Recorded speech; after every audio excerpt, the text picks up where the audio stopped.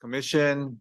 The meeting is being held live and in person at the Hilton Garden in Kauai, Wailua Bay, Kuhio Ballroom, 3-59920 Kuhio Highway, Kapa'a, Kauai, and virtually via Zoom. I'm Collie Watson, Chairman of the Hawaiian Homes Commission, and today's date is Monday, August 21st, 2023. The time is 9:34. Leah, will you please call the roll? Commissioner Wu is on his way. Commissioner Freitas is also on his way. Commissioner Helm. Here. Commissioner Kalehini. Aye. Commissioner Namu'o. Here. Commissioner Nevis. Aye. Chair Watson. Here. 5 members present. We have a quorum. Okay, the agenda with respect to item F6 relating to pivot energy is deferred to a future agenda. The commission will recess at noon for lunch and to convene in an executive session for approximately 90 minutes. Tonight's DHHL community meeting starts at 6:30 p.m. at King Kamuali'i Elementary School located at 4380 Hanamaulu Road, Lihue, Hawaii 96766. The link to join online can be found on the DHHL website under the Live tab. Entertain a motion to approve the agenda. So move. Second. All in favor? Aye. Aye.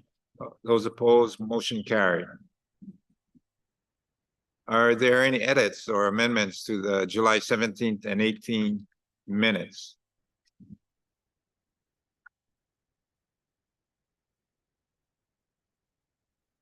If not, can I get a motion to approve the minutes? So move. Second. Nevis Helm. All those in favor say aye. Aye. Those opposed, motion carried. Okay, we'll start off with public testimony on agendized items. And again, these are agendized items.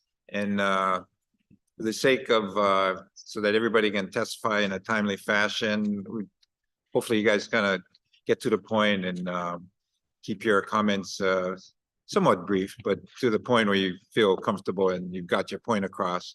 We'll start off with Connie Sheds on testifying on F5.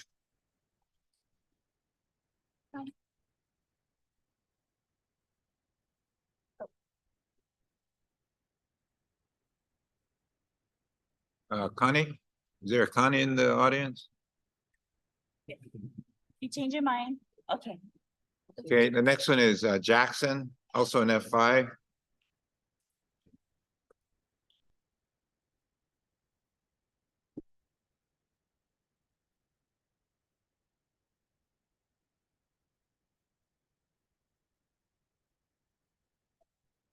Hello.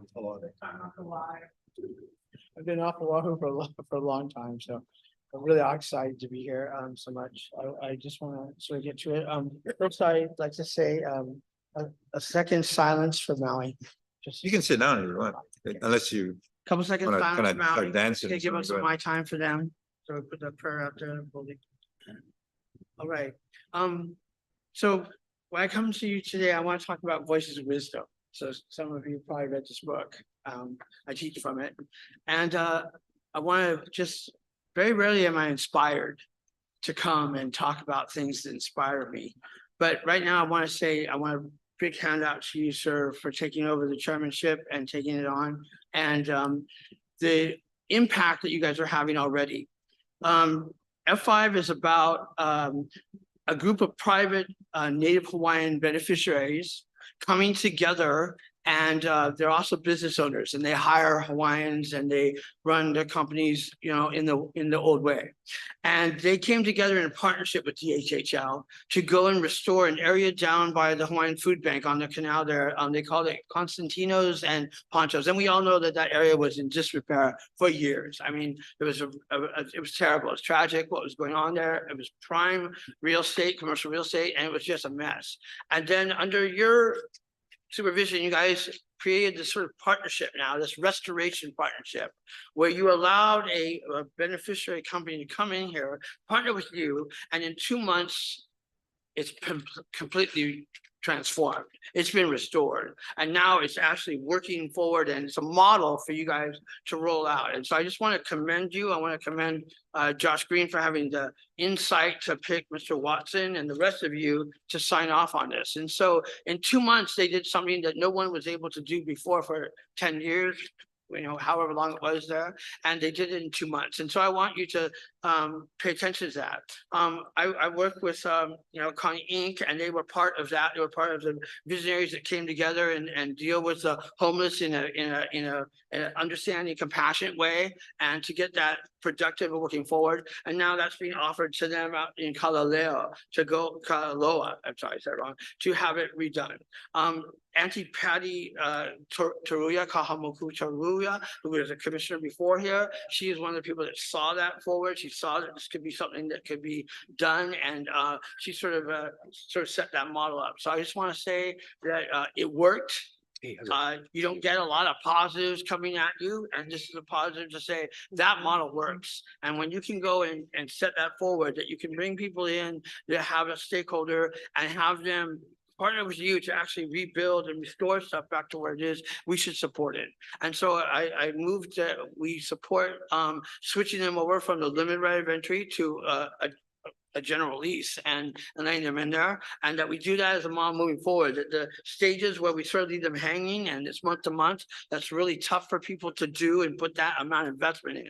I think they've got like $250,000 they put in there to get it done. And so if they can just, if we can sort of change it, I know some of the big players, come on, Ali'i and that, they get long-term leases. And I think that if we really want to empower Native Hawaiians, one of the things is to give them permanency, a sense of that they are part of this and that their investment matters. And in this economic environment, you need that. If you're going to put that capital out and get that kind of investment, you have to be able to give them that kind of assurance. So I wanted to come and tell you about that and let you hear it and have understand that sometimes you guys can really make a difference. And this time you guys really, really made a difference. 2 months. I've heard from a lot of the staff, they've never seen something turn around that fast. And I want you guys to hear that that's possible. That's why I came all the way to Kauai to tell you that. And I hope that you guys moving forward, remember that the groups, the people that participate in that, they're going to go off and look at other areas that they can develop, and Kalaloa and other places like that. And they want to be part of this. They want to help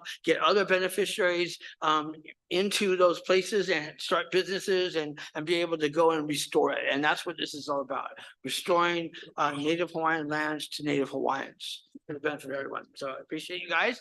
Any questions? Any questions about F5 that I can tell you about? Do you guys No. have any questions about that? Thank you. Thank you Good. very much for your testimony. All right, Appreciate thank you. Have a brilliant day. Thank you, Jack. Okay, Patty.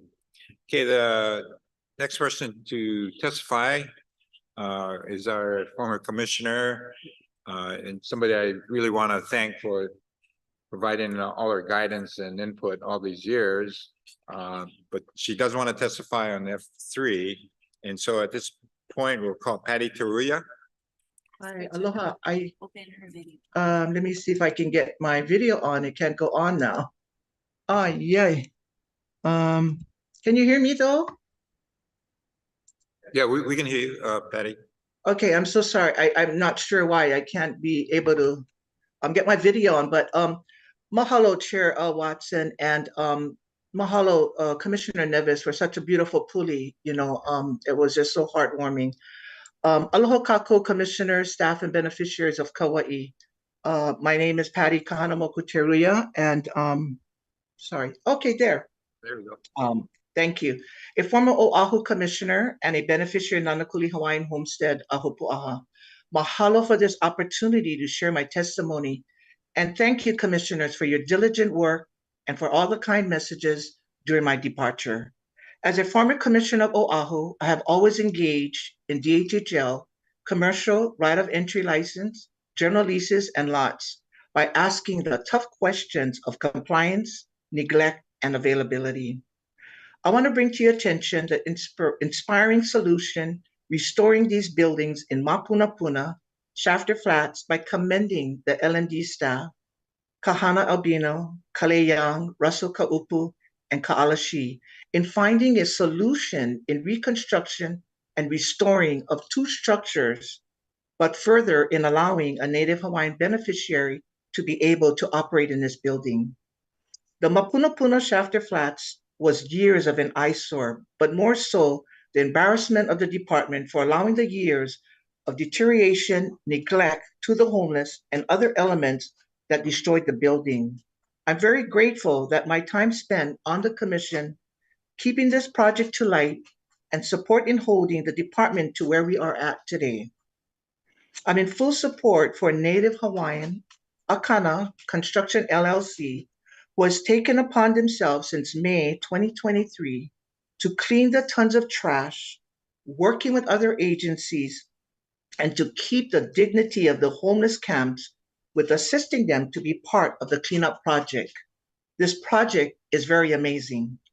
A quick attention to submittal F5, page 2, number 5, and it says, no residents living on the site unless given prior written approval by the Hawaiian Homes Commission.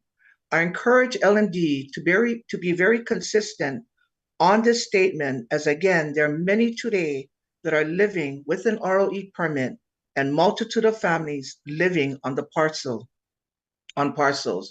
Number 7, DHHL reserves the right to have Akana Brothers Construction do an environmental assessment, EA, if staff feels an EA is warranted. I also would question this statement to also reflect on all licensed and those who hold general lease, which is required to complete their EA. In your submittal to Pacific Transfer at the February 23 commission meeting, I noticed that number 5 and 7 was not in this submittal for their right of entry for the Kakoi parcel, which burned several times. In closing, I ask the Hawaiian Homes Commission to vote in support for the right-of-way entry Akana Brothers Company, LLC, in Mapunapuna, Oahu, as restoration partnerships like this can be very successful in moving forward. Mahalo for your time. God bless you, and Maui strong. Aloha for the opportunity. Thank you, Patty. You're very welcome, Chair. Okay, the next person up, Jermaine Myers, also testifying on agenda F5. Chair, if I could. Oh, I'm sorry. Aloha Patty. Since we were unable to engage with you before you left, I wanted to acknowledge you and your service. Wanted to mahalo you for everything you've done for our beneficiaries throughout the years. I am glad to see that you're still participating in your advocacy for our beneficiaries. So I hope we continue to see you at this level, and mahalo nui. Aloha. Aloha. Chair, Thank you. Chair. No. Yeah, thank you, Commissioner Alwo, for your comments. I also would like to mahalo Patty for the years in service that she has contributed for the Department of Hawaiian Homelands, the commission, and especially to the beneficiaries that we all serve. But I just wanted to say that we kind of miss you already, but I know you're gonna contribute a lot, even if you're on the other side. Thank you. Amen. Thank you. Yeah, let me just also add, Patty, you're one of the most active commissioner members while you were here. And without a doubt, I think you were probably the best prepared of anybody else. So, it shows a real commitment and dedication, which you continue to do. And even prior to that, I always used to see you, whether it was at the neighborhood board or whatever, you're always doing stuff in the community. And like as Commissioner Wool said, we hope to see you to continue doing the work you do, because it really makes a difference. Thank you, Patty. Thank you, Chairman. Thank you, Commissioners. Thank you very much for the opportunity to serve. And I'll continue to see you and have a good relationship working together to move forward. God bless you. Aloha. Patty, this is Dennis. Commissioner Nevis. I'd be remiss by not saying thank you for your fellowship, for your hard work and dedication. And I'm sure we're gonna continue to hear from you for a long time. Absolutely. Aloha, Thank you. sister. Thank Thank you you. all. And much mahalo to your staff. Thank you so much. Aloha. Thank you, Patty. The next person, Jermaine Myers. Aloha. Chair Kali, can you hear me? Chair Kali, can you hear me? Yes, we can. Thank you. Okay. Mahalo. My name is Jermaine Myers. I'm a Nanakuli Hawaiian Homestead lessee. I came before you today to speak about three things: agenda item F1, agenda item D1, and the agenda as a whole. Chair Kali, I'm concerned that on the agenda, page 5, it states that there are 2 vacant Oahu positions. When I look at the composition of the Hawaiian Homes Commission, there are 1 for each of the islands, but 2 for Big Island, 1 on the east and 1 on the west. On Oahu, there's 3 Oahu commissioners to represent the massive population of homesteaders on Oahu. And what I want to mention about that item is that, Commissioner Patty, she was at the last meeting, July 17 and July 18. And then on July 19th, she was removed from the commission. At that time, I thought, okay, we're going to get the 2 representation because during the July meeting, Commissioner Russell's positions was not filled. So now we're down to only 1 commission at this meeting, 1 Oahu commissioner to represent all of Oahu. And I wanted to express my concern. Why was there a removal? And then at this meeting, I don't see representation for Oahu, sufficient representation for Oahu for those 3 seats. Commissioner Patty, she had advocated so fiercely for lessees, as many of you mentioned and you, Chair, mentioned, as well as the waitlisters. She's always advocated for removing illegal things like game rooms from our homesteads. One of my aunties live in Nanakuli on Keaulana, and her family has been harassed by that game room for years, and their lives have been. Anyway, I just wanted to say that, I'm concerned that this governor did not reappoint. If she was going to be removed, why at this meeting I don't see 2 Oahu seats filled.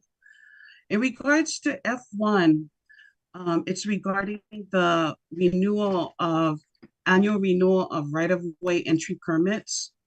I have shared before with the commission that the task force in the 80s, which Kali, you're familiar with, stated that residential agriculture pastoral lots were to be awarded leases for $1 a year for 99-year leases.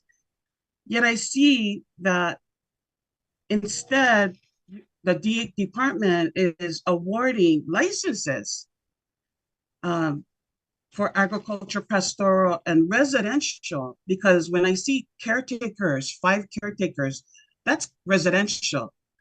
They're living on the land. I see 7 agriculture. I see pastoral. And yet, when I look at these leases, and many of you will see, they're 33 years, 23 years, 14 years, 10 years, 18 years. Why aren't they agriculture, residential, pastoral leases? If there's water, there's the land, why aren't they being awarded? When I look at D1, HSD, Homestead Services Division agenda item, there's 1,695 Kauai residential waitlisters, 2,319 Kauai agriculture waitlisters, and 311 Kauai pastoral waitlisters. But in addition to that, it even shows that you've awarded agriculture land in licenses in Anahola. Yet I see there's an actual Anahola wait list for agriculture pastoral residential specific to that area. So my concern is, like, for example, lease number 558, Frank Sr. and Amber Rivera.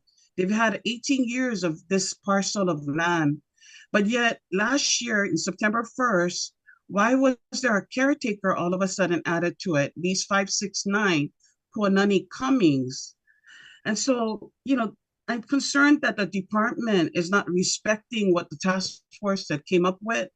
And instead of now people coming from the wait list and going under Homestead Services Division with an agriculture pastoral residential lease, the department is sidelining that and awarding licenses for the same usage and now putting them under Land Management Division. And when I look at the rent for these parcels of land, I'm just shocked to see how low the rent, low the income. And so in 2014, there was a revocable permit there was a suspension of revocable permits the month by month. And now the department at that time was told to come up with a plan because, why are you sidelining? And so I think my time is up. I've been looking at my time and making sure that I'm privy to the time.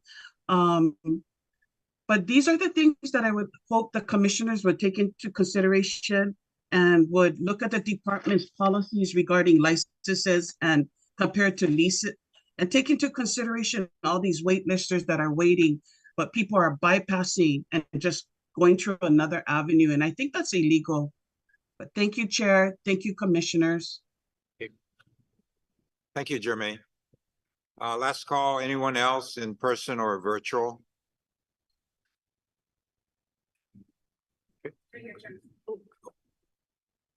Come on. Please state your name. So aloha, my name is Sherry Cummings. I'm a waitlister. I'll introduce myself as Malama Anahola. I will come before you folks tomorrow. I wasn't prepared to speak, but I just listened to the prior speaker. I didn't really have an opportunity to look at the agenda. But I will state, I just heard my sister's name being mentioned. Her name was Puanani Cummings. And from what I gathered, the little that I gathered, something about the kuleana behind my mom's place as an opportunity now to make that ROE be something more. And I just want to say, I don't know what the process is, but I am not for that. I was living with my mom up until the year 2000, I would say 14, 15. And we were caretakers of that place back there. And that place was supposed to be like anybody else when ROE, and the ROE started because of Mr. Keale, who, there was a fire that broke out and the back part of our family's property was taken care of. It shouldn't be more than just that, and ROE. And I did bring it to the attention of the prior administration in regards to what I felt was improprieties, because it specifically stated in the ROE that there was no permanent structures to be built on that place. And I begged the commission to go and take part in looking at that property, because that property is not what the property was intended for. There is permanent structures in there. I went to the Department of Health because there was a cesspool put in there, not septic. And so I raised the concerns about just the Department of Health and the illegality. And this was brought up before land management a few times. And I was honest in regards to the use of the property. It was asked, what was the use for? And I'll leave it at that. I did speak to land management prior to. There was some allegations. I denied what the allegations were, because in all honesty, it wasn't true. But what they're using the land for and the type of structures, it's permanent structures. It's not temporary. So I just say that for the record. Mahalo. Thank you. Okay. Well, we have some recent additions. Patrick Hawaiian.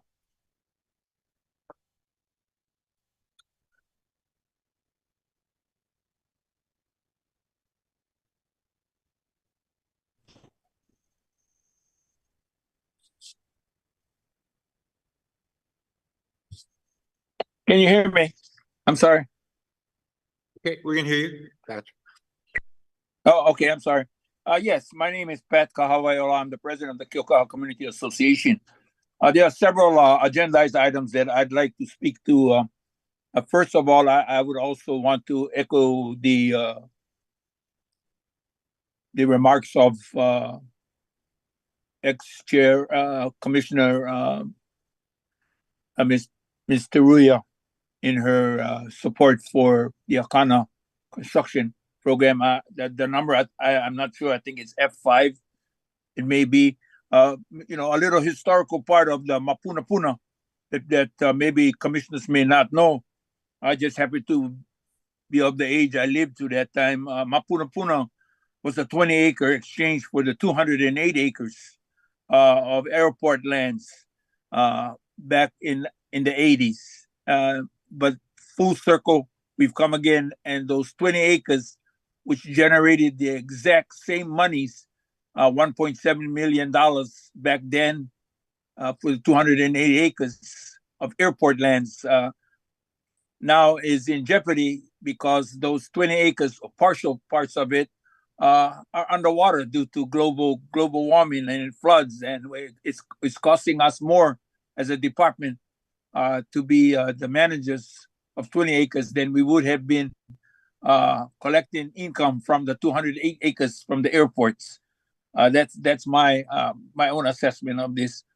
For information only, I'm confused with C7 for information only, where the permitted interactive group to study and recommend strategies related to the fairness in lease transfers. We have a Hawaiian Home, the organic document is the Hawaiian Home Commission Act. If we look at that, are we having an issue in fairness in lease transfers? In Hilo, back until 1999, you couldn't do anything with agricultural land because there was a moratorium on transfers. And as in using the words of the Department of Hawaiian Homes, it was then an unholy profit. The beneficiaries were making unholy profits in selling those lands to another native Hawaiian, 50%.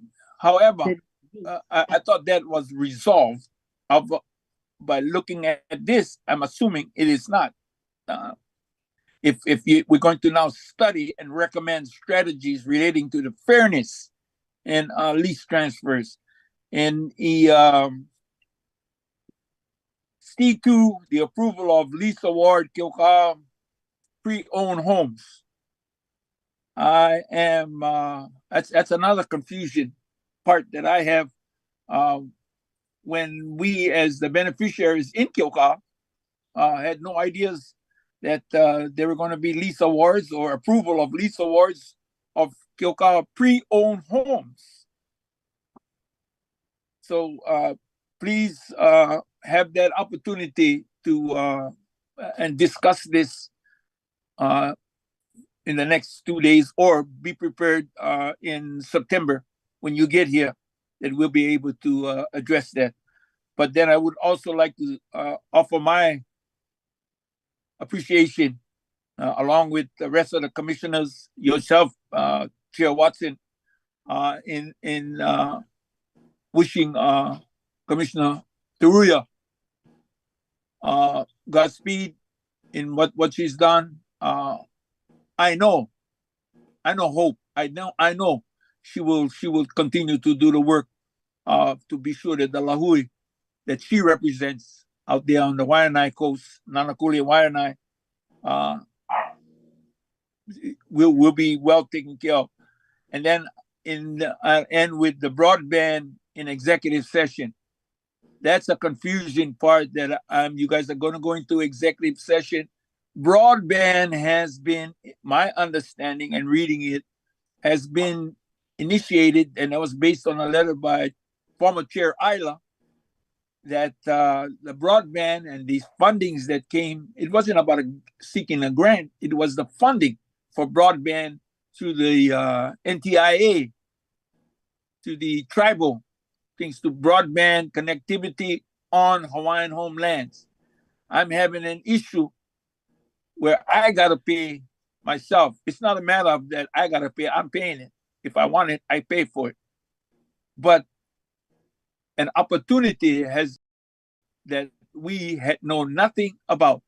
There is no discussion in any Native Hawaiian community that I know of about this broadband. I understand you've recently hired Mr. Tangan, Jaron Tangan, and I'm hoping that that individual would somehow be able to come out to the Native Hawaiians and, if nothing else, use the beneficiaries consultation in moving forward. This, again, thank you very much for the opportunity to testify on these agendized items. And I'll be listening for the rest of it. Any questions? Thank you. Okay, thank you, Pat. The next testifier, Jojo Tanimoto. Aloha, everyone. Can you hear me? Yes. Thank you. I sent in my testimony, but because I'm not sure, I don't like turn on my video. Sorry. But anyway, I sent it in, but I'm not sure if you got it. Did you guys receive my testimony? Otherwise, I'll read it for you. We did. Yeah, yes. Oh, God. Okay. Yeah. So the urgency that we're finding over here, especially from the fire that we had a couple weeks ago, putting Lahaina, but we had our own fires out here. And one of the problems we have is water. And our community is the very one that's having a hard time trying to get water. So I'm, you know, since you have my testimony with regards to trying to get water, on Agenda C8 is the legislative package that we, the community, as well as myself, has asked Hawaiian Homes to put on the legislative agenda so we can start infrastructure to locate water. And the urgency we're finding now is having to compete with millionaire developers that want to buy the land and the water that we had waited on for 37 years to get, and now they're going to buy it.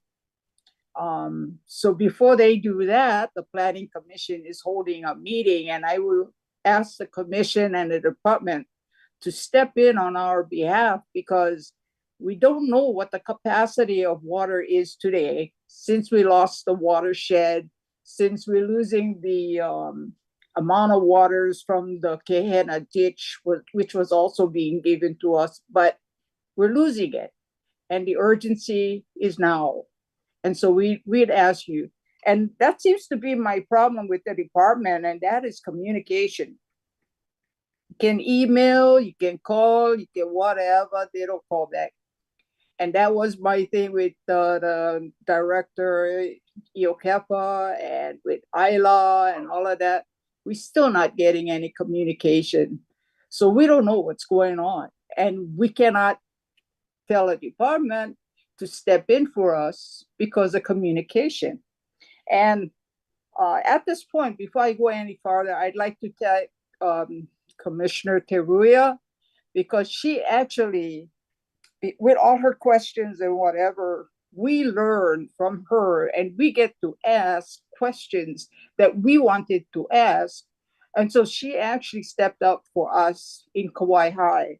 And Kauai High actually has nothing. We're not even in the county, the state, hazard mitigation, tsunami, and all of these plans that everybody is making up.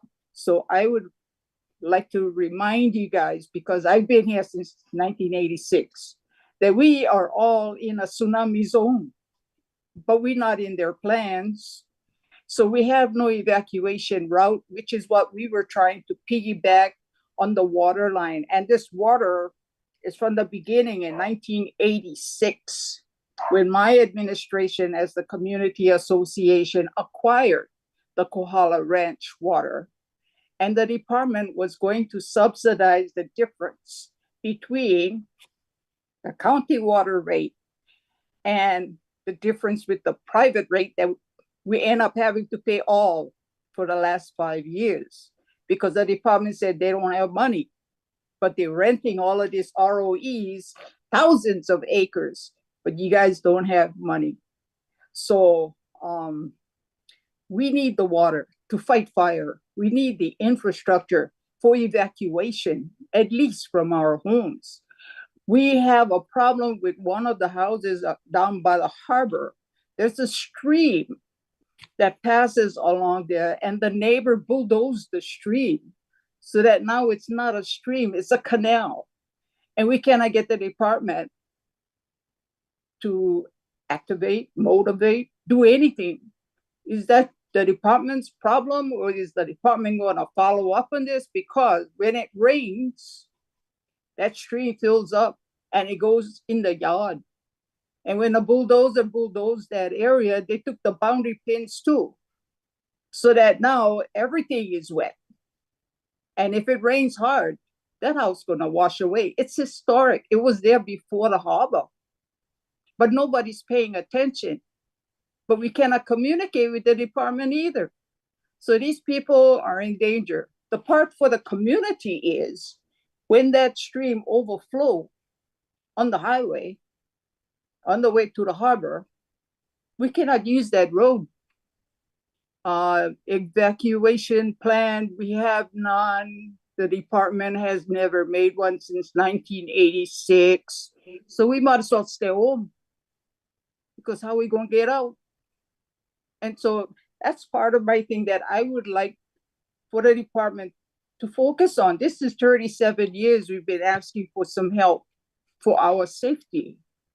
And now even this lessee is in trouble because the neighbor bulldozed. They just came along with the bulldozer and they bulldozed the stream. What the department going to do? Nothing. Okay? So since you have my thing, that's my big deal, is the water for the legislature, so we can get our infrastructure, we can move our water committee forward. We haven't had a meeting in I don't know how many months. It's like we're sitting still.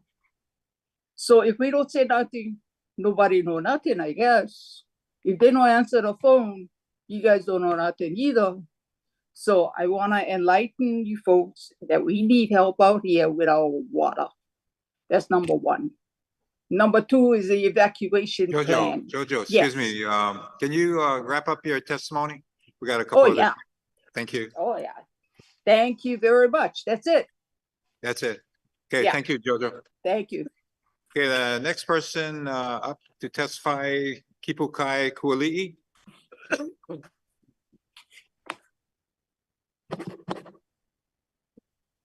Aloha kako, I'm Kipukai Kuali'i.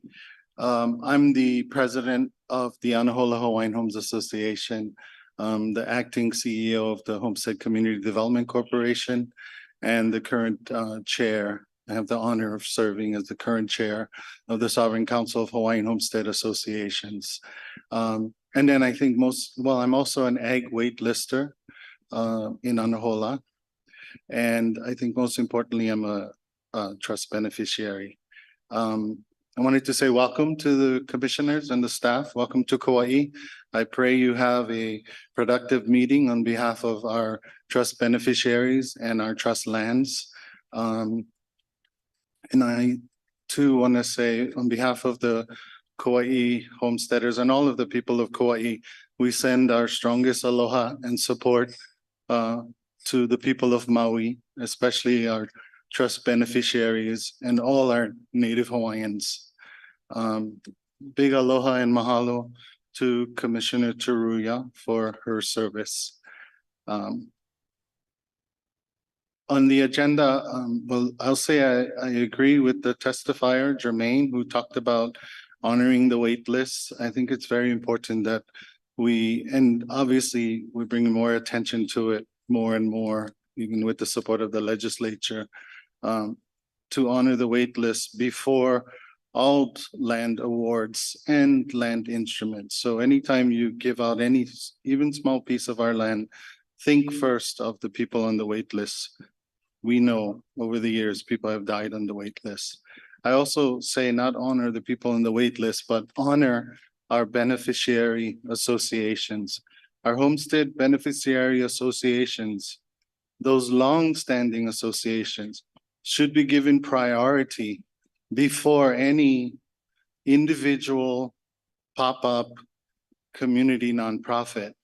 There's things popping up all the time. Some of them we've never even heard of.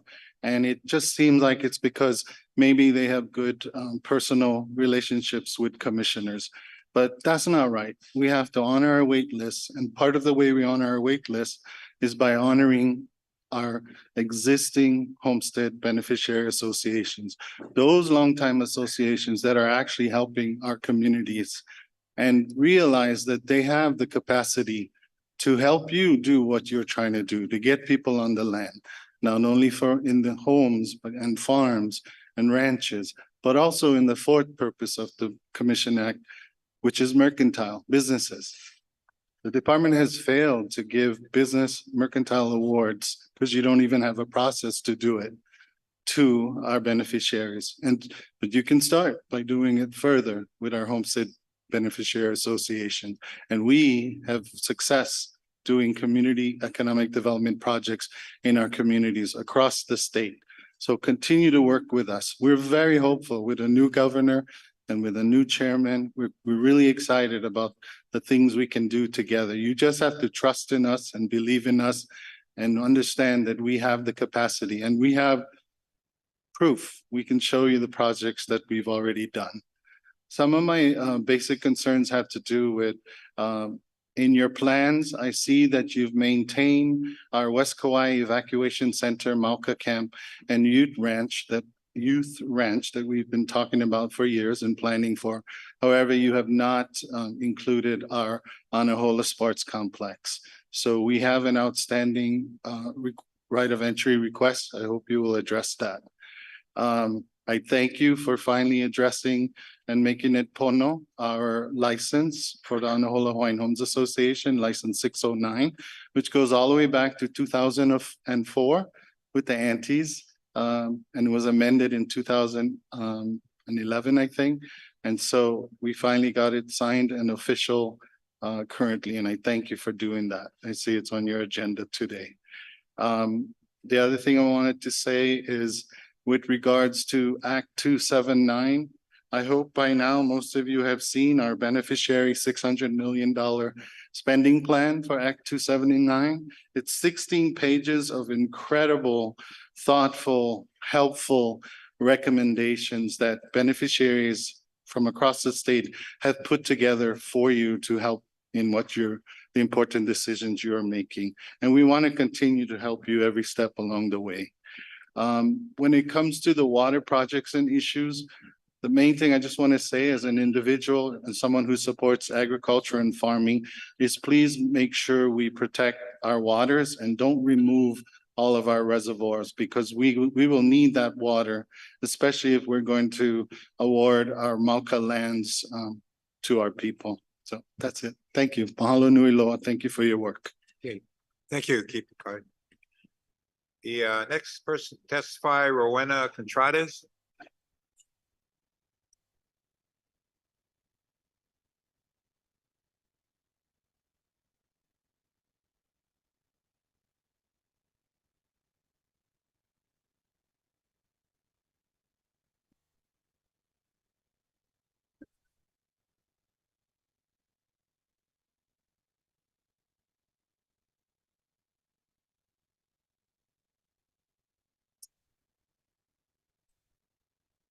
Aloha, everyone. My name is Rowena Contreras Pangan.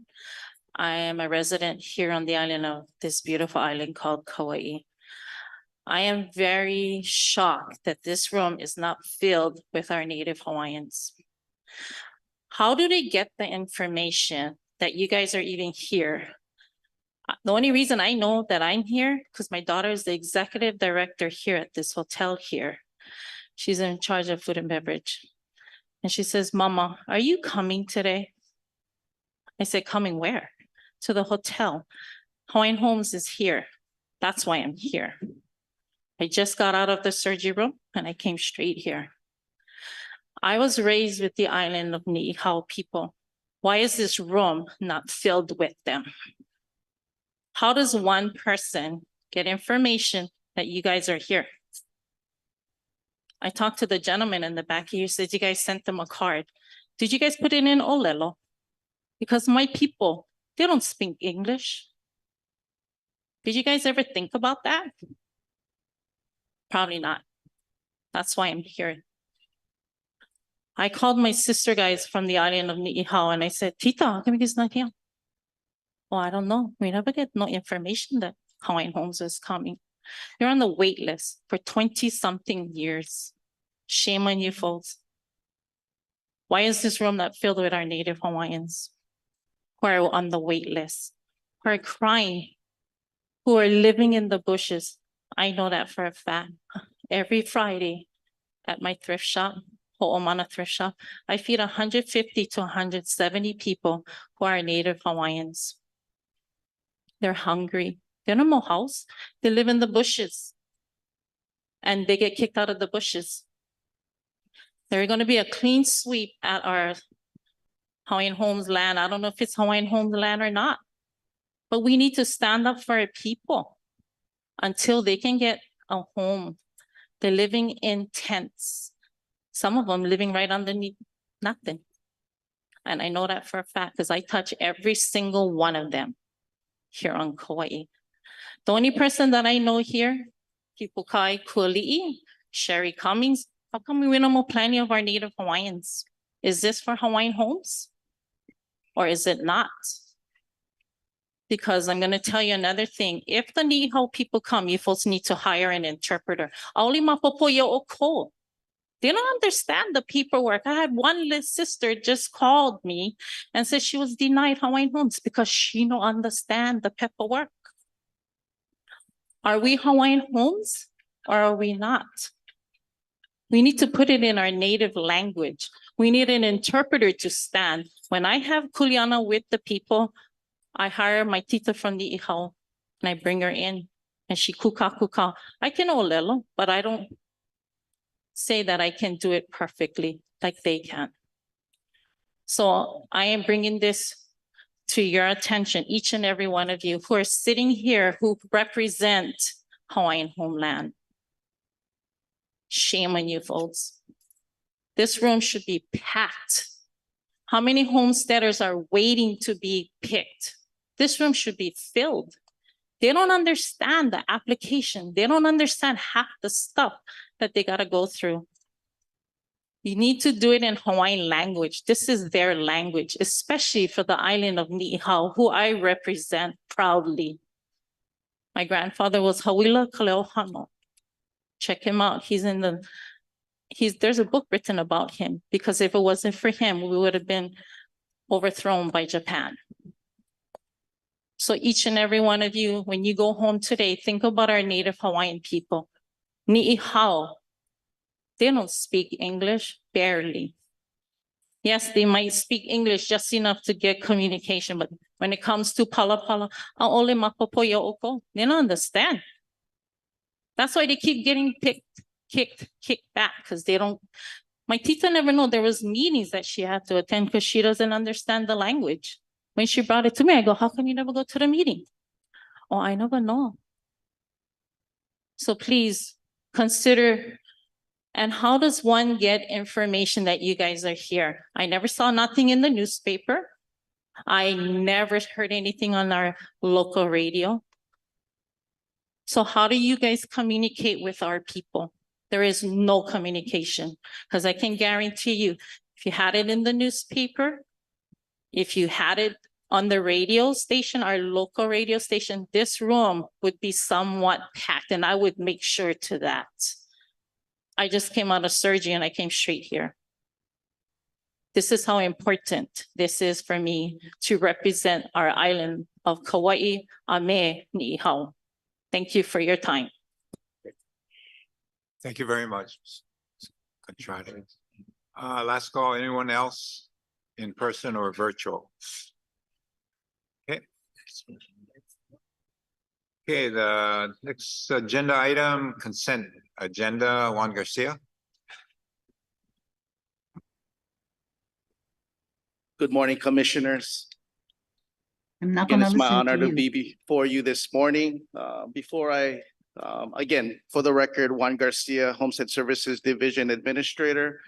At this time, I also want to extend my aloha and appreciation to former Commissioner Patty Teruya. I'm confident she'll continue to be a strong advocate for our beneficiaries. So mahalo, former Commissioner Teruya. Homestead Services Division has 8 agenda items before you this morning. After there's a motion, I would like to highlight item D4, where there's an item that's being brought up to you this morning per your request at last month's commission meeting.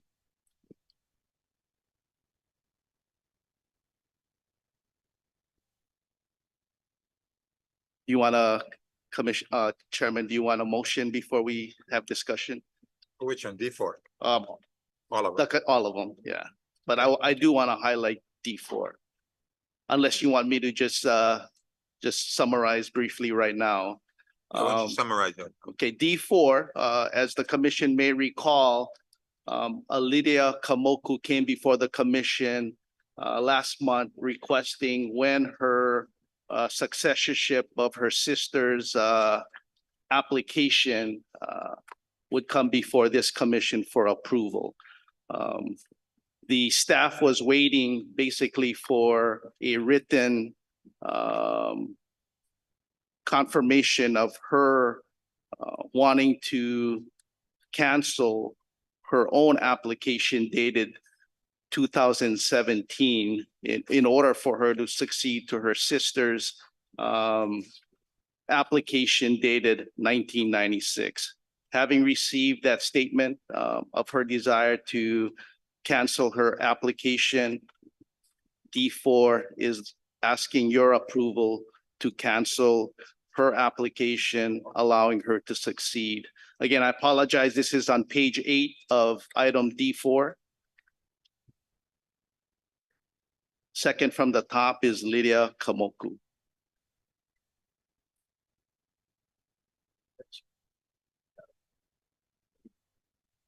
Okay, can we have a motion to approve as submitted? So moved. Okay, it's been moved and seconded. Commissioners, any questions other than I guess one of the ones are highlighted, but any other questions on any other items in the motion? If not, all those in favor say aye. Aye. Those opposed, motion carried. Thank you, commissioners. Okay, next item,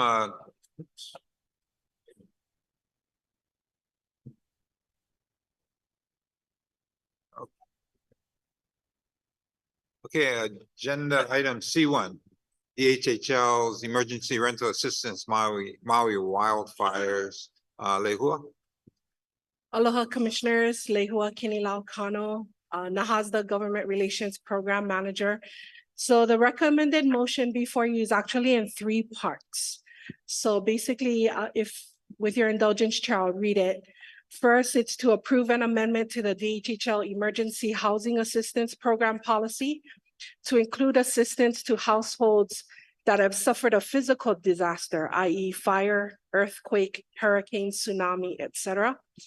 Second, to authorize the establishment of the DHHL Emergency Rental Assistance Program pursuant to the disaster declaration as a result of wildfires in Maui County, utilizing Native Hawaiian Housing Block Grant funds made available in accordance with NAHASDA and other federal laws, which provide that NHHBG funds may be used to provide rental assistance to eligible Native Hawaiian families both on and off the Hawaiian homelands. And third, to authorize DHHL to utilize up to $5 million of NHHBG funds made available in accordance with NAHASDA and allow the department to increase funding for the program in response to demand and as NHHBG funding or other supplemental funding permits by informing the Hawaiian Homes Commission.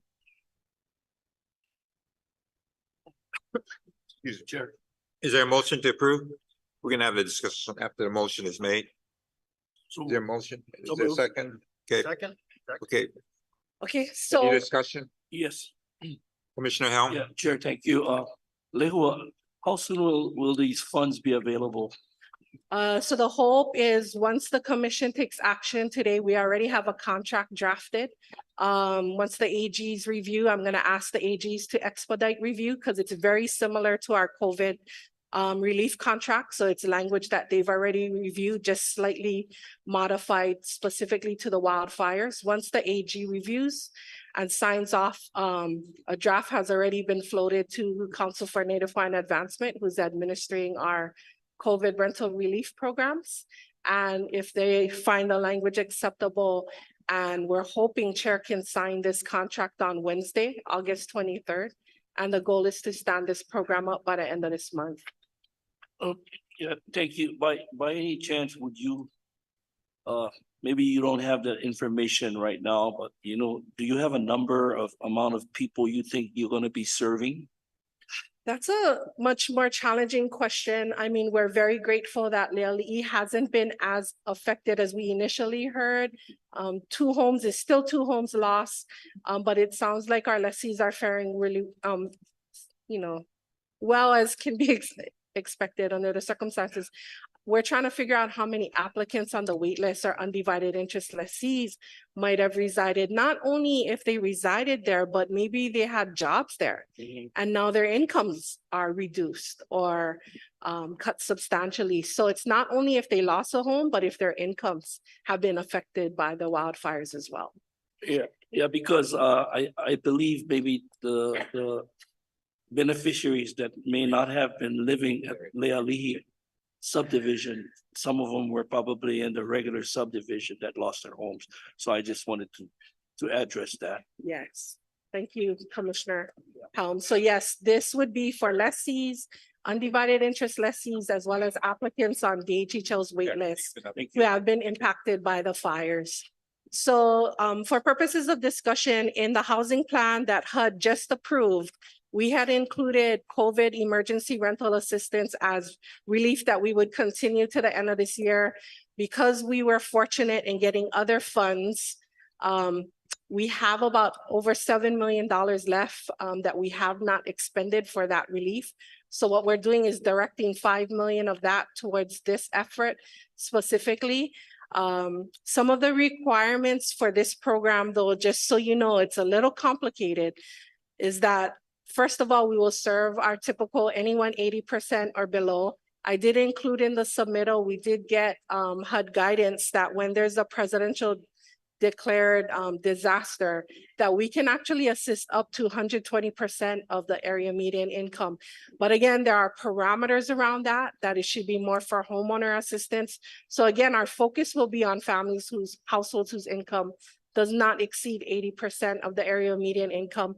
We're focusing on the county of Maui.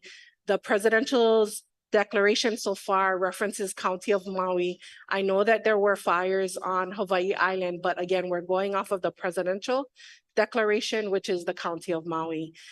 So that's sort of the focus. And I just wanted to highlight when this commission did approve the policy back in 2021, we focused much on income reduction. And so that's why the policy we included in this submittal track changes so you can see clearly that it's also for if their homes or if they suffered any type of physical disaster. So we wanted to make that addition. So again, that's why the recommendation is in 3 parts: the policy, establish the program, and then also authorize $5 million.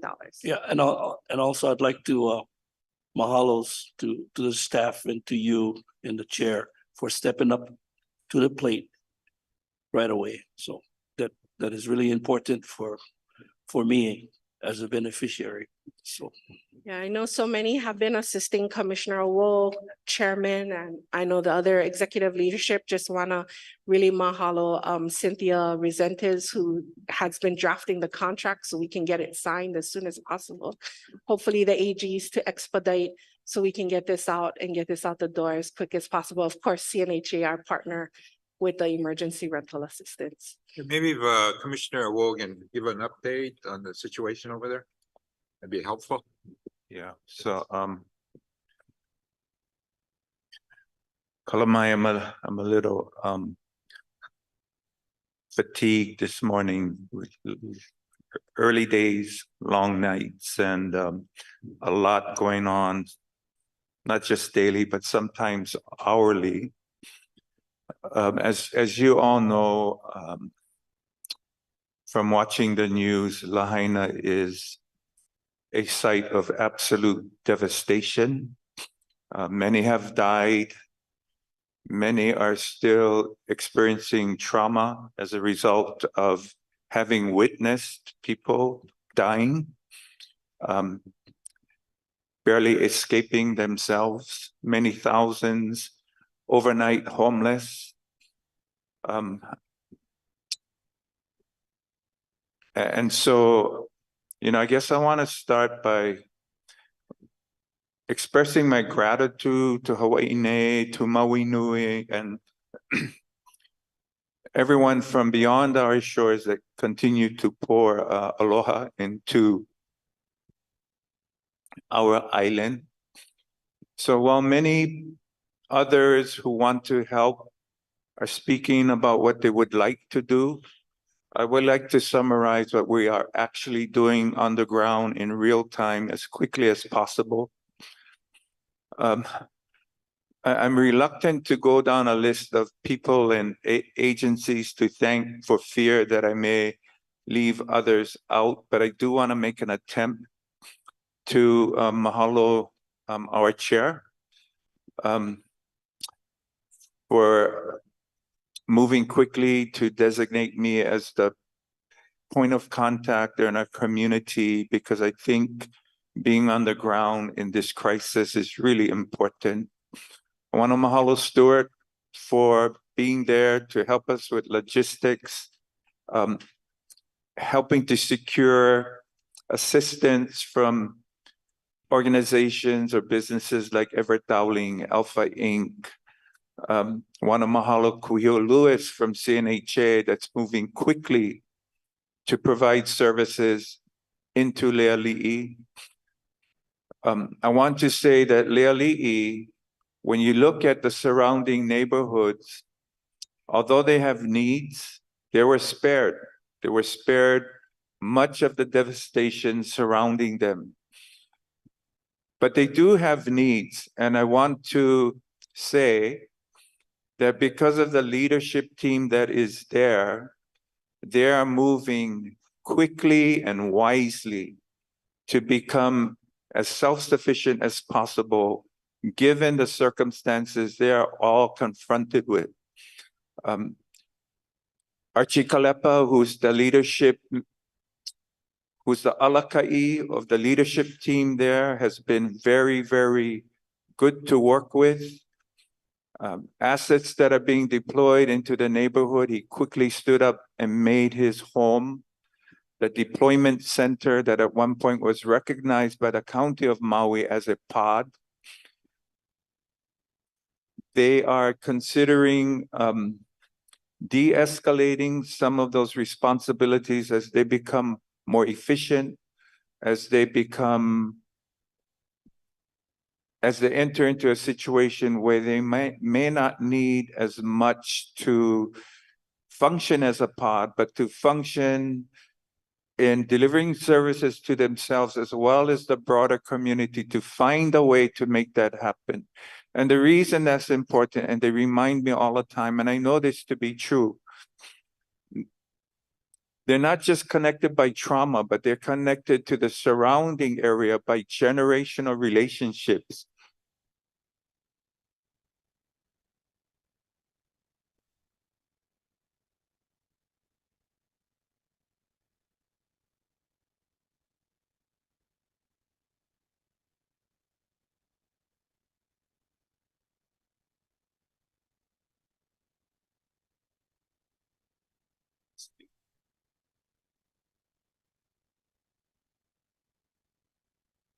They understand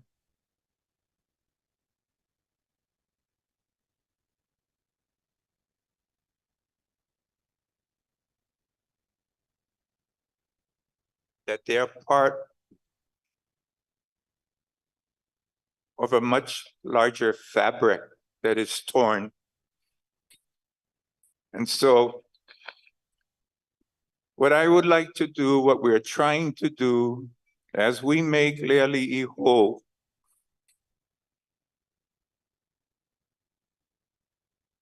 that we utilize our lands to provide the broader community opportunities to receive product, that we set aside our lands to house storage capability so that we can somehow, recognizing our resources are finite, that our mission to our beneficiaries are clear, that we think in ways that are creative, that we create, and I'm just going to go there, that we create FEMA-free zones that are not problematic in the bureaucracy that comes with being nimble, being responsive to communities in real time.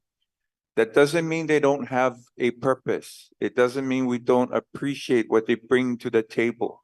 But we have to create systems that are diverse, that are dynamic in this time of need.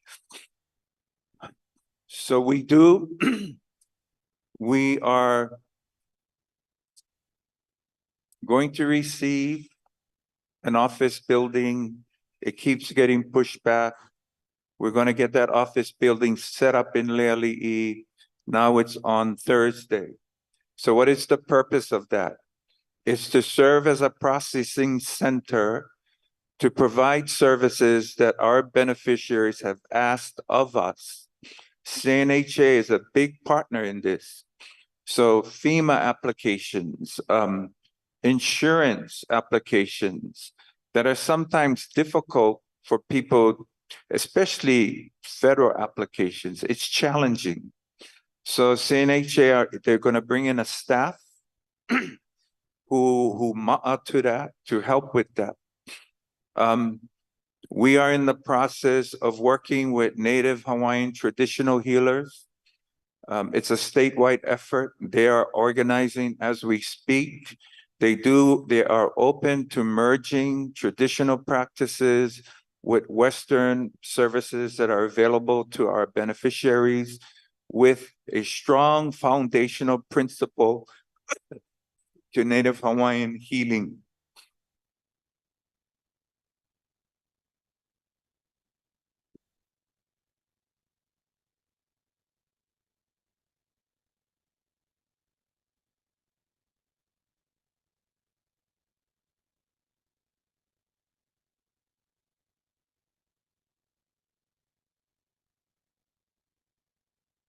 I want to say that this is a marathon. This is going to be many, many years. This is not a sprint. And so we have to stay committed to the long term as we receive all this aloha in the short term. We have to begin thinking about immediate needs, interim needs, and long-term needs. This is what we are trying to develop for our beneficiaries on Maui. We are trying to recognize their desire to help others around them without infringing on our resources. All of that is possible. All of it must occur. And if we have the capacity to create those systems, then it's going to be done.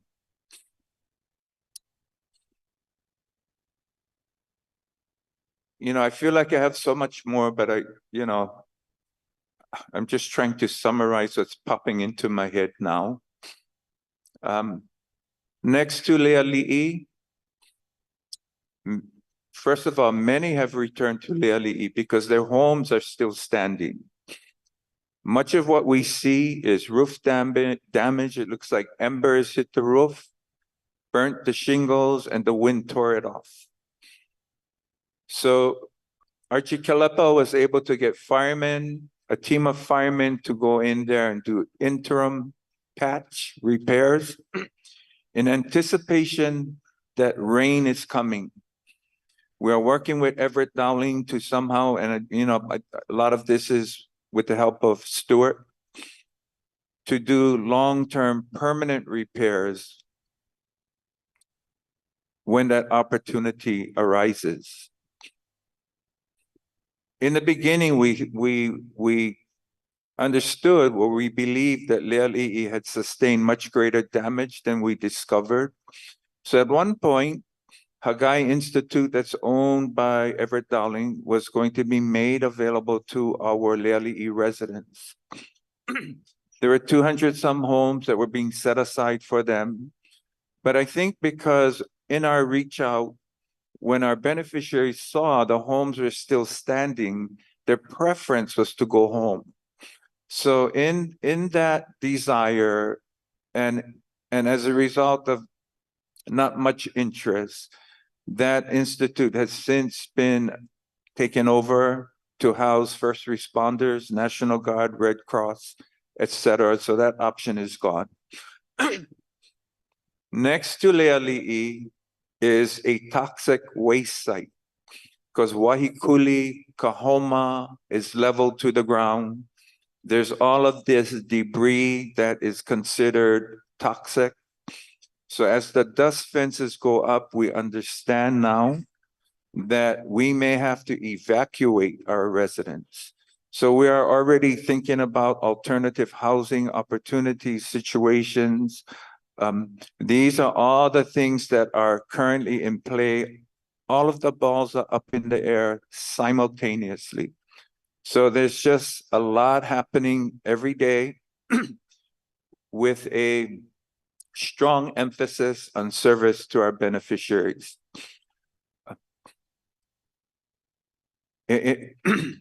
We have donations coming in from Lowe's. We're working to coordinate all of that. We have kokua from, I've even asked Makai Freitas for kokua when needed to manage some of the young brothers' issues. I'm grateful for that. I recently had to remind one of our mainland providers that when you come to Hawaii and you're working with us, that you should not do things that I wouldn't do as the commissioner, because my superiors, my bosses are the beneficiaries. They're that layer that sits above me, and we channel up. So if we're getting equipment that's intended for them, I channel up to them to ask how you want it distributed. You cannot go on your own and decide how you're going to distribute without consulting the leadership. These are the things that are occurring daily. So I think I'm going to stop there because it feels like a mouthful. There's much more, but that's it for now. Mahalo. Commissioner O, we all want to thank you for your helping out in the situation. We all know it's a really, really challenging situation. We just all got to kind of hang in there and figure out whatever way we can help. This commission, I'm sure, will come up with some suggestions at a staff level. And, I really got to thank Lehua for kind of moving it along and identifying a specific way, which is what this item is about. So with that, when we move this along, and all those in favor say aye. Aye. Those opposed, motion carried. Thank you, Leo. Okay, the next item on the agenda, C2 lease awards, Paula Ayla.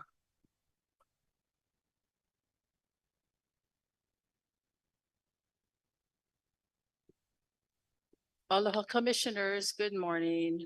Paula Ayla, Contact and Awards Division, Acting Administrator. I want to also mahalo Commissioner Teruya for her service over the last 4 years. And my greatest heartfelt aloha to you, Commissioner Awo, and our Ohana on Maui, who my lineage goes back there, so I have a very deep connection, like I'm sure most of us do, if not all of us. So with that, if there's any kokua, please let me know, Commissioner, you have my number. Yep. Our request today, approval for a 99-year lease for communities in Keaukaha, Pu'ukapu, and Panaeba. Can we have a motion for that? So move. Second. Okay, it's been moved in second. Any comments or discussion? Chair. It's a quick question, Paula. Thank you. Sure. Panaeva subsistence lots. Yes. There's only 15 awards and there were 16 lots. Yeah. What's- There were 16 selectees that day. The last one decided to defer at the last minute. So we're in the midst of going down the list to fill that 16th lot. So we're in good shape. Okay. Thank you. You're welcome. Any other discussion? If not, all those in favor, say aye. Aye. Those opposed, motion carried. Thank you, Paula. Mahalo. Okay, the next item, C2, acceptance of annual performance report. Lehua? Aloha Commissioners, Lehua Kinilau Kano again. The motion before this board is to accept the 2023 Annual Performance Report Native Hawaiian Housing Block Grant for transmittal to HUD. There a motion? So move. Second. Okay, any discussion? All those in favor say aye. Aye. Those opposed, motion carried. Thank you, Leo. Next item, C4, acceptance of report and recommendations of the geothermal PIG. Presenter Russell Kaupu. Gonna defer.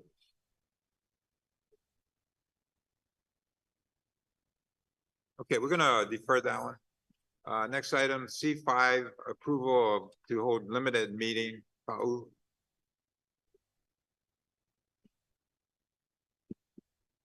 Aloha Commissioners, Andrew Choi, Planning Program Manager. The recommended motion action is to approve to hold a limited meeting of the Hawaiian Homes Commission on September 17th, 2023 to the DHHL parcels in Maku'u, Kalai, and Discovery Harbor, Hawaii Island. Any questions on that? Not, we're entertaining a motion. So moved. Second. No questions or? Oh, yeah, just a quick one. Commissioner. Is- Kardashian? So this special meeting is because we're going to have quorum of the commission? This special meeting is a part of the scheduled commission meeting in Ka'u on Sunday, September 17th. Prior to the commission meeting in Ka'u, it was an opportunity for the commission to visit sites in Maku'u as well as in Ka'u, Kalai, and Discovery Harbor. Because of the Sunshine Law, we were required to notice the site visits prior to the community meeting in Ka'u. The community meeting in Ka'u is an opportunity for beneficiaries in Ka'u to interact with the commission and participate in a commission meeting. But because we don't often go down to Ka'u, it was also an opportunity for this commission to visit these sites in Ka'u as well as Maku'u in Puna on our way down to Ka'u. Yeah, thank you. Any other questions? If not, all those in favor say aye. Aye. Those opposed, motion carried. Same thing, Andrew, concerning Hana. Yes. Item C6, similar to C5, is an approval, is the recommended motion action is to approve to hold a limited meeting of the Hawaiian Homes Commission on October 15th, 2023 to DHL parcels in Keanai, Waiua, and Wakiu, East Maui. For the very same reason, we don't often visit East Maui. We will be having a community meeting where beneficiaries in the East Maui region can participate. A commission meeting on October 15th in Hana, where beneficiaries in the region can participate. But like Ka'u, on the way to the community meeting is an opportunity for the commission to visit parcels in East Maui to get a better understanding of DHL parcels and issues and opportunities related to those parcels. Commissioner Wall, you got any questions about this one? It's for Hana, so. No, sorry. I was drifting. Sorry.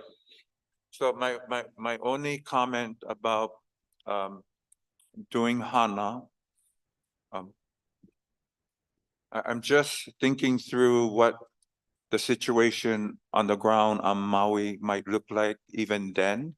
So I think it's a good idea to keep it as part of our planning, but to be prepared to shift or pivot as needed, depending on what's occurring on the ground. So, yeah, thank you, Andrew. Sorry. Okay, thank you. Okay, all those in favor say aye. Aye. Those- Oh, I'm sorry, can somebody make a motion first? So move. Second, is there a second? Second. Okay, all those in favor say aye. Aye. Those opposed, motion carried. Thank you. Thank you. Which one? We didn't do the. Oh, he's on. Oh, okay. We'll go back to item C4, acceptance of a report and recommendation of the geothermal PIG. Russell? Morning, Chair. Morning. Apologies, I was scrambling between the YouTube and the Zoom, so didn't get on quick enough on the first call. But good morning, Commissioners. Good morning, Commission. Russell Kaupu, Office of the Chair, Real Property Development Agent. I'm coming back to the Commission. Last month, I reported in my capacity as the chair of the PIG for geothermal. And I was reminded at that time that I couldn't take questions or respond to recommendations that I had made in that report until the following meeting. So that's why I'm before you this morning. Just a brief summary, reminder. The geothermal PIG got together, came up with a number of recommendations. Primary one that needs to be acted upon is to decide whether or whom is going to serve as the chair of the committee going forward. Since I no longer am on the commission, but have stepped down and am now on staff at the department. I'm open to being assigned to the committee as a staff member, and I'd like to do that to continue the work. But it's incumbent upon chair and the commission to select a new chair for the PIG. And then the recommendation coming out was to continue the work of the PIG, which was to work with the consultant that the department has hired to go forward with coming up with a strategy for development of geothermal resources on Department of Hawaiian Homeland's lands. So I'm open for questions if anybody has them.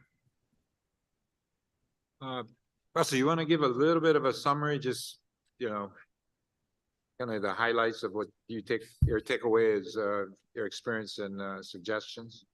Yeah, so, as I reported at the last month's meeting, the committee met a total of 4 times. There's a number of staff people that were present. We also had the benefit of outside consultants from the University of Hawaii.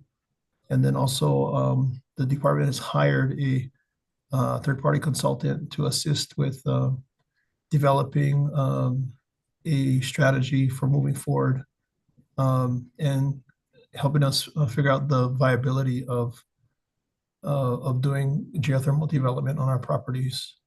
We heard from consultants who were able to share and the results of studies that have been done by the state of Hawaii. And they were able to share an overlay showing the DHHL lands and to indicate where geothermal activity was most likely or highest probability of success if we were to move forward. The committee has come to the conclusion that the Humu'ula district on Hawaii Island is active, so there's a resource there. It's also within reasonable means of access via roadway. So that's been identified as where the location would be that we would suggest. We also have talked a little bit about how we would go about developing this resource, and have concluded that it wouldn't be the department in and of itself doing it, but would likely look to partner with industry, whether it's a public-private partnership or some other type of venture, where the department's participation would primarily be making land available. And then as part of the venture, bringing to bear both political and, to the extent we have opportunity to go after government money, some economic resources. But the primary funding would come from private parties that we would partner with. So I think thank you. that's a summary, Chair. Thank you. Yeah. Yeah, any questions of Russell? Mr. Chair. Oh, What I'd like to do is just commend Mr. Kaupu and the geothermal permitted interaction group for taking a very complex and probably controversial, depending on what the issue is, and bringing it to very clear focus for us as a commission who will need to make the decisions. And I really want to commend them and continue to support their efforts, because we are always looking for revenues to help beneficiaries. And if this is one way, he clearly laid the path out for us. So I would like to commend you, Mr. Kaupu, and the group. Thank you very much. Mahalo. Any other question? No question, just comment. Okay. Okay, we do have a couple testifiers. Douglas Adams from UH Hilo. Oh, excuse me, Don Thomas, I'm sorry. Or no, Douglas County of Adams, Hawaii. I'm sorry. Douglas Adams. Oh, here we go.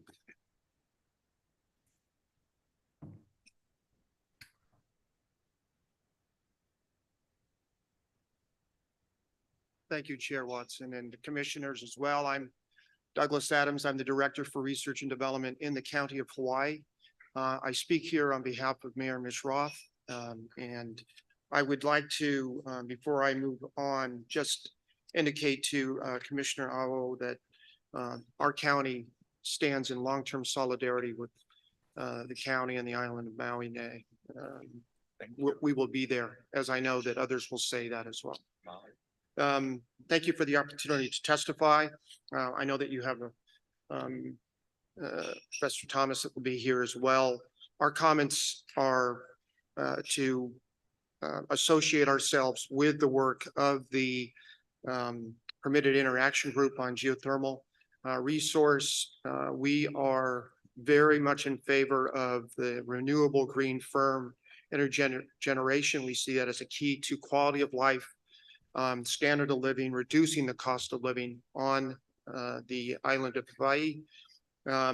We know that there are abilities there to enhance commercial and agricultural opportunities if we can do those kinds of things. We know that it's key to our sustainable practices, reducing our fossil fuel imports, which are still in the neighborhood of about 90% that we have on the island for both transportation and the grid.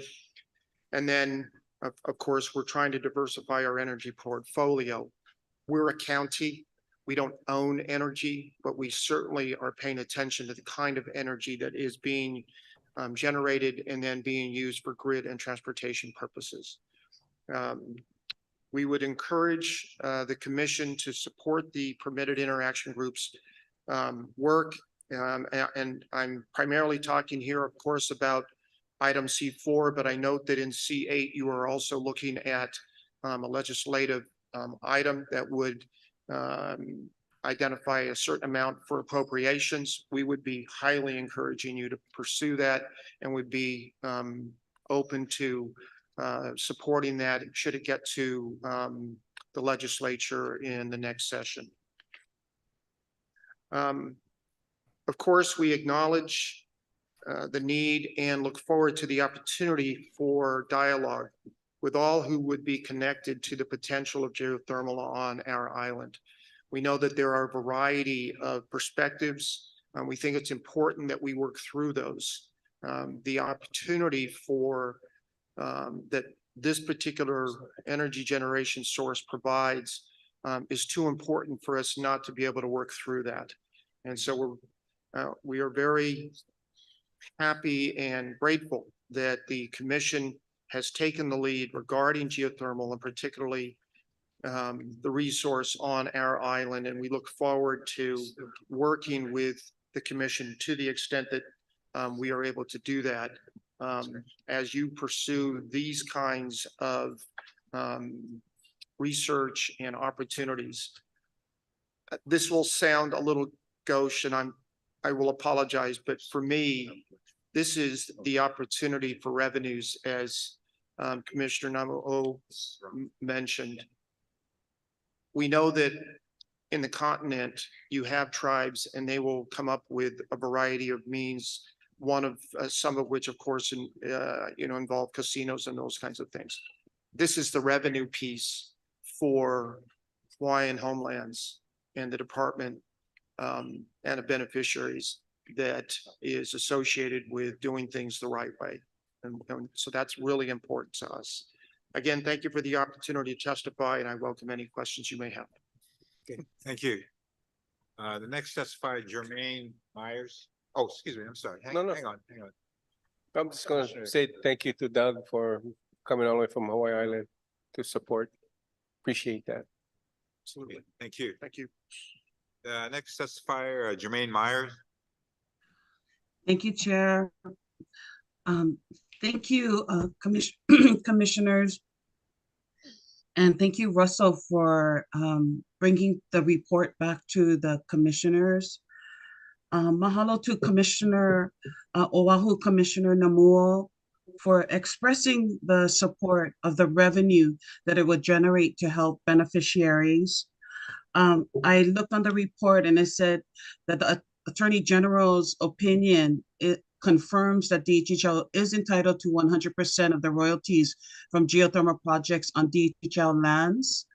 I was hoping that Chair Cully can share with us if he's gonna put in a replacement for Commissioner Russell's position, well, previous Commissioner Russell Kaupu's position on the PIG, so that they can continue to do the work. Maybe Commissioner Commissioner Namuo, because she represents Oahu at this time, that she would be a great person to be added to the PIG, most especially because Oahu needs the most revenue when you think about it for developing a lot of lots because of the wait list being so long on Oahu for residential.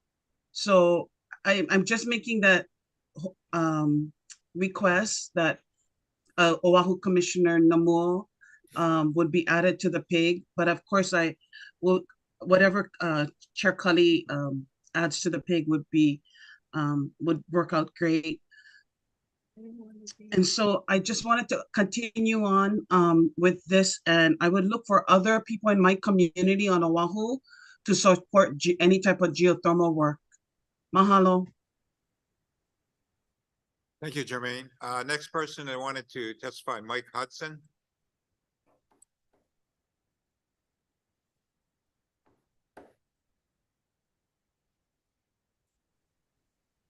Hi, Kali. I'm gonna wait on to F4. Okay. Sorry about that.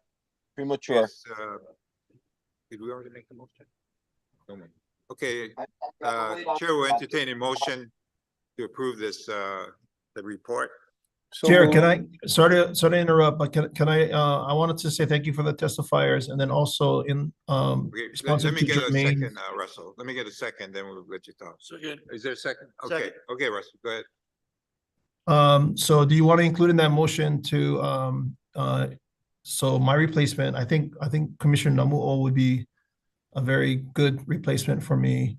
I was gonna mention that I would hope that you would consider because our conclusion was Moko Kiave was the appropriate site, that perhaps Commissioner Mackay Freitas would be a good selection as the next chair for that group. Okay, good suggestions. Let me kind of think about it, but let's take care of this particular motion. All those in favor say aye. Chair, Yes. may I comment, Discussion. please, Go ahead. before the vote? Sure. I just wanted to share my appreciation for Russell for being the chair. And wanted to also express gratitude for Mackay, who's en route. So the three of us were on the pig. We learned quite a bit. We've got a lot more work to do. As mentioned by others, the opportunity is a great opportunity for our beneficiaries, for the island, for the state.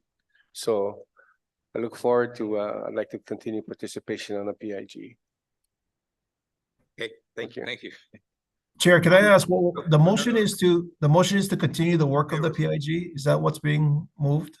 No, the motion is just to adopt the report. Then, Okay. once that's done, I'll entertain or figure out the PIG moving forward. Okay, That got it. will be Thank you. Chairman's prerogative. So for this one, it's just a report. We're adopting and accepting the report. Any other discussions or comments? If not, all those in favor say aye. Aye. Those opposed? Motion carried. Mahalo, everybody. Have a good meeting. Didn't want to go. We did now. Okay, let's move over to item F1, annual renewal of right of entries, Kauai. Ms. Albino. Hello, Commissioners. Kahana Albina, Acting Administrator. Before I start, I also wanted to thank Commissioner Teruya for her advocacy for her ahupua'a, Auli Nanakuli, and her kind remarks. I know she kept me on the ball with regards to Kalailo and asking the tough questions. Mahalo her for that. And also mahalo Commissioner Wolf for his support and his leadership on behalf of Hawaiian Homelands up on the Maui Nui. With that being said, item number F1.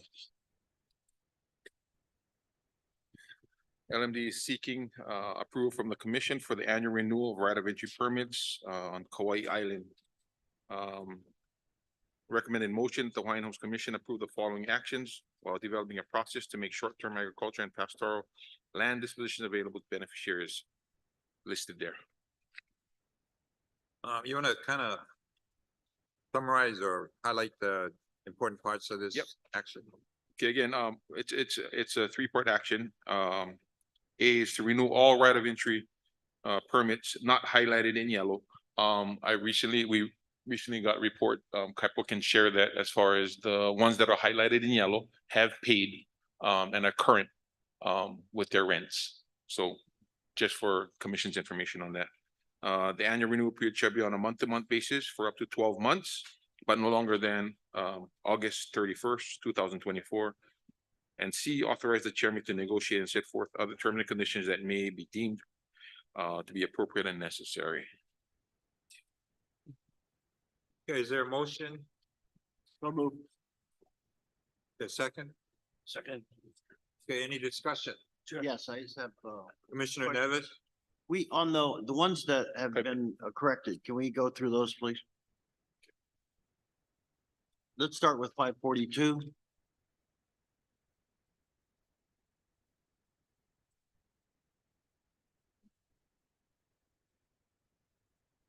At 42. Yep. Go ahead. You can mention. Yeah, so this is Kaipo Duncan, land agent with the Land Management Division. So both 542 and 541 have been made current. They paid all of their past delinquent rental. We charge any of the late fees?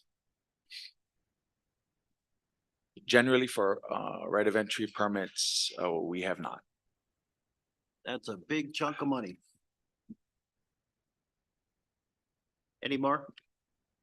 Any other updates? On the others? Let's see. Yeah, so ROE 565 is current as well. That was one of the main one of the high past due amounts. And the others have since paid. All of the highlighted in orange. All the highlighters are updated then, they're paid? Yes. Okay, Yes. thank you. Yeah, you're welcome. Thank you, Chair. Chair, I got a quick question. So, the right of entry agreements does not mention anything about late fees. That's the question. Is it? No, it doesn't mention anything about late fees. Okay, thanks. Yeah, our general leases have language in there, but the rate of entries do not. Maybe we should start charging late fees, guys. And revise those things. We're gonna do extensions. Let's have a little hammer so these guys pay on time. So try to. We can Let's start doing discuss with the AGs as to what type of assessment or late fee we can charge against these short-term. Not Yeah, charging, man. got it. Late, they get to pay fees like everybody else. Any other discussion? All those in favor say aye. Aye. Oh, wait, hang on. Oh, Jermaine, you're up again. Okay, go ahead, Jermaine.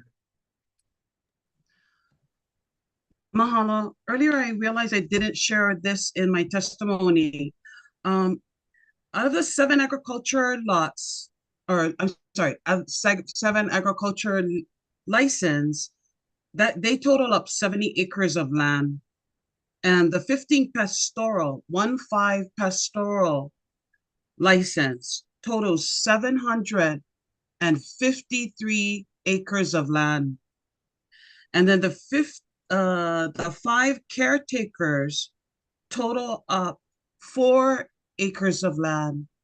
So again, I heard what Sherry Cummings, I couldn't understand her testimony where she was saying something about her parent had a lot.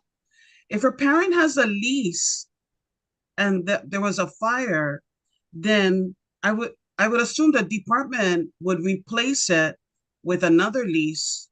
If that's what this case was, why did it go to a license?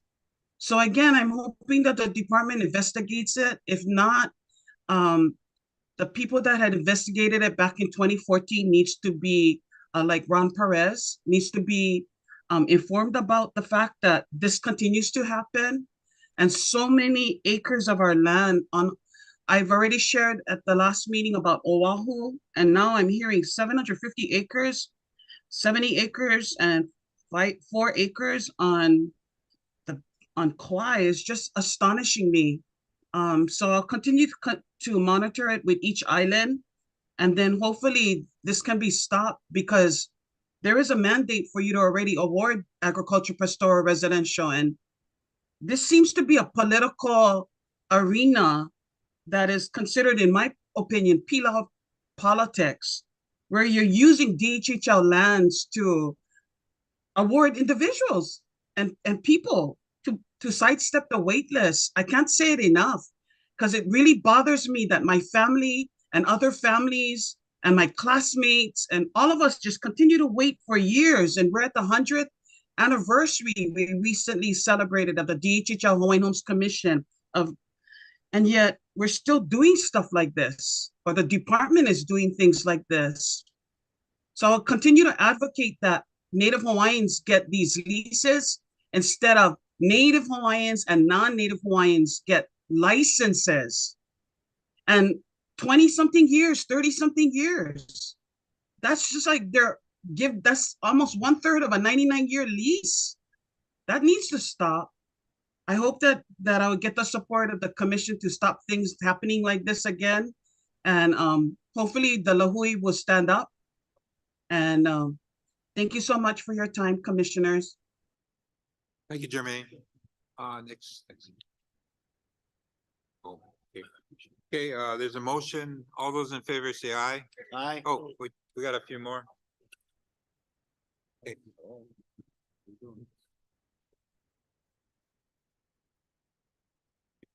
Sherry Cummings for the record. Just to make some clarification points. So the ROEs stemmed from, it had nothing to do with us. Anahola in the back of my family's property was part of where the fire burned. So Keales was doing one kalua, and the ember flew and it took it from where the Anahola clubhouse is, if anybody knows where it is, went all the way up to Mauka, where Kauai Ranch is. So the fires, there was no fire breaks, no nothing. So they had between the county of Kauai and airport rescue came, and that started the ROE process. And so when the department came out, what they wanted was for people to take kuleana and help maintain, because in the back of over there, those lands was all dry, arid lands. Those lands was awarded prior to, and then taken back from the department because they were awarded as homestead leases.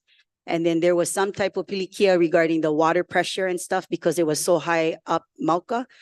And so the department took back all of those lands. So those lands was not habitable lands. And it was not just our families, it was other families that all had take those responsibilities. And we actually, our family, because we have all these type of heavy equipment machinery, cut the roads and made the breakers all on our dime for the department to have, with the permission, fire in future events to go ahead and access those areas.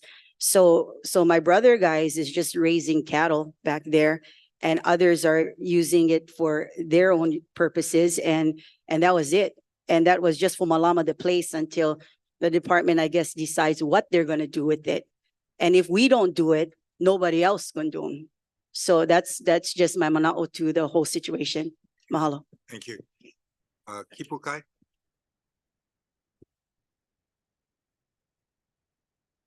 Aloha.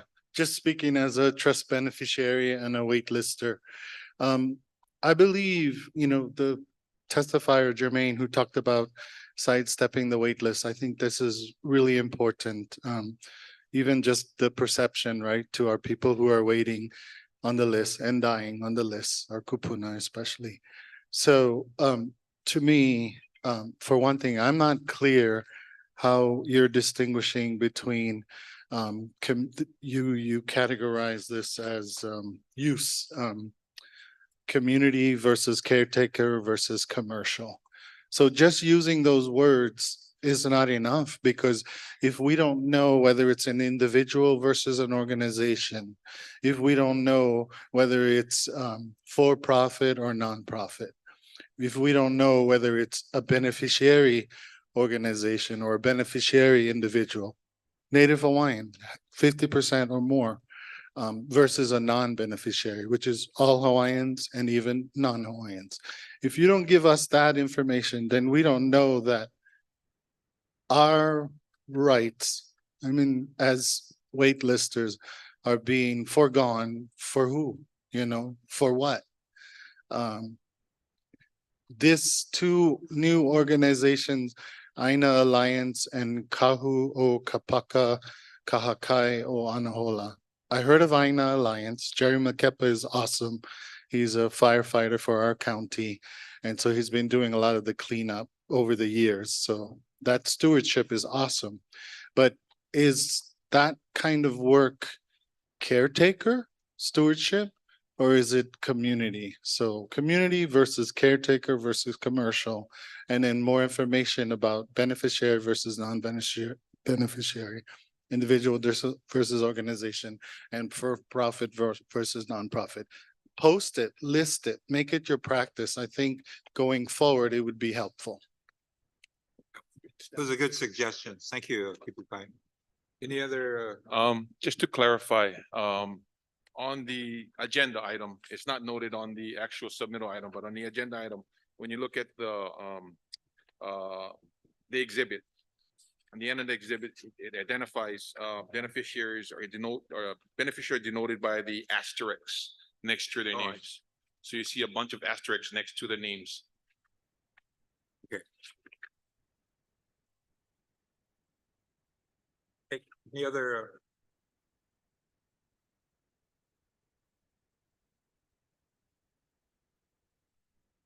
You have to amend the motion. Do we need to amend it? Amend the motion to, yeah. To approve. You all not highlighted, so the white ones you want. The white ones I want, and then because the yellow ones have already paid up. Well, some of the highlighted yellow ones have paid up, so they should be in Correct. the white. And all the, yes, correct. Okay, so we need That's to correct. amend those into white. Yes. Okay, so why don't we amend that? Which ones that are now highlighted should be unhighlighted? What numbers? Numbers. 550, 550, 565. Okay. 553. 564. 564. Yes. 542. 542. Yep. 541. 578. And 583. That should be. What was the last one?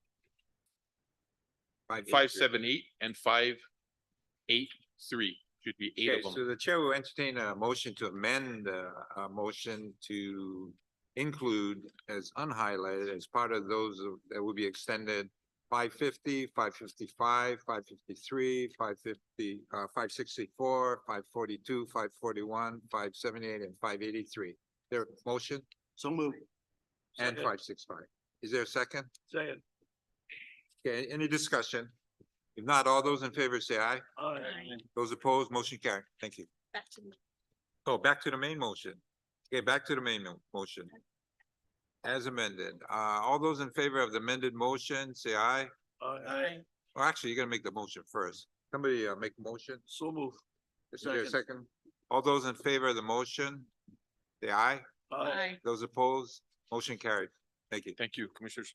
Item number F2, LMD seeking approval of First Amendment to right of entry number 714 issued to Prometheus Construction on Pu'uaina, Punchbowl, Oahu, TMK as listed in the submittal.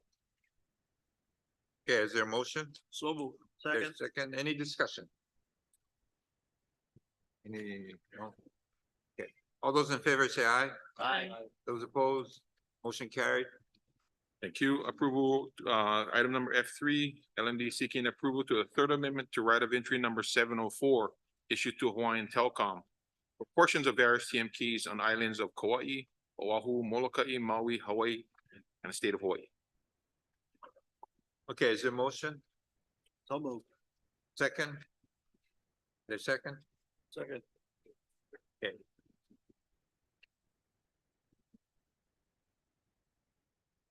Okay, you want to put them on? Oh.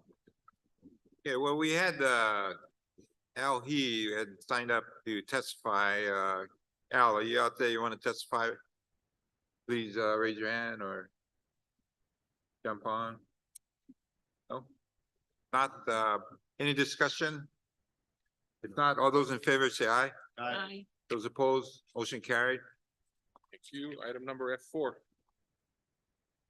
LMD seeking the approval of issuance of license to Five Mountains Hawaii Incorporated doing business as Kipuka o Keola Koko in Pu'ukapu, Waimea Island of Hawaii. TMK number is listed there. We also got Mike Hodson from Waimea online also that might want to testify or. Okay, we don't know, get the motion. You want to make the motion? So moved. Second. Okay, it's been moved and seconded. We have a testifier, Mike Hodgson.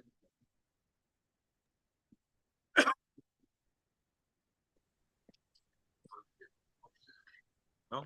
Okay, all right. Okay. Hi. Go ahead. Aloha, everybody. I just wanted to make myself available to you guys if you guys had any questions. I know we talked about this on several occasions over the past year and a half or so. So in case anybody has anything to ask, I'll make myself available. Our other executive board member, Dr. Karen Keloa, she's in session right now. Her session started at 11. She was hoping that this thing came up before 11. So I just want to make myself available for any questions. Thank you. Okay. Any discussion or? Okay, that it? Okay, all those in favor say aye. Aye. Those opposed, motion carried. Thank you. Thank you, Mike. Item number F5, LMD is seeking the approval to issuance of a limited right of entry permit issued to Akana Brothers LLC in Mapunapuna Island of Oahu. TMKs is listed. I've also included an updated first page of the submittal. The last paragraph on the bottom was revised. I also have Umi, who's from Akana Brothers, who wants to come up.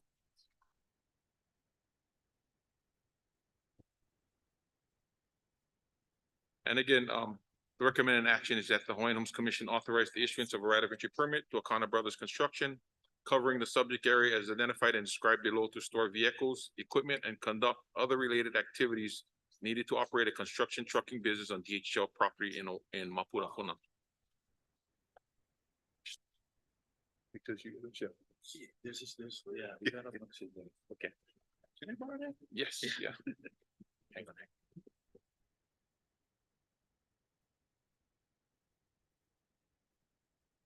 Okay, okay. No, we didn't have a motion. Can, first, I guess, you wanted to change the motion. Yes. So we need an amendment. There's an amendment, yeah. Correct. Actually, why don't you guys do your presentation first? So. Okay. Again, this is an issuance of right of entry to Akana Brothers, who've helped and assisted DHL with cleanup of two building sites on. Sorry, but out in Mapunapuna.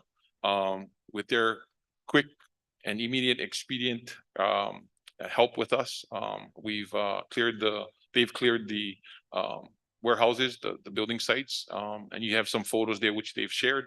And the standard terms and conditions of a right of entry is listed below there. And then I'll pass it on to Umi. Try and make this quick, Ali. Sorry, I know you guys are busy, but hello, commissioners and Chair Watson. My name is George Akana. I own and operate Akana Brothers Construction. This is my first commission meeting. It's been sad to listen to some of the things that were said here today. Obviously, Maui, wait list, delinquency, that hurts as one Hawaiian, you know. I'd like to share some good news, not to take away from the current events, but to show with a new perspective and outside of the box thinking, we can bring new life and opportunities to Hawaiian homeland.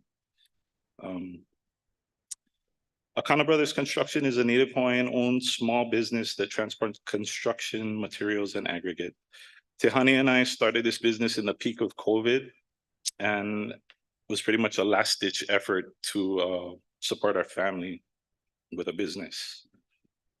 This past June, we celebrated our 3-year anniversary, and I'm proud to say our projections for the next 3 years are looking very positive. Early this year, I was introduced to Ka'ala Shea, who's a realtor who works in the Mapunapuna area. I have to credit Ka'ala with connecting the dots and putting us in touch with DHL. We met with Kalei Young on site in early April and quickly realized DHL and Akana Brothers may be able to work together and provide a solution. In May of this year, we signed a limited right of entry for 2 properties, 2669 and 2668 Kilihau. While a project like this wasn't on our radar or something we even had time to put in our schedule, I was up for the challenge. We saw a way to help people who were living in these places. That was sad. And a way to fix the problem that ultimately will benefit Hawaiian home beneficiaries. Like these properties should be making the kind of money to go back to the program, and they weren't. So that's why we took this on. It was huge for us, and we did it pretty efficiently and pretty quickly, which surprised us. Tiani and I put together a quick report of that, what has been accomplished, and that's what you guys have in front of you. There's a drastic change that's happened in the area. With continued support of this commission, we can continue the momentum We're requesting approval of right of entry today with an agreement of rent abatement for the cost incurred for the work we've done so far. Our plans for the future include application for general lease of this property and collaborating with DHHL on future projects where we can implement the same strategies and quick action that it takes to bring Hawaiian homelands in distress to the standards that they command. Thank you. Any questions? Sure. Commissioner Howell? Yeah. Well, first of all, mahalo kahana, and I'd like to extend my mahalos to the Akana brothers and their efforts to be part of the solution, but more so, having our beneficiaries and our native Hawaiians do business, and that's what it's all about. And I just wanted to mahalo you folks and wishing you all the best. And you'll set a good example for the rest of our beneficiaries that may want to strive for these types of business. So mahalo. No, thanks for the support. Mr. Chair, I want to commend you again, Kahana, and Mr. Akana and your company. My heart is filled knowing that a beneficiary is on this, and you've done such a wonderful job in cleaning everything up. So let's hope it will be an excellent partnership. Mahalo nui. Thank you. Real quick, I'd be remiss to not include our staff at LMD, not only myself, but Kalei Young and other staff that has helped with this. Thank you. So, how did you wanna amend this? You guys handed it out, so. Yeah, so the amendment. You explained it. Yeah. On the first page, Speaking of the initial page, it had a wrong amount. It had our security costs. It should have reflected the cost that Akana Brothers had put into cleaning up the site. And you'll also see on the exhibit C. Yeah, on the exhibit C, we'll have a receipt of their cleanup they did. Yeah, yeah. So that's what it act as reflects. offset on the rent? Correct. I see. Okay. So basically, yeah.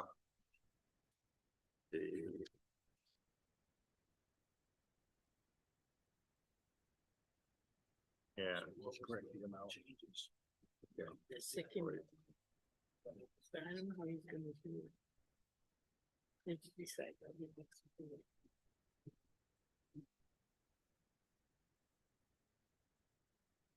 Okay, I'm just trying to understand the amendment. Maybe you can articulate the amendment you want to make to the action item.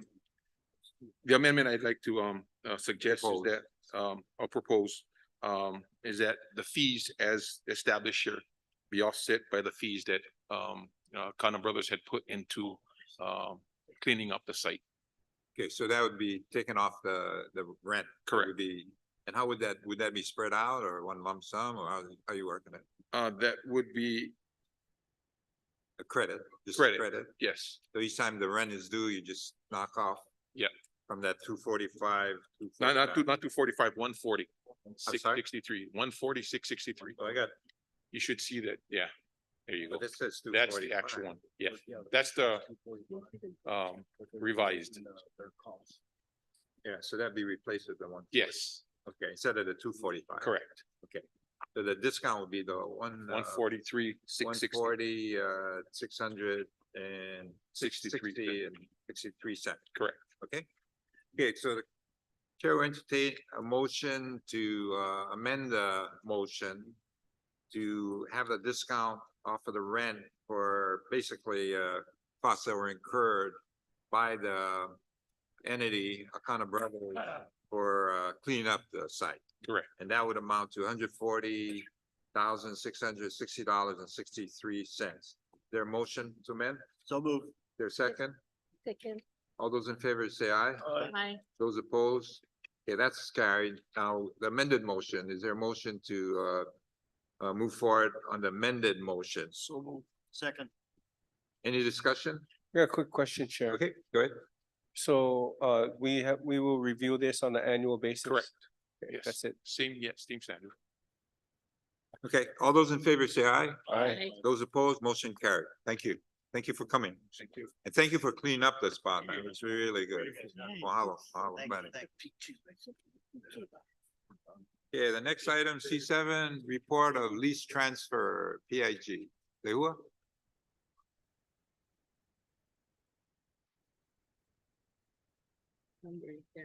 How about F6?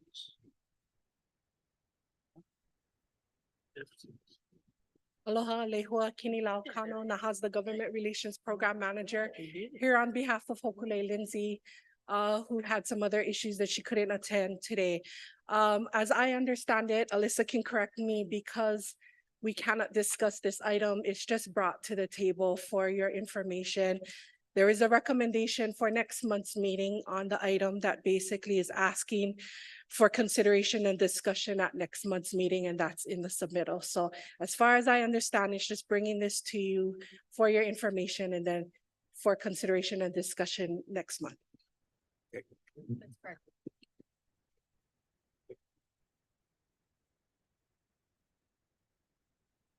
Okay, the next item on the agenda, C8 draft legislative package.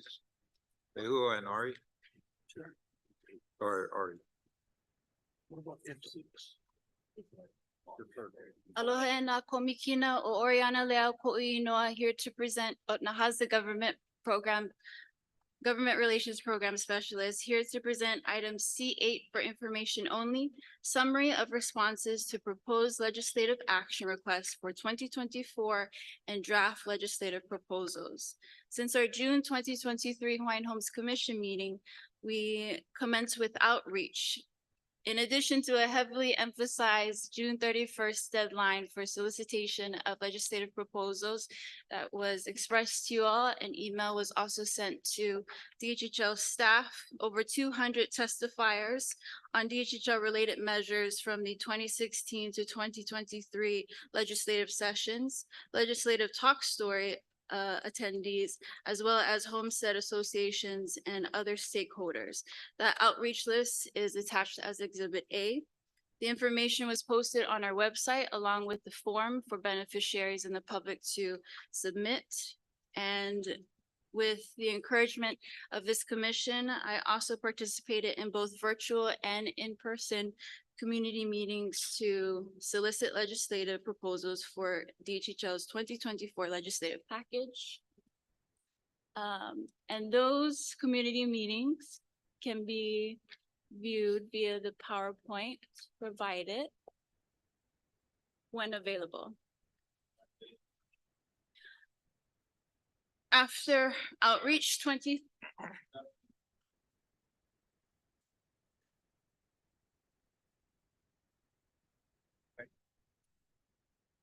Thank you, Michael. 23 proposals were received, and I'd like to take this time to thank.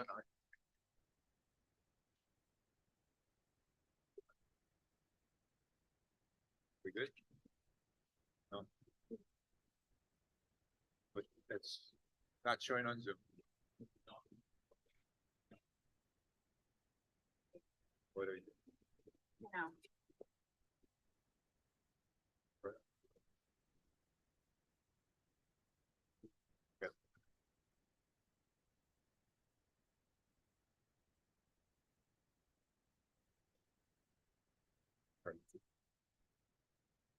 Yeah, all right, we're gonna, because we're having technical difficulties and not being able, you guys, yeah, so we're gonna try to fix it so you get their full exposure across the state Okay, nationwide, so.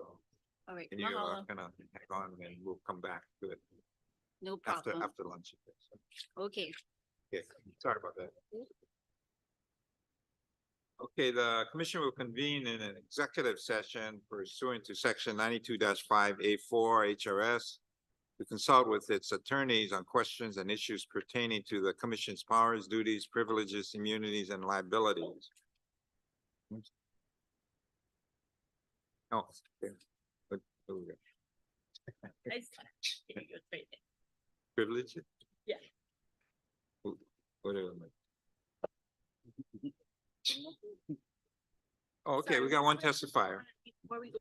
Okay, yeah, that'd be fair, yeah. Okay, so they don't have to wait around. Okay, which testifier? Harold Johnson. You're up. You? Okay.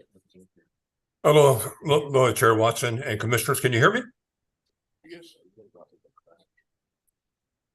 Yes, I know you're going to go into executive session, and I just want to make a few comments. Want you to, oh, sorry. Thought I had my video. Okay, are we okay now? Thank you. Hello, Chair Watson and Commissioners. I know you're going to go into executive session and talk about the Amarin memorandum of agreement. I believe that was crafted, with a prior administration, and I'm not sure exactly what that proposal really says. I just want to give you some background. I just have some comments for your consideration. I'm a Papakale'a beneficiary and a longtime telecom person. I've worked for AT&T, GTE, Hawaiian Tel's predecessor, had senior management positions, and I was one of the general managers early on for San Giles Communications and helped to build their network. I left SIC in 2014. I started stepping down because my wife was terminally ill, and I left the company in 2016. I understand the value of the network, and that's what all of my initiatives have been on, to try and protect that network for the beneficiaries. I did in 2017. The Shaw appointed me as their broadband advisor, and the Shaw passed a resolution to try to purchase and acquire the assets of Sandwich Isles, which was in trouble financially because of loan defaults arising from the FCC reduction in subsidies that all telecom providers were going to receive. I spent 2 years of my life helping the Shaw do the due diligence, and we had agreement on a cooperative basis with SIC that they would share the information with us. So I did pro bono work for the Shaw, traveling to DC and meeting with the various people, FCC and our delegation. And in the end, the Shaw decided against pursuing the acquisition for its own reasons. And you all understand, the situation where the Paneola assets were required by Hawaiian Telecom. The assets on Hawaiian homelands, I think, are still controlled by SIC, and they are very valuable as too valuable long-term wise for generations for the beneficiaries. And I just want to see that kept within Hawaiian lands and for the purpose of beneficiaries. Case in point, in Leali'i, I understand there were a couple homes that were damaged by fire, but the underground fiber that was installed basically kept communications going, and they have communications today, as I understand it.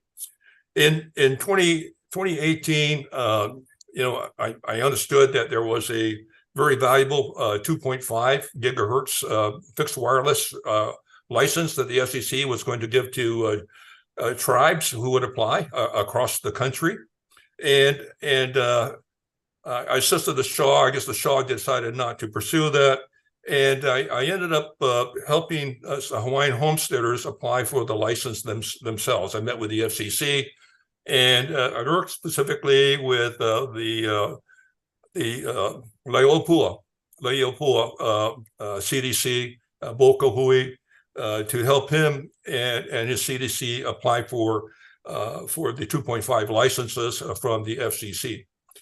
I drafted the applications for him, and they pursued it. They received actually 4 licenses for this very valuable 2.5 gigahertz license. to apply within their their various homestead areas.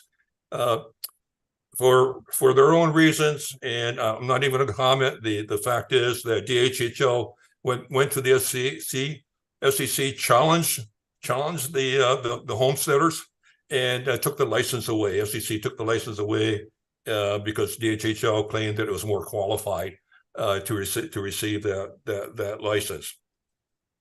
So I formed a company, Kuhil 5G, back then in honor of our prince, Kuhil, to help the beneficiaries wherever I could on Hawaiian homelands.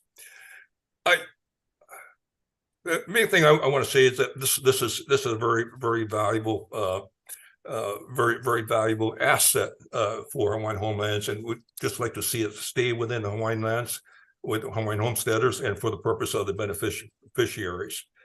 In March of this year, the previous administration had an RFP issue that was due in April to do the first of two RFP steps. The first one was to tell us what we need to do to apply for the NTIA's.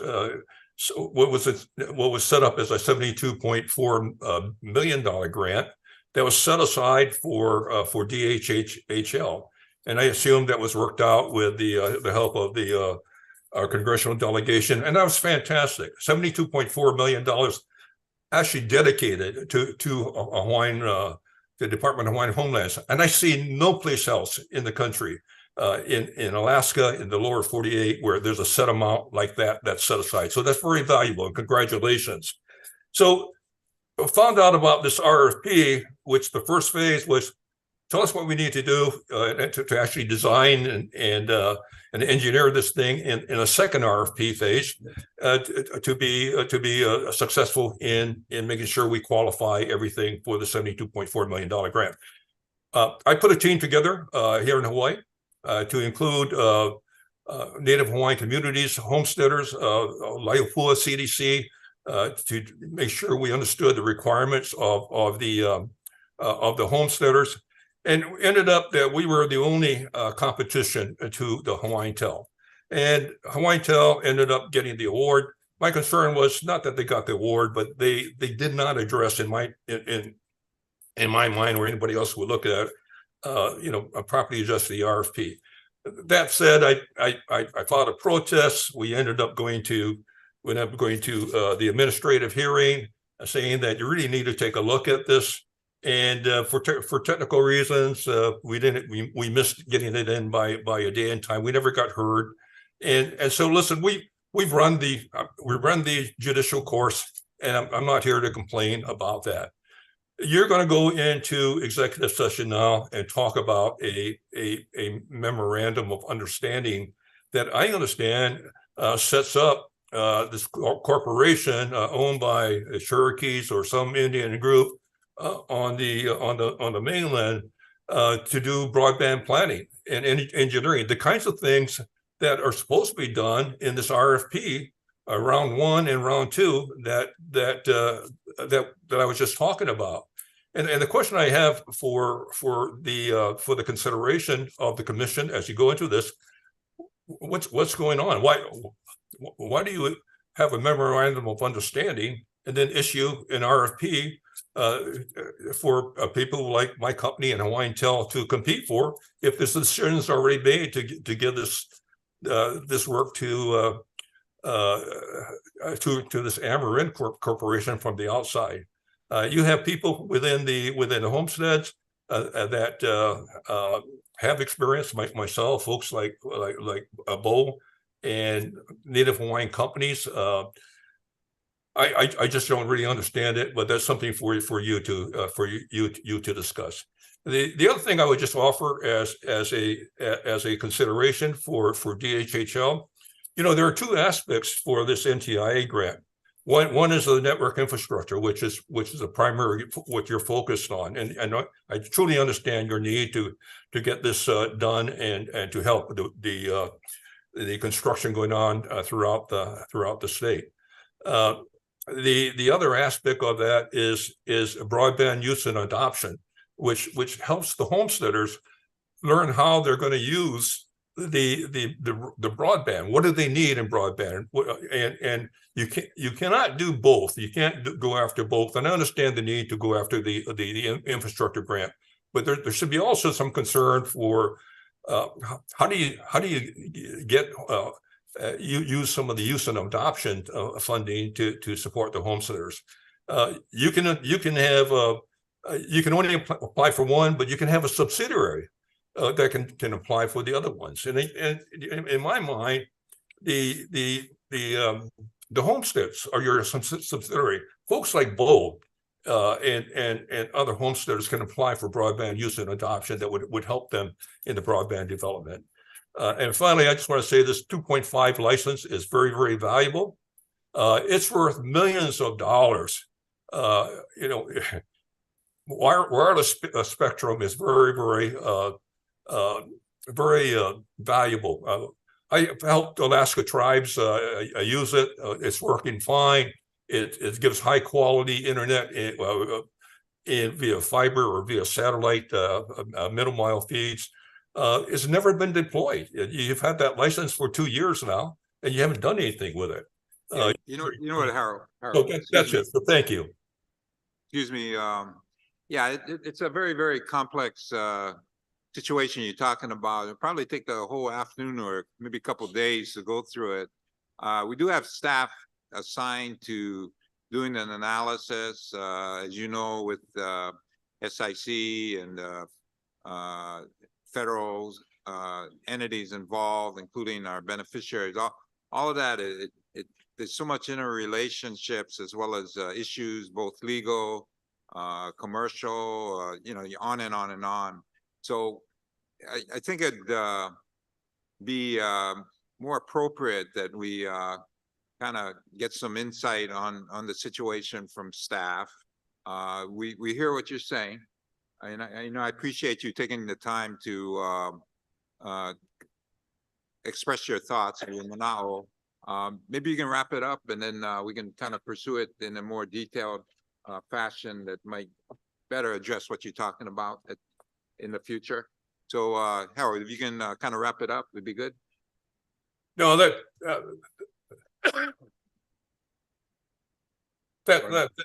that's it, Chair Watson.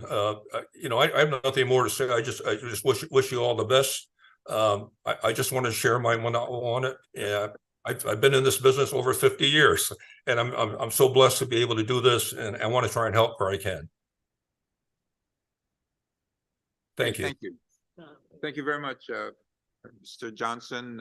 We look forward to kind of talking story with you further. You know, I do know that, and I know you from the past, so I know your heart is in the right place, and you are trying to work to not only ensure that our beneficiaries get the maximum benefits, but yeah, we're in a situation where we got a lot of federal funding coming in.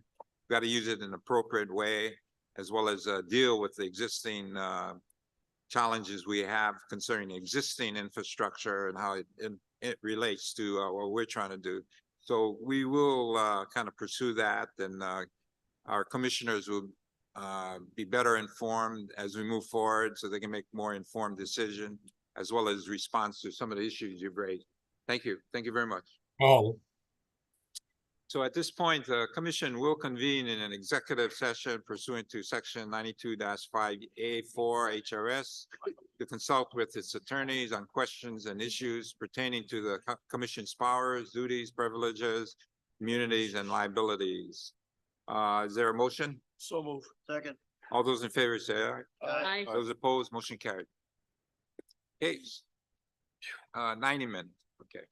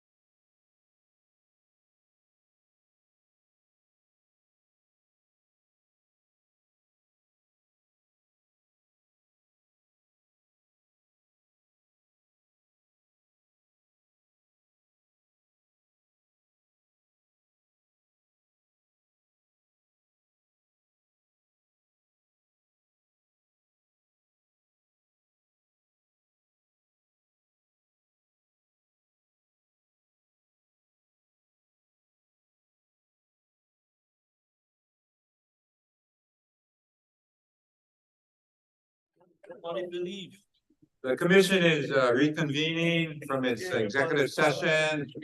First, the commission discussed update to the settlement agreement pursuant to Kalima versus Hawaiian Homes Commission. Second, the commission examined the MOA between DHHL and Amarin involving broadband and or the potential assessment of action going forward. Then we start with. Okay, our next item on the agenda is C8, draft legislative package. Ori?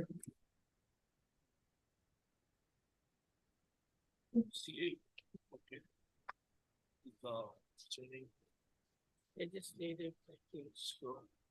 Aloha ho, I'll start from the beginning again. Oriana Leao, Nahasda Government Relations Program Specialist, here to present item C8 for information only. Summary of responses to proposed legislative action requests for 2024 and draft legislative proposals. As I had mentioned earlier, after the June 2023 Hawaiian Homes Commission meeting, outreach commenced, and we sent an email to DHHL staff, over 200 testifiers on DHHL related measures.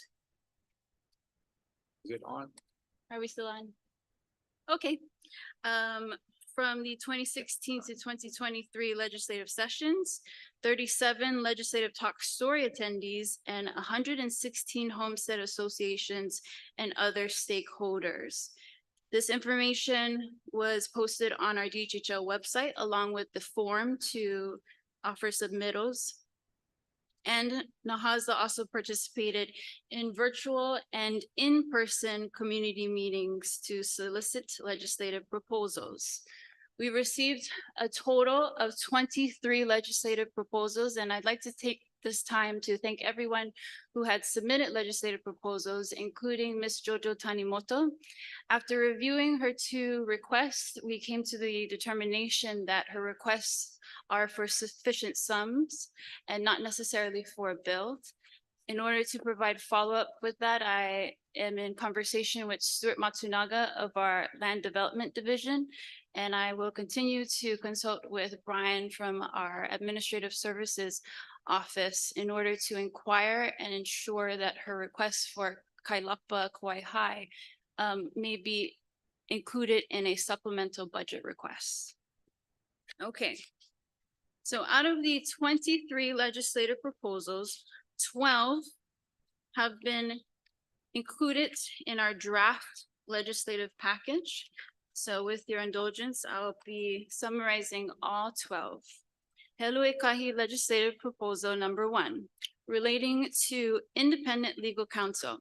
This proposal allows the Hawaiian Homes Commission to retain independent legal counsel to be paid by the state and use the services of the Attorney General as needed when the interests of the state and the Hawaiian Homes Commission are aligned.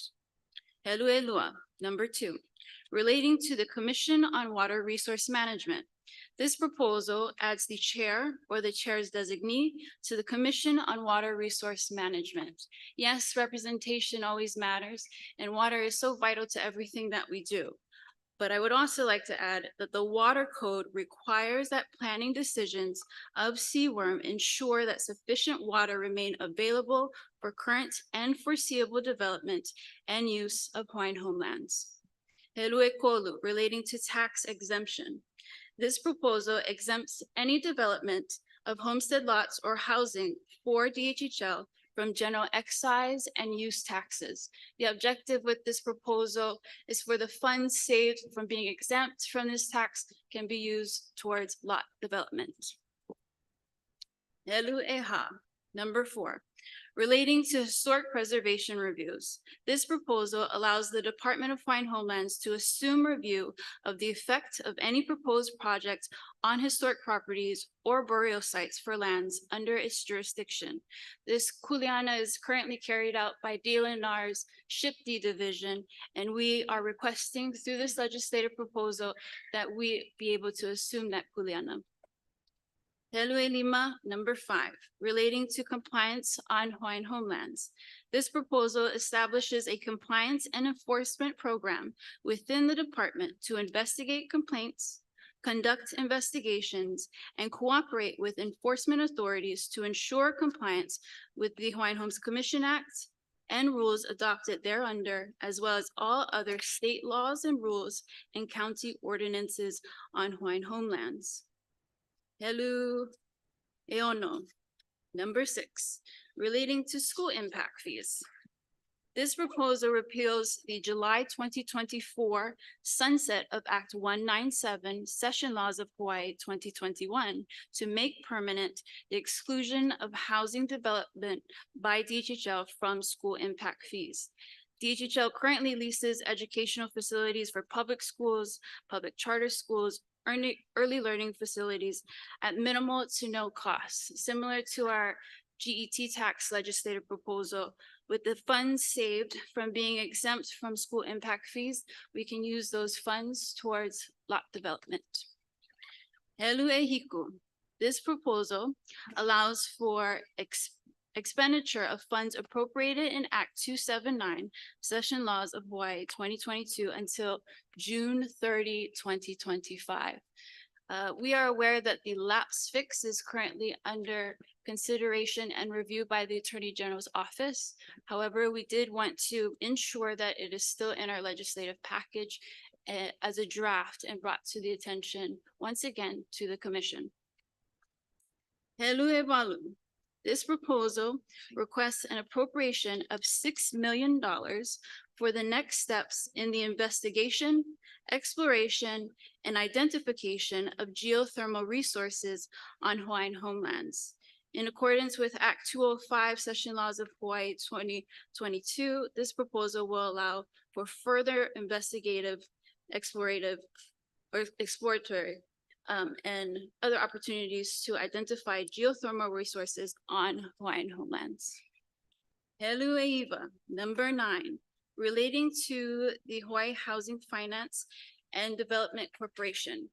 This proposal would add the chair or the chair's designee to HHFDC. Helu Umi, very similar but different.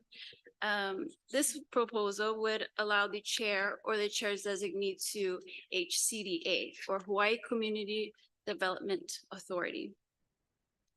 Okay, Helu Umikumukahi, 11. This proposal increases the Federal Housing Administration's loan via DHHL's direct loans limit to be 75% of the maximum single residence loan amount instead of 50%, as currently outlined in Section 215 of the Hawaiian Homes Commission Act 1920 as amended. And then our last one, Umikumalua, number 12, also relating to the Hawaiian Homes Commission Act. This proposal increases the allowable loan term limit for FHA loans also administered by DHHL via direct loans to be 40 years instead of 30 years, as currently outlined in the same section 215 of the Hawaiian Homes Commission Act.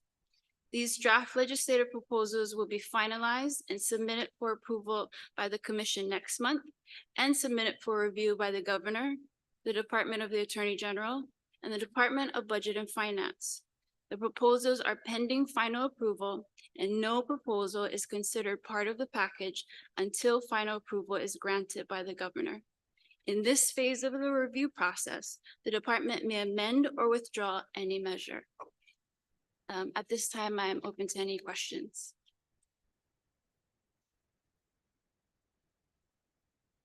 I guess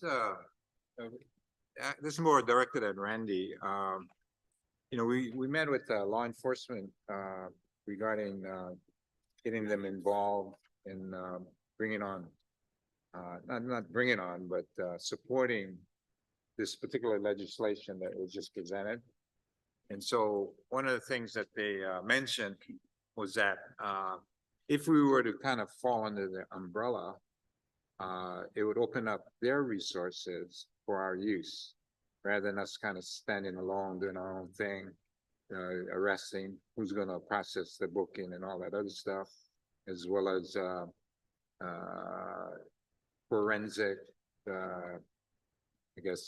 services that could be provided, as well as collaboration and jointly taking on whatever, clearing out a drug house, what have you.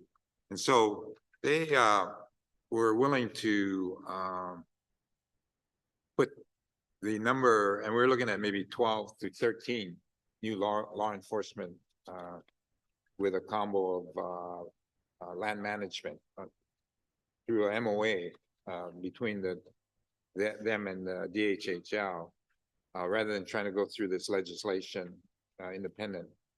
And so they would also, I believe, put it under their budget, which I don't have a problem putting on our budget, but they were very hesitant to, and suggested that going the way we were proposing with our legislation might not be to our advantage, rather than working with them. What's your thoughts on that, Randy? Yes, so I don't want to dismiss that as a possible option. But I would like to hear more. Is coming from public safety? Yeah, public. Okay, so I have mixed feelings about that because public safety, their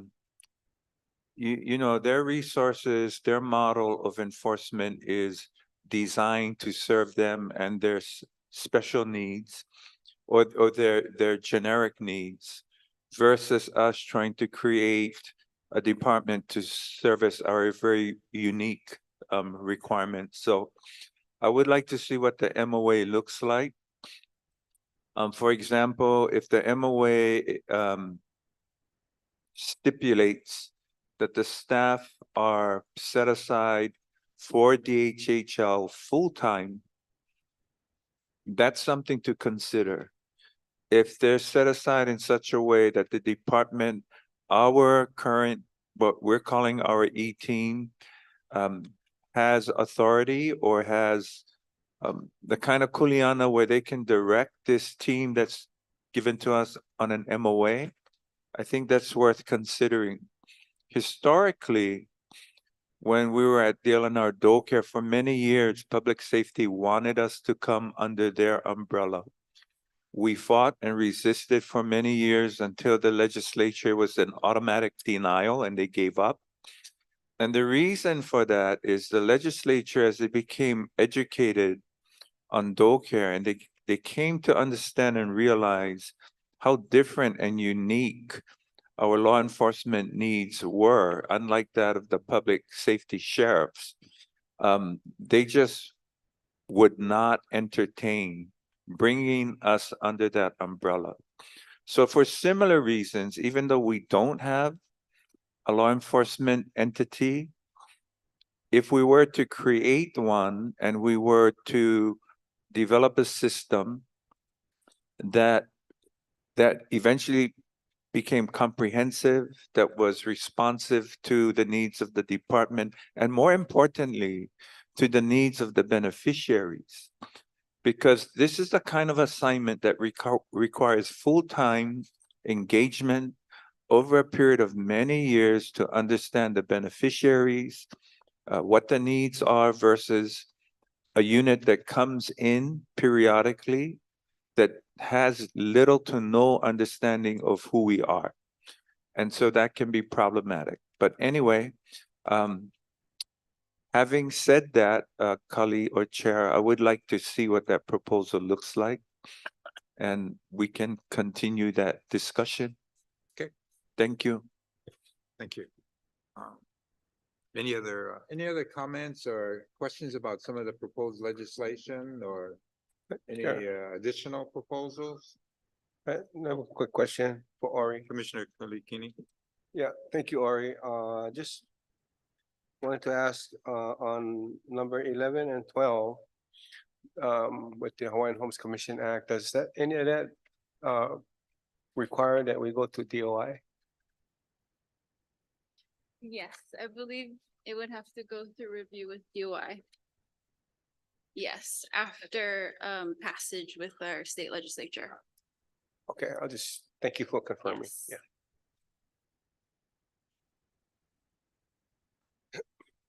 Any other question? Mahalo.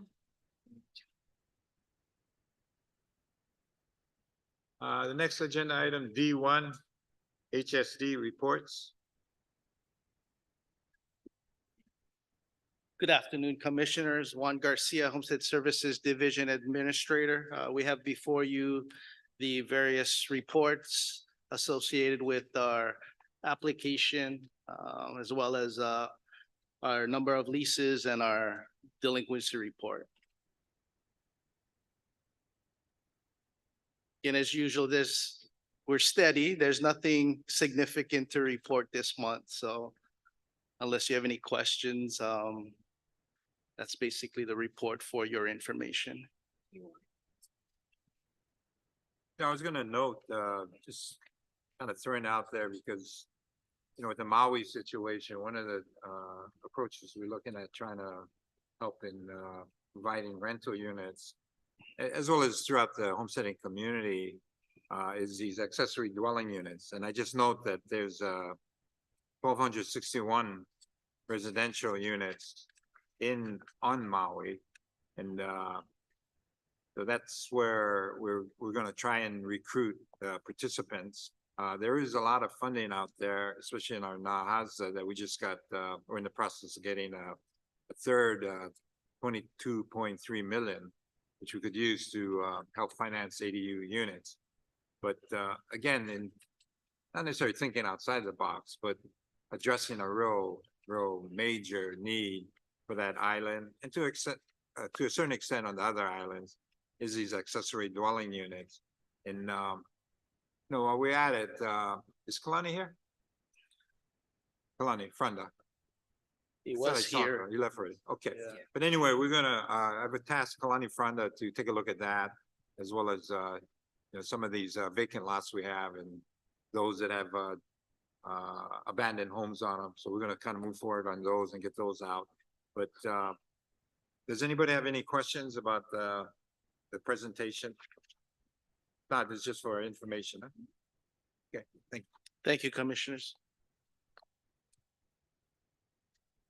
Next item, E1 Kauai projects updates. Stuart? Aloha Chair, Commissioners, Stuart Matsunaga, Administrator, Land Development Division. Aloha all. Yeah, first project, when it gets going, thank you, Michael. Not sure what's happening with this.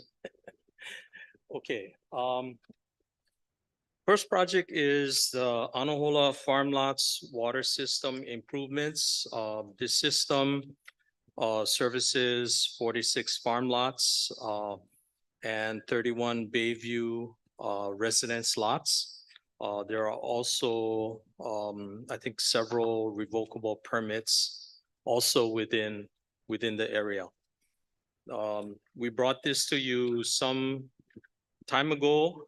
Back in 2018, the commission accepted funding from USDA Rural Development. The next slide will show you what the different funding packages provided for. The interesting to note is the USDA RD grants. We had 2 grants totaling a little bit over $5 million. And to date, we have received reimbursements for $3.7 million. You know, typically when LDD finishes a project under budget, we get the attaboy, yeah. But in this case, we got USDA money on the table. Okay, so we're trying to utilize that and make further improvements to the water system. So I do want to also acknowledge Gigi Kyrell from the planning office, who was the original grants writer and really got this thing going. Unfortunately, she's fallen ill, but may return back to the department before the end of the year. So I just wanted to thank her for all that she's done to get us to this point. So I will move on to the next page, which gives some details about the contractors and what they did. This is in your packet, so I won't give you all the details there. Next, so we had two phases, Kaiva Construction and Kiewit Infrastructure. The new water tank has been completed. The system is in its pre-final stages. I think we have one more final inspection with USDA.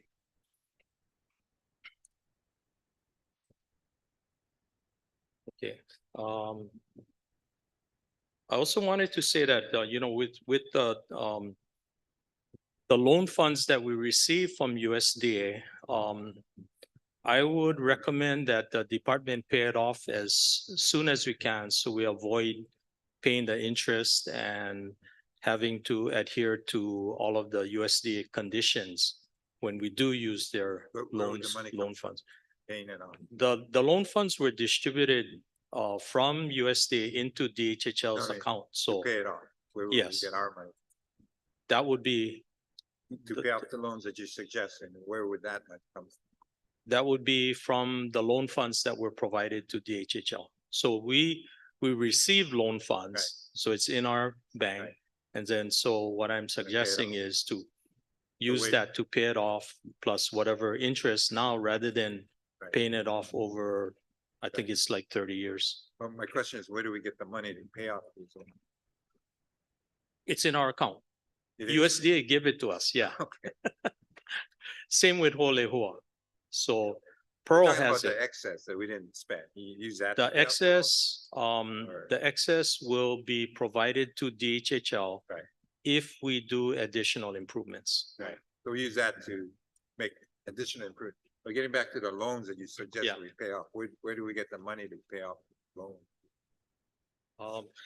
Sorry. Maybe I'm missing It, something. it's, so USDA provided to DHHL $4.1 million. They gave us $4.1 million. That was the grants, right? That was the loan. Oh, that was loan, you're right, Plus we have grants. right, right. So we have about 5 million in grants, we have 4 million in loans. Right. So Yes. we received the loan funds. We Correct. received most And of we it. use it, right? Did we use it? Yes, Yeah. we So did. Now we got these outstanding loans that you're saying we should pay off. Yes. And all I'm asking is, where do we get the money to pay off these outstanding loans? Okay, so when we first started the project, DHHL pays for everything upfront. And then we get reimbursed with the loan funds, we get reimbursed with the grant funds after we spend our money. So we've done all of that. We've expended the loan funds, and so So where we did we get the money to initially pay it? The- initially was from Advance funds, where do we get that? from trust funds, yes. Okay, so we just, these loan proceeds, we just give them back. It's already paid for, using our fund. That's what I'm suggesting. And so we would have to work with ASO and fiscal office to actually make that happen. Okay. Thank you, Chair. Thank you, Bruce. Next slide, please. Okay, this shows the section where we made improvements. The upper section in green was where we were really low on water pressure. So now with the new water tank and a booster pump, we've increased the operating pressures to the nearby homestead lots. The area that is below the red dot is not awarded. And so now I think is time to look at doing new awards because we do have adequate water pressure for that area. So we'll work with planning office and Kauai district office on that. These are large lots, so I think my suggestion would be to find a way to create more homesteads by consolidating and re-subdividing them into smaller lots. The terrain here is really rough, so I don't know that we'd go down to like sub-ag because of those topography challenges. Dennis, what would you suggest on that? Yeah, because of the topography, I think some of it's gonna be challenging, but some of it we could get probably into smaller lots if we worked on it a little bit, yeah. Yes. We'll involve the commissioner in that. Sure. Okay, next slide. Okay, Anahola Dam and Reservoir improvements. This project started way back in 2014, so it's almost 10 years old. The original plan was to remove Kealia Field 2 and Lower Anahola. And that was in fact completed in November of 2020.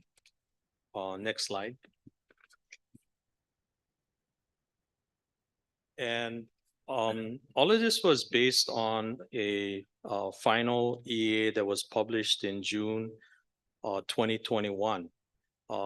There was an assessment done on Kealia Field number 1 for non-potable uses. However, and I'm sorry the slide dropped off, it was not feasible because it was determined that water was not coming into Kealia Field 1, plus the elevation of the reservoir was below the Anahola Kuleana proposed settlement area. And so we pivoted on that to, instead of improve the Kealia Field 1 and the Upper Anahola, to go forward with demolition.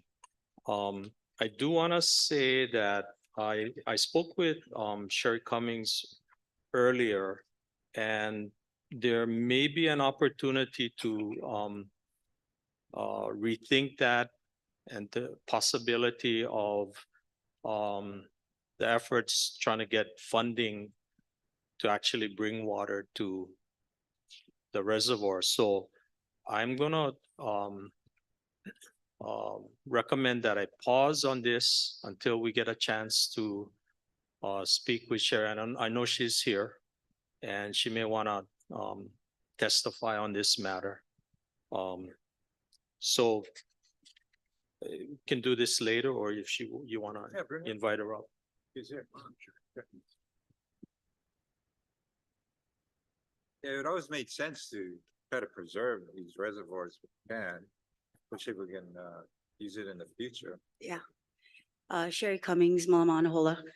So this has been very dear to our hearts as first generation residents to Anahola.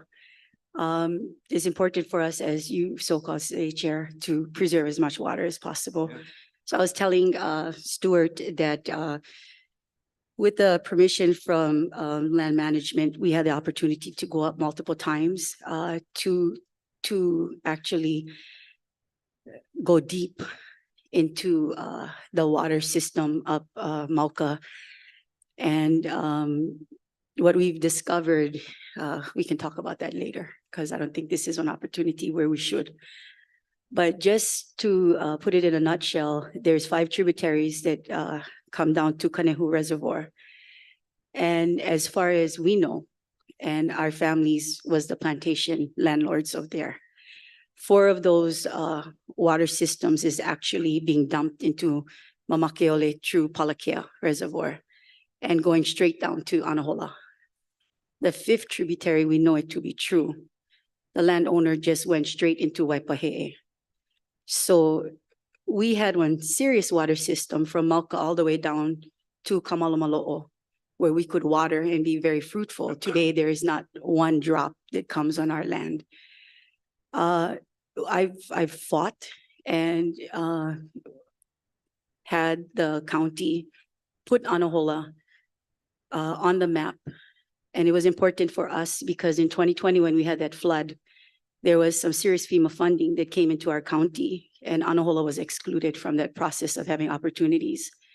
So with the blessing of the managing director, they were ordered to include Anahola in that opportunity to receive funding. So we got the nonprofit to actually extend the RFP process. So I am working with Alan Murakami, myself, Blossom Fatera, and we were asked to participate believe it or not, in the Hanalei River. But we are taking on the responsibility of Hanalei as well as Anahola. So I've been working on this project for some months now between Andrew, myself, Nancy McPherson, Kaipo, and Julie was in the very beginning stages. So we were transparent about what we wanted. And all we wanted really was to work with the department to access money so that we can help you folks give better awards to our people. So the Albizia stump removal and the water restoration was number one on our list of taking care of that kuleana, and so that the department can award, good lands. So this is something that we've identified Department of Ag and FEMA funding and other sources to supplement for the rehabilitation of the water systems, and with the opportunity to talk to the landowner who's just adjacent to us. So I just want to speak to that. Makes a lot of sense. Thank you. Yeah, it's good that we had this discussion because we were in the process of getting our construction plans approved by DLNR for the demolition. And so we will have to come back to the commission because it's gonna, whichever way we go, it's gonna require additional funding beyond the original appropriation of $3 million. So I think we have about little over $1 million left in that appropriation. Now, is that water? Let's assume we can preserve it. Is it just for ag, or can we turn it into potable water? We'd have to treat it. You have to treat it. Yeah. So I think the intention would be for the kuleana ag and pastoral purposes for for non-potable uses. Yeah, right now it's non-potable, so that's why we're not doing the subsistence type ag lots. I'd love to, if we could get the potable going, so you guys can build houses. That'd be nice. Yeah. So I just want to say that I've been having consecutive meetings with Joe Tate, the director for the Board of Water. And I have a meeting with him tomorrow, primarily to discuss this. And there's another project that we're thinking of on the west side. And that's what we're hoping for. And because there's another project that we might come back before you folks for, which includes the necessity to have surface water. Yeah. And that is to support. makes sense. So it should be more than just catchment. And it should be where if we got to give away kuleana, let's do that. But to not stop us from accessing funding to have our people. Well, let's kind of work together. We'll help you guys Absolutely. access. We just brought on 3 people to go after all this additional funding other than Act 279. Mm. So the idea is to work with the county, work with Absolutely. beneficiaries to get Mhm. all this kind of Mhm. funding that's out there. There's a Yeah. huge amount of funds there. It is. So whatever way we can help. And the Mhm. best way to help is if we have specific projects to Yeah. justify the Yeah. requests. Yeah, there is. Which, yeah, so There let's is. work together. You help us put together a Yeah. specific project relative to potable water, Yeah. and we'll go in with you. And then I don't know if this is the right time to ask, but I'm gonna ask right now, just because I'm talking for consideration, because my uncle, Eddie Taniguchi, he is right there on the top of the list for pastoral and even ag, and he's pushing 90. And there was some serious pilikia regarding what happened to him. And out of that process, he only has an ROE. And I'm scared for him, because if we don't come up with something quick enough to award my uncle that whole family maki, because my cousins no more that opportunity to be applicants themselves. So I would just ask for consideration for maybe the first 100 or so, just for undivided interest, so that we can make sure that the lease and the generations after. You know, actually, we are gonna do that, because I also recognize that, people are dying and without the successor in place, because they're less than 50%, Correct. because we don't make an award, and we're waiting for the project to be finished, people lose out. So we can't be having that. Mhm. So I was talking to our AG about when we do an undivided Mhm. homestead lease, which we can do.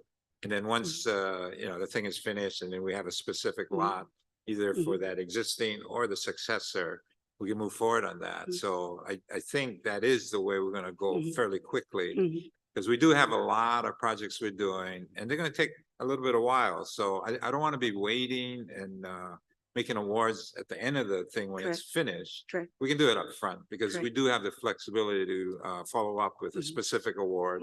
We'll also be in a position where, you know, you can identify the lots because they'll have either a house or whatever on it. Correct. And then fit it to your certain income situation. You know, if you're only gonna afford a 2-bedroom, so be it. 3, 4-bedroom, great.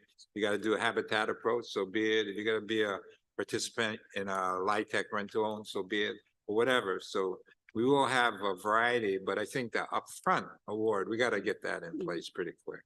And just one more thing, because we're talking about ag awards and stuff like that, and I was asking for if I could have a meeting with you.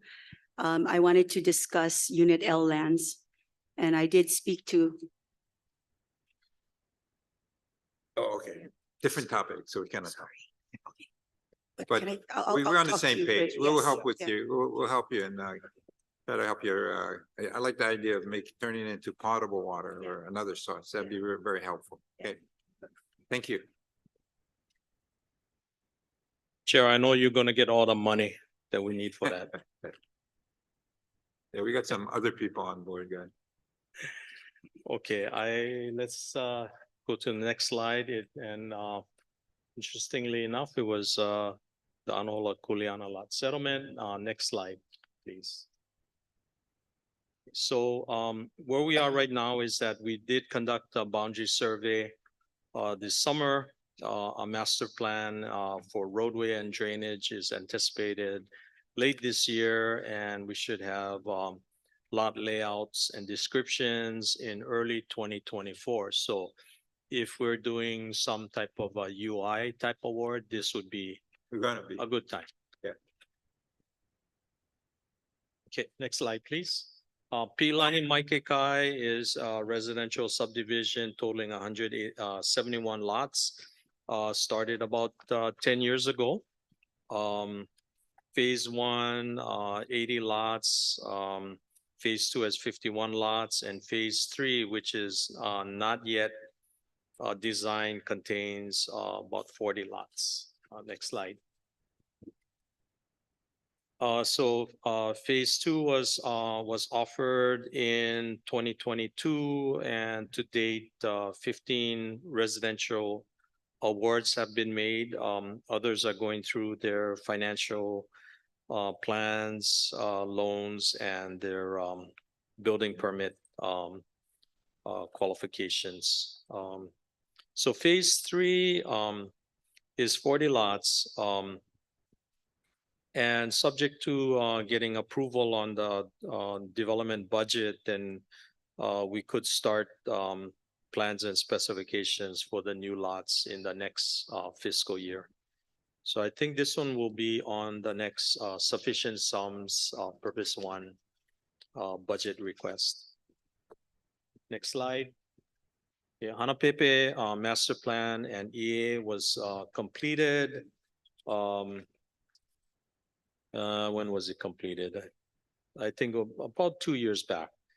And then right now we are starting the construction for phase 2. And if I can get the next slide, it'll show a little bit more detail.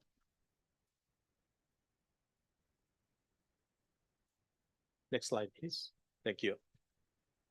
So what you see here is phase 1 along Moy Road, which is 47 residential leases. And so phase 2 is planned in back of that, 82 lots, 7,500 square feet.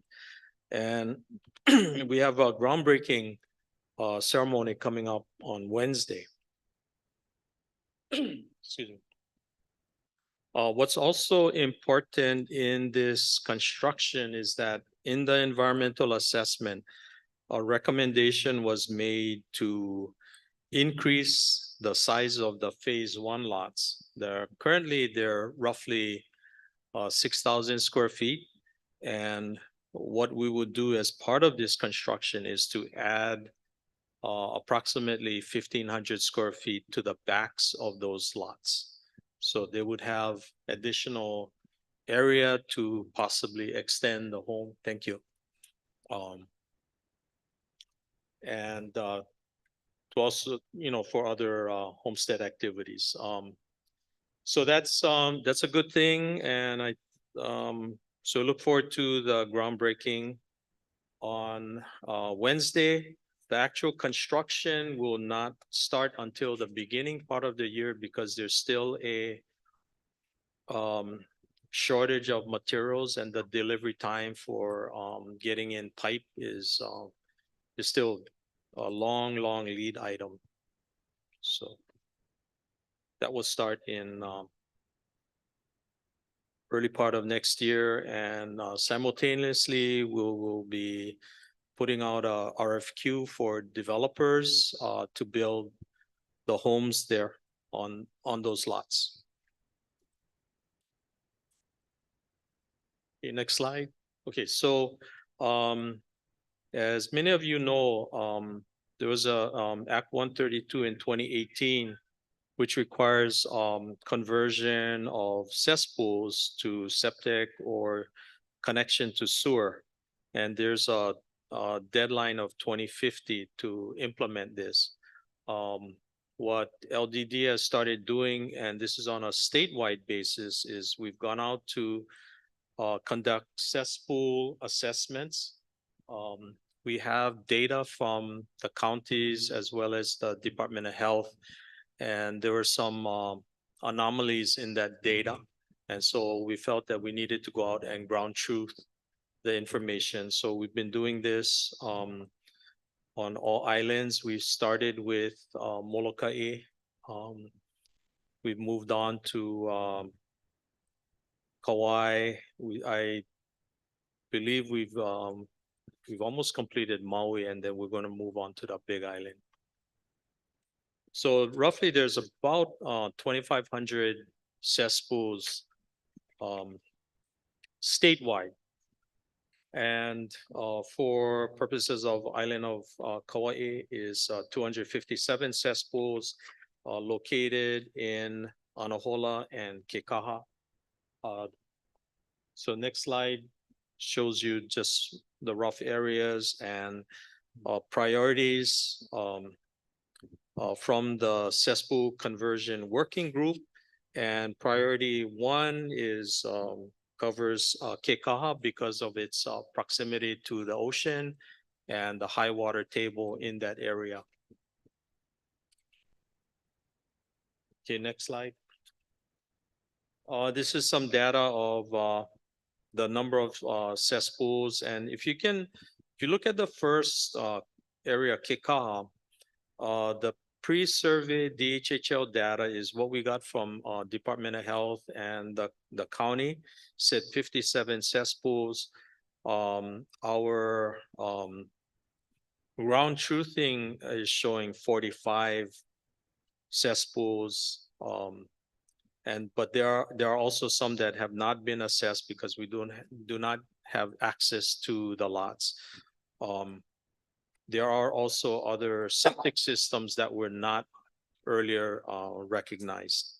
So just trying to get this data together to then start estimating what it's going to cost to either convert to a septic tank, or if it's feasible to put in a package plan, or is it feasible to connect to if there is an existing sewer system. So there is one in Hanapepe in Ele area. So our Hanapepe homesteads are being connected to sewer.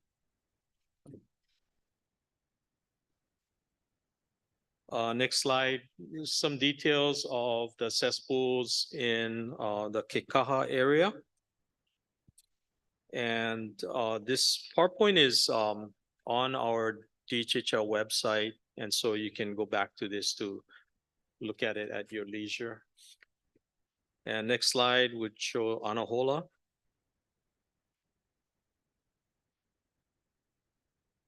And that would be the end of LDD's presentation, which is really a compilation by many staff in LDD. And so thanks to that staff, they can help me put all this together. Any questions, members? Just a quick question, Stuart. You know, Hanapepe Phase 2. I noticed the extension, it didn't go all the way across. Is that, maybe I'm missing something? You showed. So yeah, so the first 82 lots were roughly determined in the master plan. And this was the area that was most easily developed, has access to sewer, to water, and right now we're close to the maximum capacity I'm of referring those. to the extension of 1,500 square feet. Okay. You know, on the phase Oh, one okay. lots.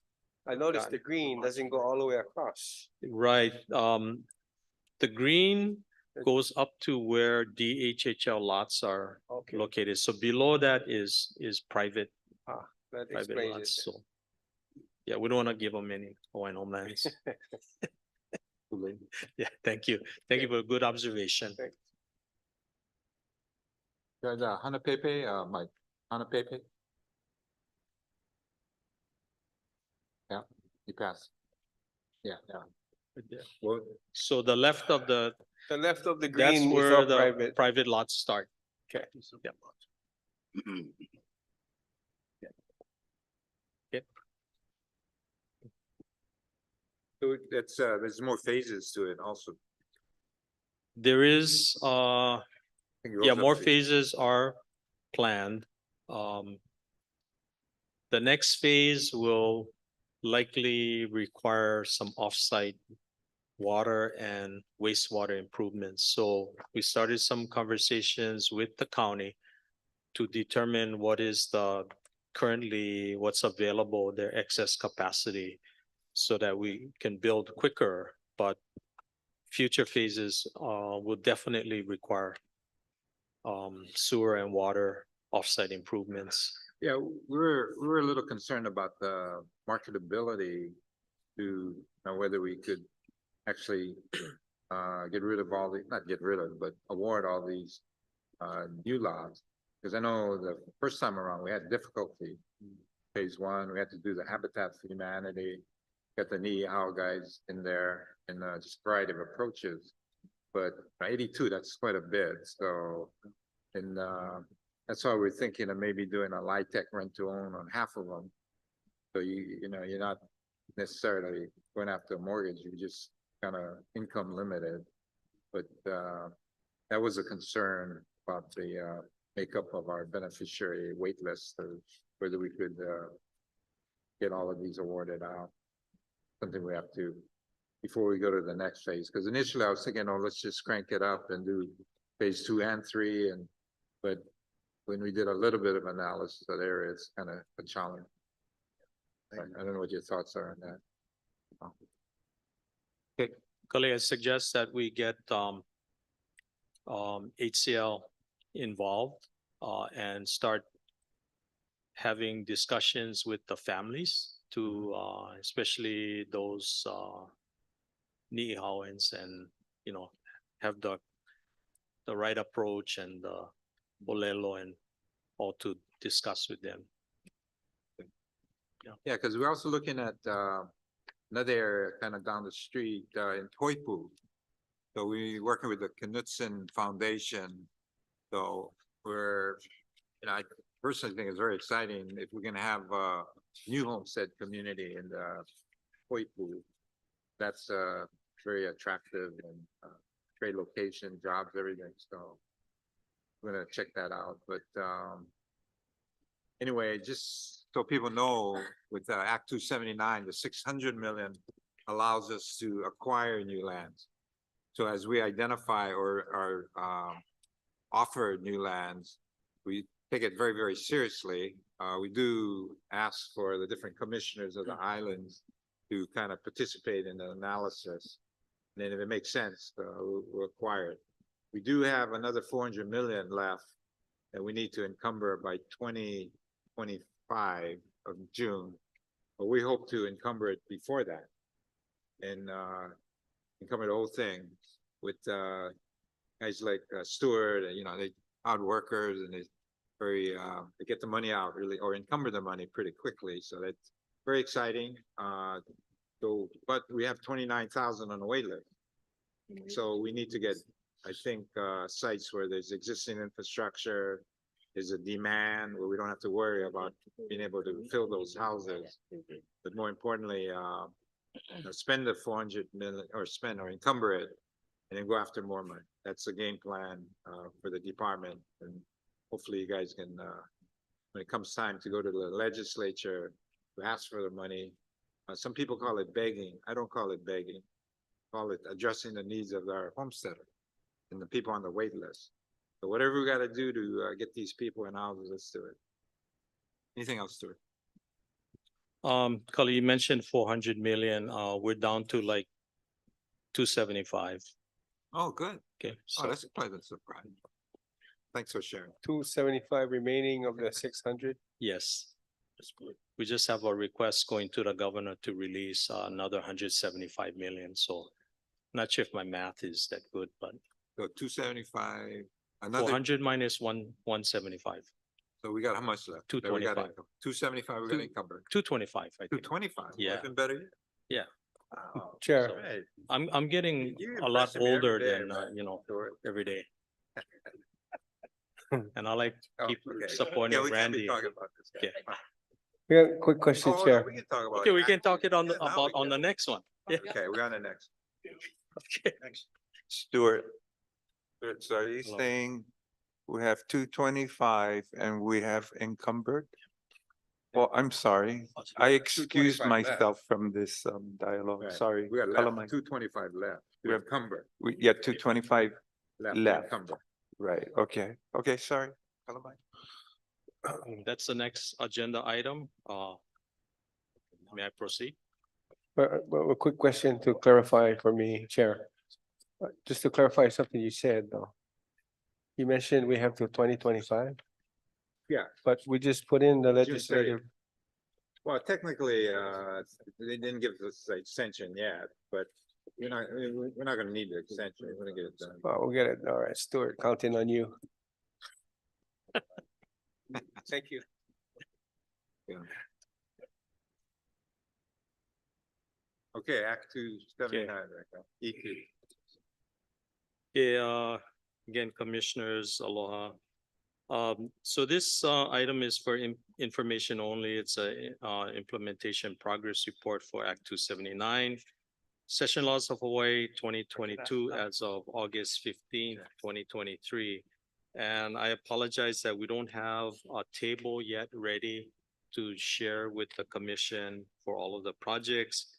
What I did here was try to encapsulate our effort from July 31st to August 15th of this year. The important part of this is the table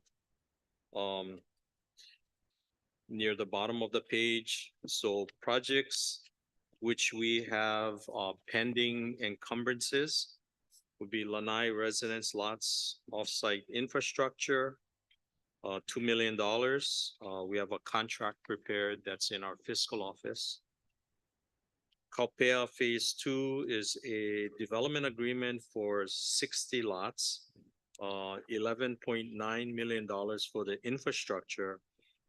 And this contract is awarded to Mark Development. As you recall, this is the roughly 12 acres that we acquired last year from HHFTC, which is adjacent to our Kaupea Phase 1 subdivision. The other project on Oahu is East Kapolei 2.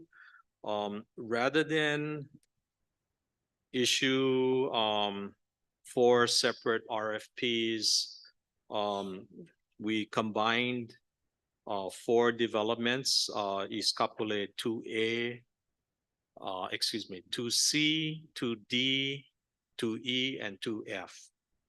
Totaling, I think it's about 560 units. And so, East Kapolei 2C was bid out. We have a contractor that we broke ground about a month ago. So a developer would be constructing homes on this.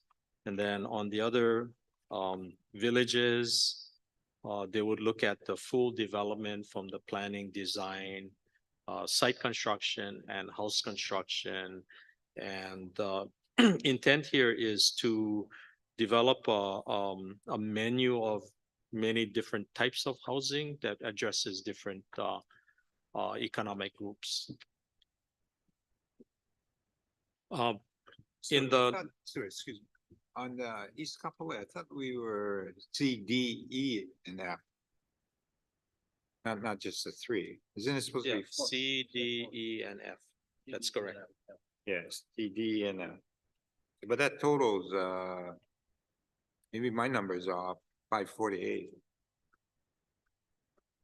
Your numbers are not off, Chair.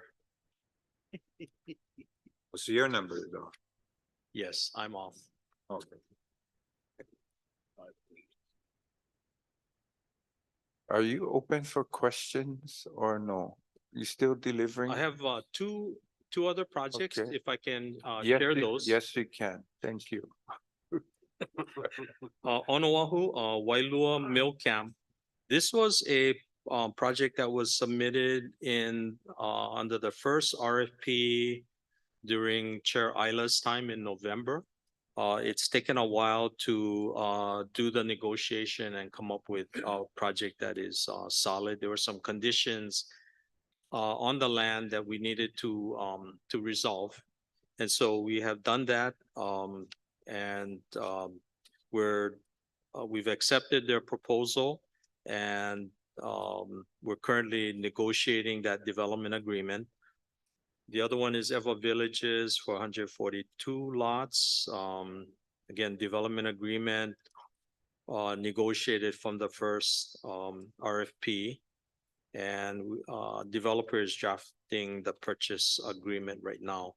So the number you see there, the 169,751, is what we are asking the governor to release.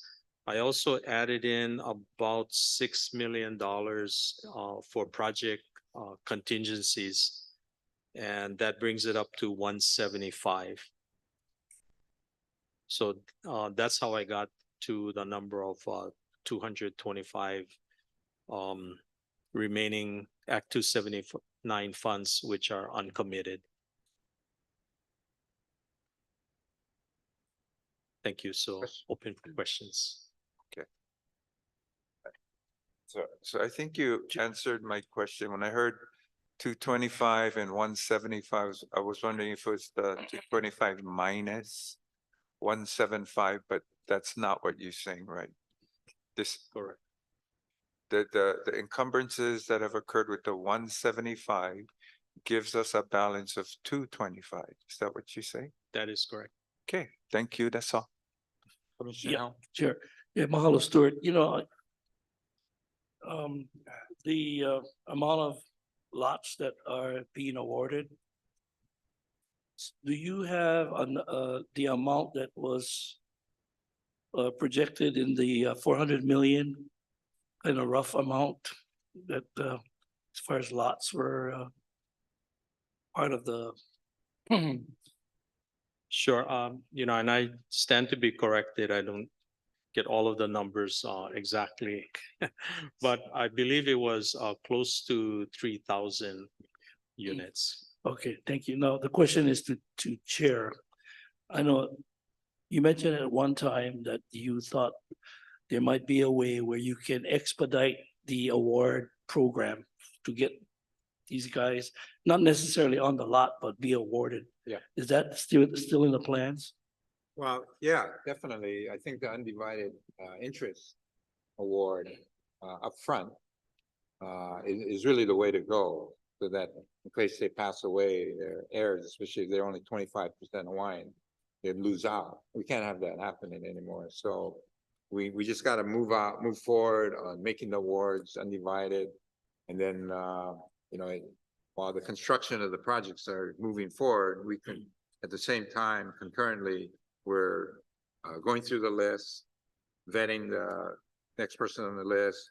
What category does he fit in? Is he a turnkey guy where he can afford the $400,000 mortgage? Or is he only gonna afford 300, so we gotta supplement or buy the interest down? Or there's no way he can afford or qualify for any mortgage. So let's do a LIHTC rent to own. And if they don't wanna do that, if they wanna do Habitat for Humanity, you know, put in the sweat equity, okay, here's some units that will be built that way. Or if they got the resources where they can build it themselves, we just give them a finished lot. They move forward on that with certain conditions, there's certain standards they gotta follow in a deadline. Yeah, because, 3,000 lots be awarded, it really doesn't look as much, but in reality, with the amount of money you're spending and the amount of homes you're building, that's a lot. But for, at least it's removing the waiting list, from what it is now. So I was just wondering if that awarding the lots much faster would be a good sign for Well, the let me also beneficiaries. add, Commissioner Helm, part of why I'm bringing on additional people to go after alternative funding is if we can replace some of this encumbered funds with other funds, free it up, that we can use it to do other projects. That's what we're gonna do. And so, but we want to encumber it, at least initially, and then look for alternative sources that can be used to reduce the encumbered funds. And also, some of that infrastructure, especially on the LIHTC rent to own, that's covered by the sale of the proceeds from the tax credits and others. So it's, it's kind of a placeholder to a certain extent regarding the use of the funds. But I do plan to leverage a lot more than it on its face as it's shown. And that's where I think very dependent upon us having developers that know how to do the LIHTC approach. Just like Everett Dowling and told me, you got 161 lots in Punani, maybe do 60 of them using LIHTC, so we can offset some of your funding with these tax credits and stuff. He's also accessed other funding to replace some of the money we use to put in the well site. So he's and other developers should be tasked with that additional, I wouldn't call it a burden, but educating them about these other funding sources, working with them to get other funding sources. More importantly, them using the approaches that we're talking about so that we can better service our beneficiaries and not bypass people on the wait list as we've historically done. So yeah, granted, we got 3,000, but there's gonna be more than that because we are gonna free up some of that funds and use it on other projects. Yeah, thank you. So, it's kind of a sad time during this past 2 weeks, but for me, it's kind of an exciting time to realize how this Act 279 is moving forward so rapidly. And I think that's, because of you, Stuart, and your staff and everybody else involved. You guys are doing a great job. Thank you. Chair.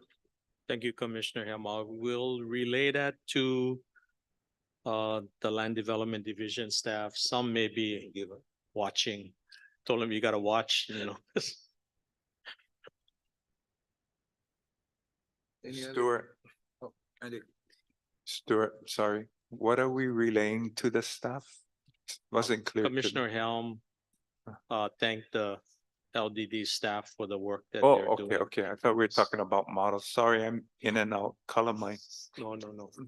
Yeah, I'm with you, Commissioner Owo. I'm in and out. Well, mostly it's in, so that's real good. Stay with us, man. Stay with us. We have a public testifier, Jermaine Myers. Aloha, oops. Hi, Chair, can you hear me? Okay, now I can see. Okay, Yes, Stuart, thank you for the report. I also went and looked at the packet, and it included a small table of the 2024 discussion on fiscal year 2024 implementation. I was concerned that on the report, there was nothing about Miley Voices of America. And I was hoping starting next month, because there are beneficiaries like myself and others that are trying to keep track of the running total of the 600 million. I'm on the Nanakuli Miley Neighborhood Board, and I do plan to participate at next year's legislature.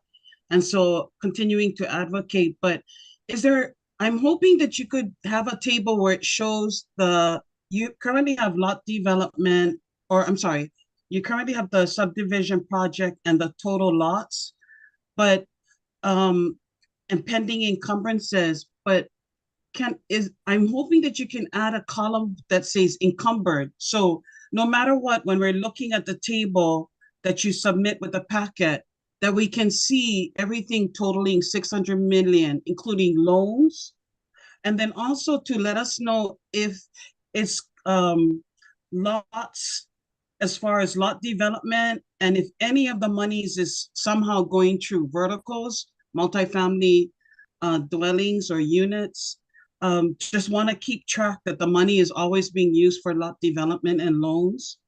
And then also I went to the Eva Beach Neighborhood Board meeting last week, and Senator Vivella was concerned about Haseko and expressed to the neighborhood board that he was concerned that the department was going to be using the governor's proclamation to avoid putting in sidewalks and sufficient roads that would exit not on Renton Road, but onto Kapolei Parkway, because it would, in the morning during school time, it's congested on Renton Road. And so I wanted to make sure I express that because we are going to have to face Senator Vivella next year. And I would hope that we would continue to get his support, to continue to support DHHL with the funding. So that, and the Voices of America. And also some of the community members were expressing, with Uluke Kukui, is there any way that we can combine Uluke Kukui with Voices of America? And, just take down all those use the land instead of having it as rentals, to use it for an additional lot development, extend it out, and part of Voices of America instead of separate of Voices of America. That was an idea that came from several people regarding that parcel of land, and incorporating it so more families can, get off the wait list instead of in rentals, and, to go and use other projects for rentals that are not part of Act 279. So that's all I wanted to share. Thank you so much. Thank you, Jermaine.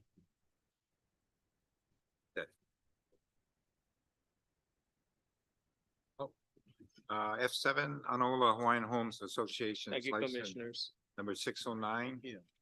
For information only. Stuart.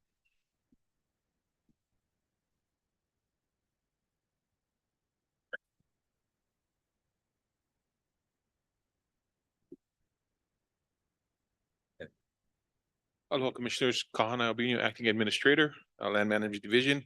Hang on. Oh, we can, let it start. Right.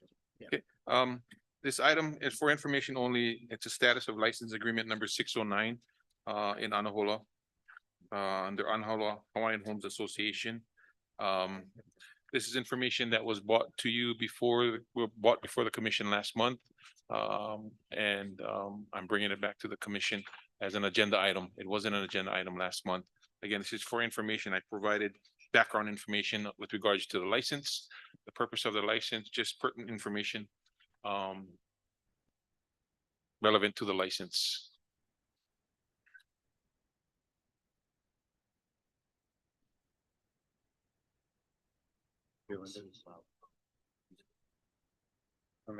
Yeah, Chair, I make a motion that we go in the executive session to have a discussion with our attorney.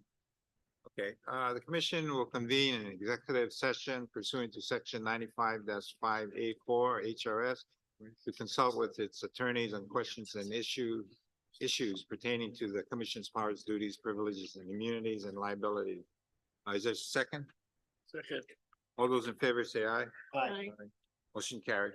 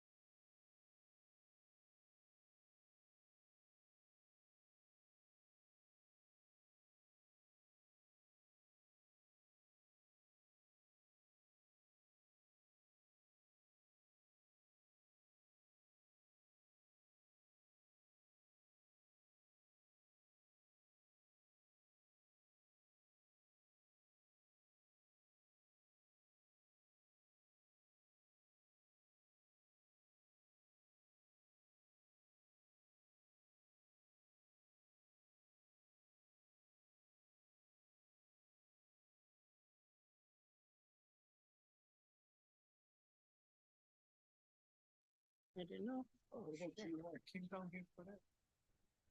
I'm back. If not. Okay. If you're around, running out of time. They might come back. Sorry. Five, four, three,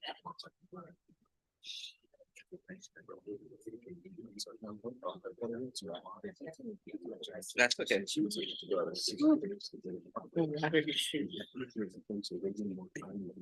Sorry.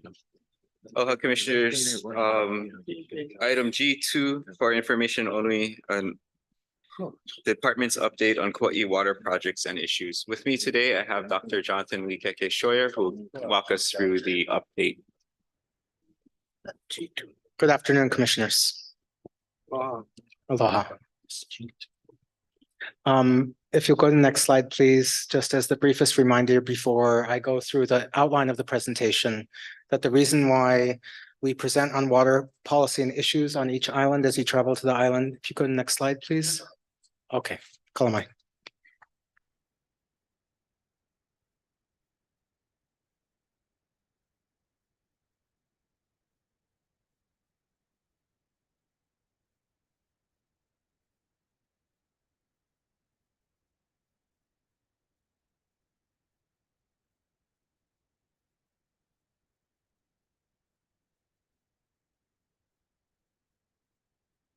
The image in the background of this slide and the next slide is of Pu'opai, one of two major reservoirs that will be rehabilitated as part of the West Kauai Energy Project that will both provide flow through and pump storage renewable energy in West Kauai, as well as provide the delivery and infrastructure to allow for the implementation of the Pu'opai settlement plan.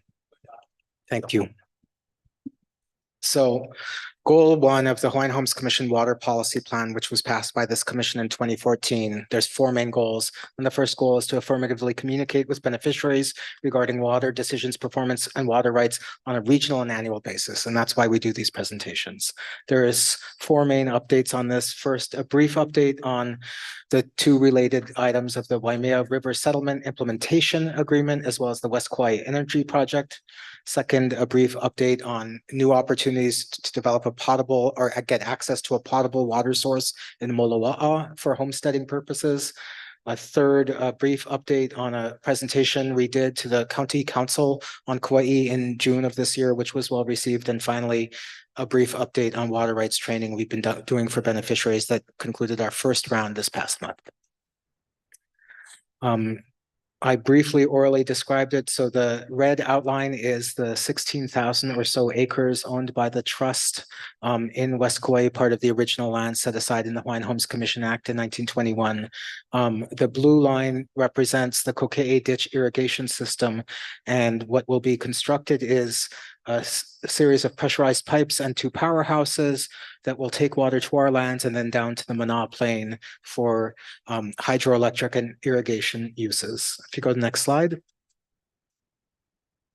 and click through progress that we have made. Final environmental assessment and finding of no significant impact, or FEA and FONSI, for the Pu'opai settlement project has been published a couple of years ago. So we're actually, in that sense, ready to go with our settlement plan. A final environmental assessment and FONSI was also published last year for the West Kauai Energy Project, which is a joint project of the Kauai Island Utility Cooperative. We have representatives with us today, including their CEO, as well as their project partner, AES. The asterisk is that final finding of no significant impact has been challenged in court. So it's unsettled right now, but we've continued to work with beneficiaries as well as with KIUC on preparing for that project to go forward and be successful. One of those elements is to develop a drought implementation program. So while we have a reservation from the Water Commission for about 7 million gallons a day of water, to provide irrigation water to our lands at Pu'opai. 70 million gallons a day represents an average flow. In the driest parts of the year, there won't always be that much water that's flowing through the entire project because there will simply be not enough water after providing for stream flow in the streams diverted by this project. So working with KIUC and beneficiaries, we're starting the development of a drought management plan to how do you deal with when there's just not enough water in the entire system. Finally, I'll just note there have been ongoing concerns over whether or not the historic West Kauai River Settlement Agreement is being properly implemented. Earlier this month, Earth Justice, on behalf of their clients, did file a complaint in front of the Commission on Water Resources Management and have requested that the CWRM or the Water Commission hold additional hearings to see whether or not all the project partners, particularly the Agribusiness Development Corporation and others, have faithfully executed their commitments in the agreement. We're still very hopeful that all these differences can be resolved and the project will move forward, which will represent the opportunity to use these lands for homesteading purposes for the first time since 1921, with the exception of a few small pastoral lots. If you go to the next slide, please. Out there. So how do we resolve that? Thank you very much, Chairman.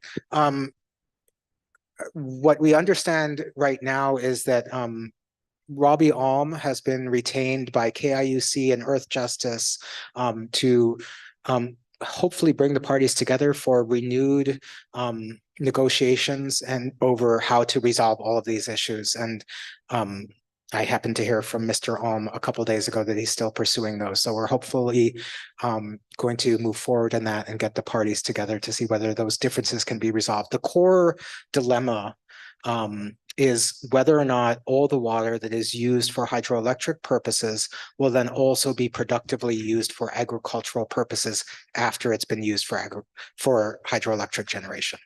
So I think the dispute and resolution of the dispute will center around those issues. Well, we've got what, 13 or 14,000 acres of DHHL lands that needs to be irrigated also, so we can make it productive again.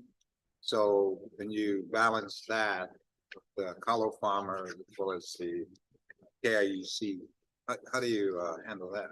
Or is there enough, or is it a drought plan that we can anticipate without a doubt? Thank you, Chair, for the question.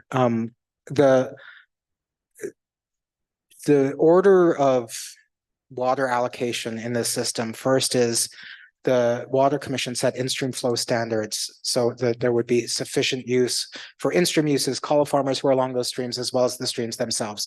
That amount is already set by the Commission and is not going to be changed. The drought planning really deals with, for the water that's diverted off stream, how do you deal with water when there's less of it in a time of drought? In terms of this overall dispute, part of the water will be the up to 6.9 million gallons a day used by our beneficiaries in and around Pu'opai. And there's not a question about whether that water will be productively used for agriculture. But a portion of the project also delivers water down to the Mana Plain. And the question is, will the water on the Mana Plain be productively used for agriculture? That's the question that's been raised by some of the parties. And Mr. Bisson and other people are here, who could also address some of those comments. I'd like to make those lands productive. Obviously, the water is key. Yes. But is that a realistic thought, or that there's just not enough water to go around? So I will say, in terms of many of the 16,000 acres we have are steep ridges or gullies. So the amount of water that we've requested roughly corresponds to the historic footprint of what was cultivated in sugar during the plantation era. There is not enough water from these rivers to cultivate all 16,000 acres of land set aside in the Act. how much could we cultivate realistically? We believe we can cultivate approximately, I think it was 3,000 acres with the 6.9 million gallons a day that were set aside by the Water Commission in response to our reservation request. So the 16,000, we're only going to irrigate 3,000. Is that what you're saying? That's our initial request, and that's how much has been set aside for us. We did very much specify in the settlement agreement, which was signed by the previous chairman, noted that we're not limiting our future requests, but we were asking for 6.9 million gallons at this time to effectuate our settlement plans. We could go back more for later. Yeah, that doesn't really make our lands that productive. Only 3,000, 16 or 18,000. Not good, I don't think. Well, it's 3,000 more acres than the department and the commission have been able to cultivate since the inception of the act. Without the West Kauai project, the energy project, the department would have had to make those improvements to the system, make improvements to the reservoirs, make improvements to the roads. This is really a great opportunity for us to provide homesteading opportunities on lands that we've had since the inception of the Hawaiian Homes Commission Act, but haven't been able to. Getting the water reservation for 6.9 million is a start. It's a good start. If the department seeks to make more lands productive in Waimea in the future, as Jonathan said, we can always go back and ask the Water Commission for additional water reservations. But you said that for the kalo farmers, that's so you got to work off of the net, whatever's left over. So is that negotiable also with the kalo farmers, the allocation is, or no? I think what Jonathan was trying to articulate was that there are public trust uses, which include the kalo farmers and the in-stream uses. Other public trust uses includes the department's water needs, but then there are also non-public trust uses of water that if the department were to go back to the Water Commission, additional water would come from the non-public trust uses. If I may, the chair, but your fundamental observation that we have more land than we have water available is correct and is not just applicable to these lands, but many of the lands set aside by the Hawaiian Homes Commission Act. It's my understanding that these sugarcane lands used to be very, very productive. So, obviously I don't want to grow sugarcane, but I do want to create a revenue stream as well as a product that maybe goes to the sustainability ag-wide of our communities. So we can get and elevate our production by making these very fertile, at least historically fertile land productive again. Why not? Yes, and the hope is really that this project not only gets Kauai closer to its renewable energy goals, it provides a very meaningful revenue stream to the department through its lease and creates homesteading opportunities with a third party providing most of the core infrastructure to get our beneficiaries onto the land. But the key and the initial step that really is mandatory in order to make this happen is to work with KIUC and get their project going. That's pretty clear. Without the success of the West Kauai Energy Project, this commission would have to go back to ground zero to find both the planning and the revenue sources to build out the settlement plan at Pu'opai.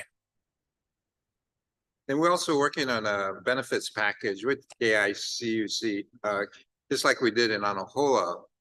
So, we're trying to put that together. And I'm thinking some of that funding can go to help the Native Hawaiian beneficiaries in that homestead community in Kekaha and the rest of the island. I don't know. They were very responsive with the PV plant that they produced in Anahola, and that's a really good benefits package that they committed to. So we want to do that similarly.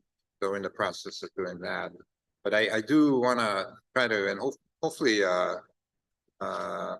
Robbie Arm can kind of get this thing resolved, but in whatever way we can step up. And I think part of it is educating these kalo farmers that there's more than just kalo farming. There's a lot of other stuff with respect to our homesteading program that very dependent upon the success of the hydroelectric system.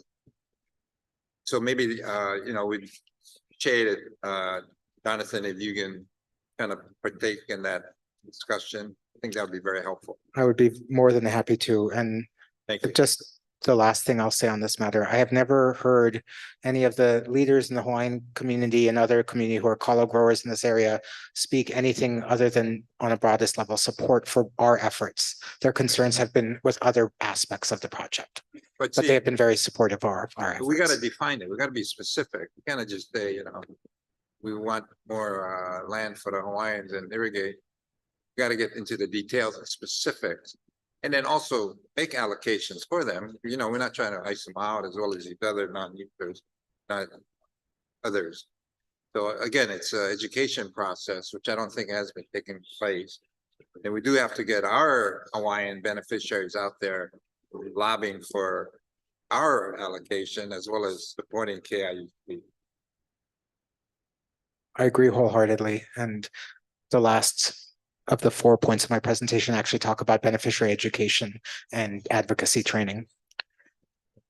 Very briefly, the upper edge of the slide in yellow, you see our land tracts at Moloa'a, north of our lands at Anahola. If you'll click through on the bullet points, just briefly, we have 316 undeveloped acres in our existing plans. We have plans for 47 3-acre homestead lots and 86 general agricultural acres.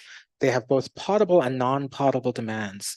Developed during the plantation era by the plantation at the time, a state well was drilled in the forest reserve. It's a very productive water well. It is currently on a revocable permit to a private landowner adjacent to it.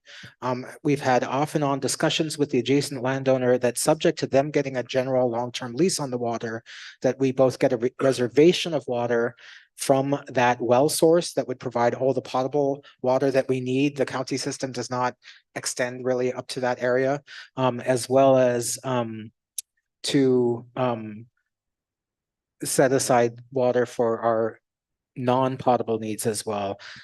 We've recently re-engaged with the landowner after the landowner reached out to us, so we're continuing those conversations. If you go to the next slide. Actually, in response to the beneficiary advocacy of Sherry Cummings in front of the Kauai County Council, when there was what could have been seen as a sort of routine matter over another member being appointed to the Kauai Board of Water Supply, very articulate and passionate testimony was given to say, why don't we have a homesteader or DHHL representative on the Board of Water Supply for Kauai, which is also a point that's been raised on other counties as well as with the Commission on Water Resources Management. This led to an invitation led by council member and beneficiary Kipukai Kuali'i to do a presentation to the Kauai County Council Committee of the Whole. So there was a presentation from Water Commission Deputy Cleo Manuel. I presented on behalf of the department, and the manager and chief engineer Joe Tate presented on the Department of Water Supply. We spent an entire morning with the county council.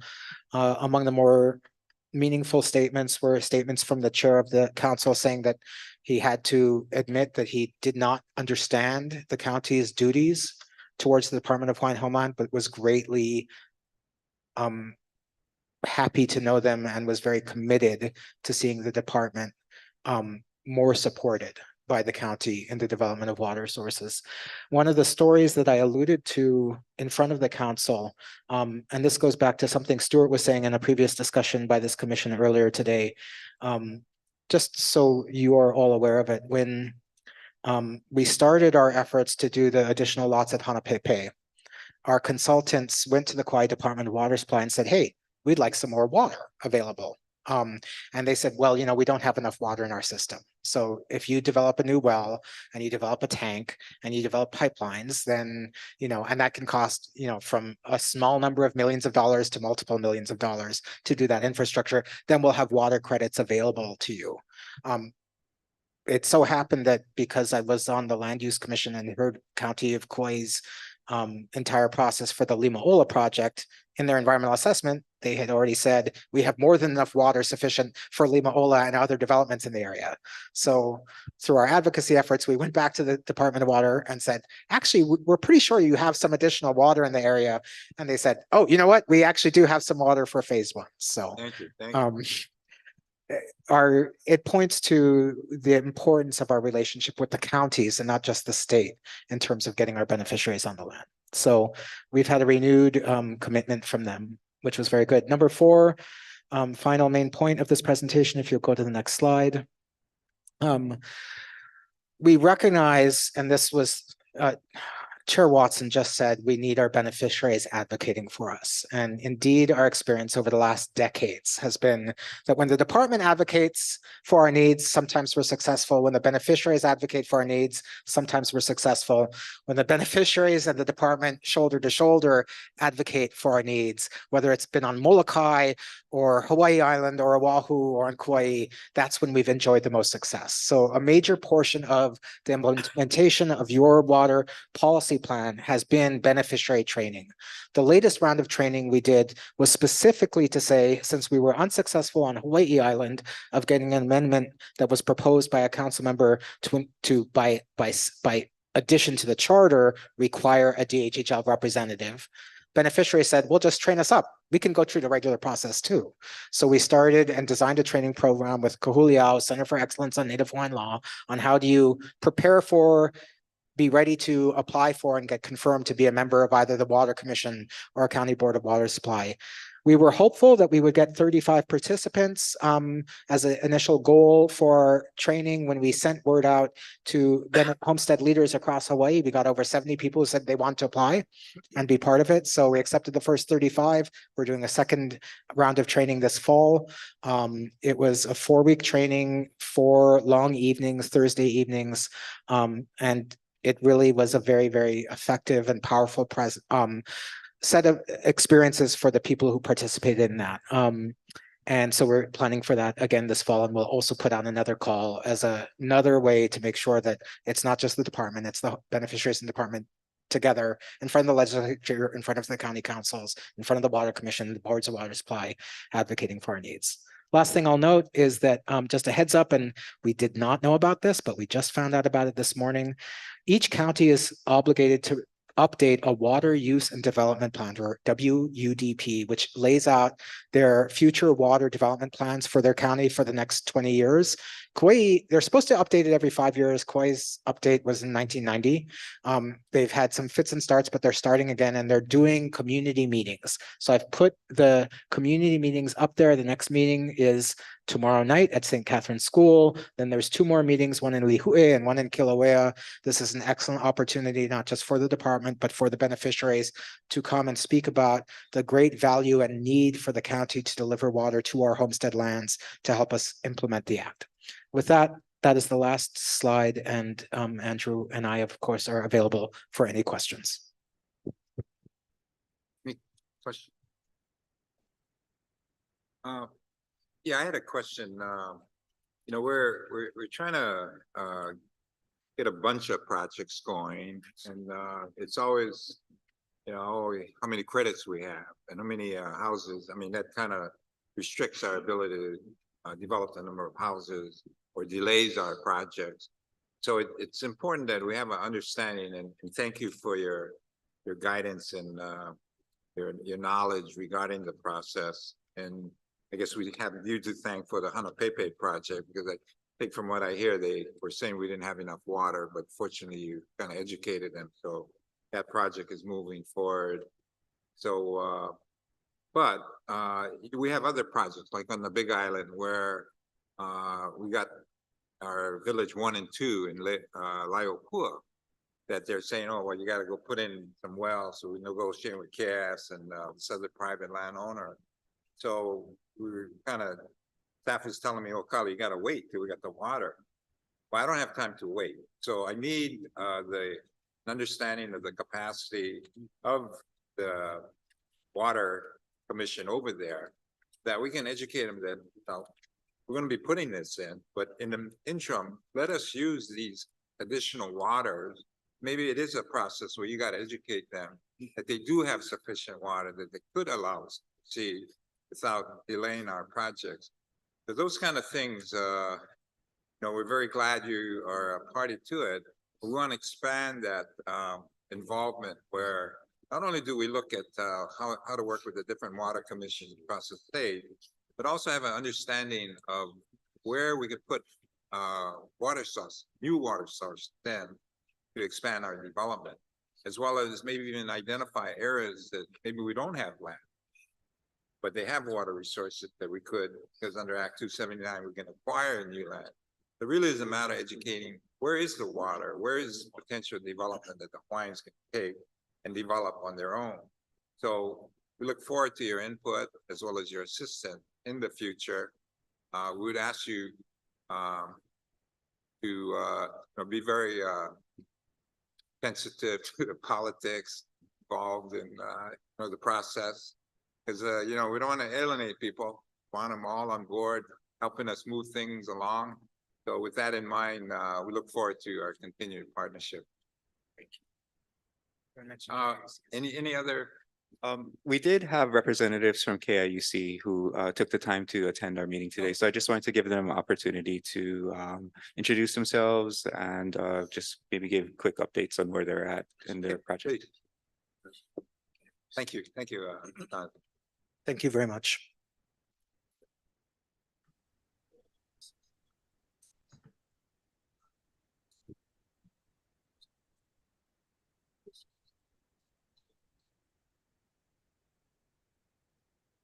Aloha, Chair and Commissioners.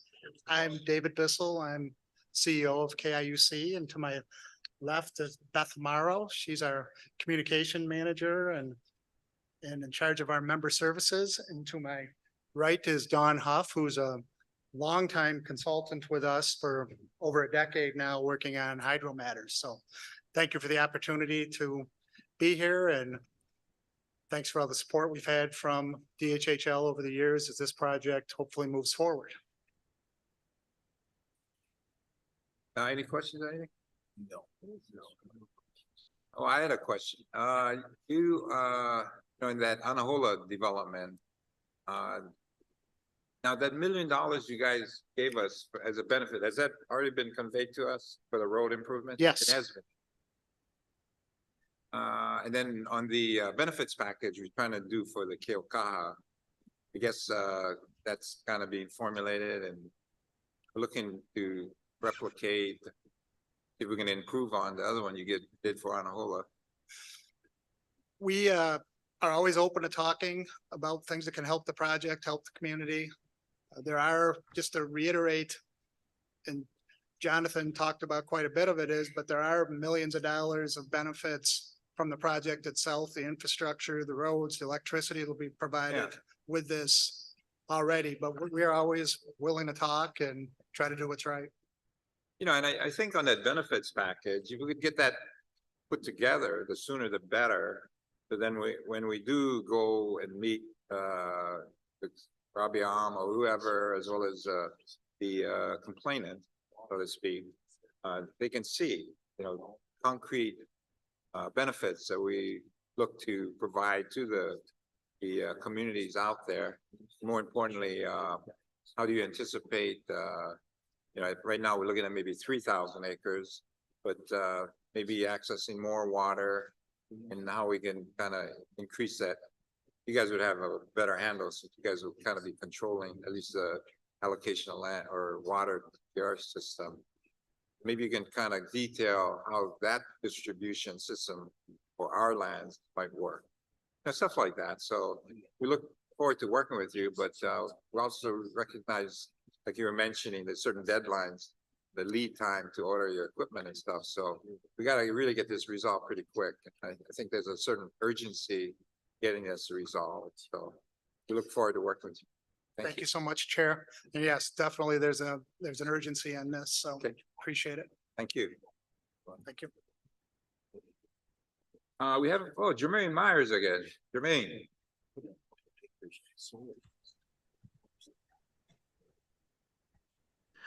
Hi, Chair. Okay. Just trying to get my video started. Chair, I have a point of clarification to ask you.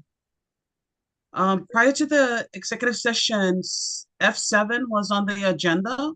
And then when you came back into open session, you didn't ask anything. You didn't say anything about what transpired with F7. I stayed in the meeting all the way till this time to hear about F7. Are you bringing it up later? Yeah, that was an executive session, so we had to discuss certain things regarding with our attorneys. But that's not, it's privileged. So we're not gonna disclose what was discussed other than in the general topic, which is required. So you're not There's no gonna take action. you're not gonna take open testimony regarding FYI on the F7? Oh, yeah, we can take testimony. You want to say something about it? Or not? Yes, I do. Can I share my screen?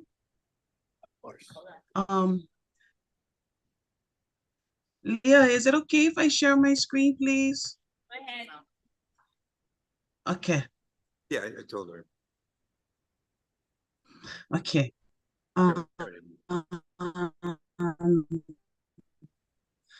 Is it this software? Yeah. Okay. And then, okay. So can you see my screen? Can you see my screen really. share? Oh, can you see the public? Can you see it now? Why don't you just tell Oh. us what you? Okay, so what I'm sharing with you is that when I looked at the information packet on F7, it stated it was, the purpose of it for this parcel was for public service facility to include use of additional acreage for new Anahola Hawaiian Homes Association commercial kitchen, EMU area, parking lot, open market, agriculture crops, and road access easement. I wanted to share that these are the kinds of projects that we in Nanakuli are in support of, because it allows for facilities for homesteaders to use. Chair, you were with me when we attended the Ahopua Nanakuli meeting. You weren't with me, but we were in the room at the same time when Ahopua or Nanakuli Association members had expressed that they're looking for a commercial kitchen or to have one in our community because for like Christmas on the Avenues, which had a great turnout during December. I remember also in Nanakuli Village, before it was built, when there were surveys, many people also asked for commercial kitchens. So I just wanted to bring that up to the commissioner's point that these are the kind of projects that associations are now looking for, because we have those needs for economic sustainability for small business owners with food that want to participate in craft fairs, etc., or various opportunities that come to fruition in our community. I was at July's meeting when Chair Ayla came and discussed this issue or regarding this particular agreement. And I wanted to share that I was really, really shocked that he came to speak about it. And most especially because, oh, where am I going? I'm trying to figure out a way to get my screen share. Anyway, what I wanted to, I'm not going to share my screen, but I can email you all what I had found. Basically, what I had found was that when Chair Ayla came last month, he brought up about, why was this agreement signed? And I was wondering, why would the chair come? He's no longer the chair, and asks about this. And so when I did some of my research, what I end up finding is that I took off my screen. What I end up finding is that Chair Ayla is actually a member of, he's a board director for Malama Anahola Elua, for a nonprofit.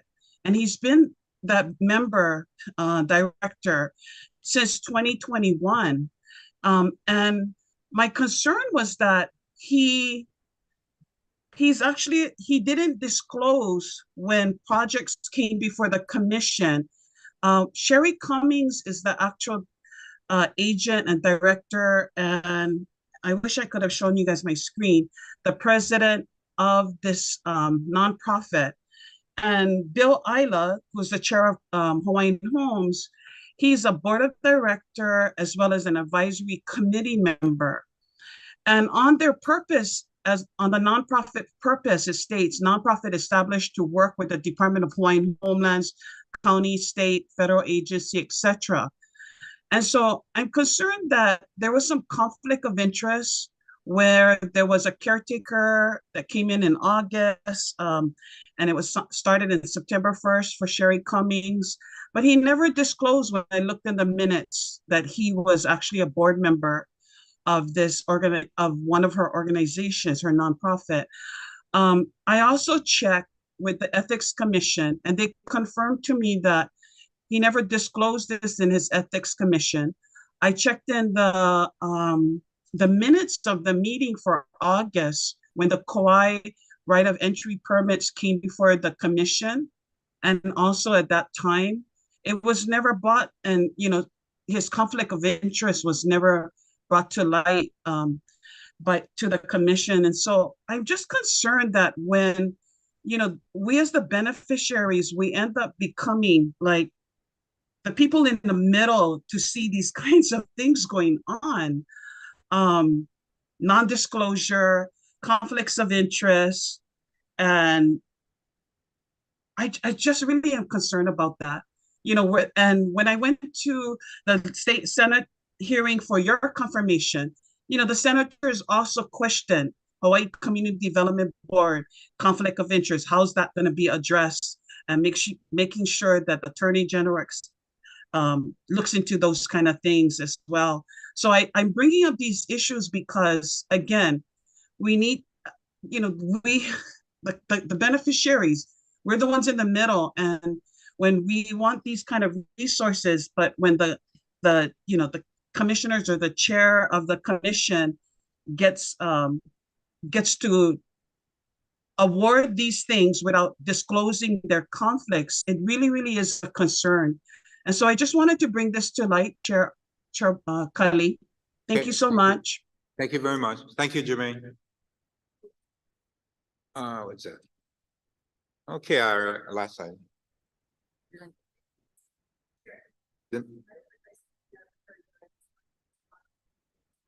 Okay, you got 3 minutes. So Sherry Cummings, Malamanahola for the record. There was no conflict regarding Bill Isla. So if Jermaine did her due diligence, she would have known that I was living on Oahu. I came back in 2023. I was the only agent in the DCCA, and she can check that owned Malamanahola and Malamanahola Elua. In 2023, I found out that the past treasurer, and I was going to talk about this, but she beat me to the punch, so now I get the opportunity. There was a default in 2020 and 2021, I believe. No one paid the annual filing. So in 2023, we paid the annual filing. I believe it was February of 2023. We did that at the First Hawaiian Bank. The gentleman there, he was the one that registered the DCCA. That's the only way we could actually pay for our annual filing and clear it and put ourselves in good status, was to take care of that 2 annual filing. My board is comprised of DHHL beneficiaries of the trust. I'm a Native Hawaiian beneficiary controlled organization. When it was disclosed to me by the member over at First Hawaiian Bank that I needed to put a third person on as a board of director, when I looked at my list, and I'll just tell you for disclosure, Bill Isla sits on my board effective 2023. He was the only person that I put on as a board of director in 2023. Okay. When we went ahead and we paid for our annual filing for the last 2 years in 2023, the DCCA takes the names and they post date it back to 2021. So he was not a part of this. He had nothing to do with this. When Paul, I told him, you're not going to retire. You get too much ike for us. I worked very well with him, and I asked him if he would consider. It was way after he was done that he decided. So I will disclose, Alan Murakami sits on my board. Bill Isla sits on my board. He's a relative of mine, the mayor, ex-mayor Bernard Carvalho, Ian Costa, George Costa, the late Dennis Izake, first-time generation homesteaders, Hauli Boy, Kyokibor Onelis, Lance Fu, and probably Patsy Sheehan will be coming on board. So there was no conflict of interest to say that Bill Isla had a conflict, because he did not become a board member until 2023. Mahalo. Okay. Thank you. That's not true. Chair Ayla, if you look at the documentation, DCCA acknowledged it was in October of 2021 that he became a The next board member. agenda item is G1, status update on plan implementation on the island of Kauai. Andrew? Aloha Commissioners, item G1 for information only. The planning office will give a status update on plan implementation on the island of Kauai. With me today, I have Nancy McPherson, who is the Kauai Island Planner for the department, amongst other things. Aloha Kako Commissioners. Stuart and Jonathan are very tough acts to follow, but I'm going to get through this as quickly as I can because I'm hoping we can get to Lily's presentation, which is going to be really, really good, I'm sure. So this is just a review quickly of our plans and their implementation status. Can we go to the next slide, please?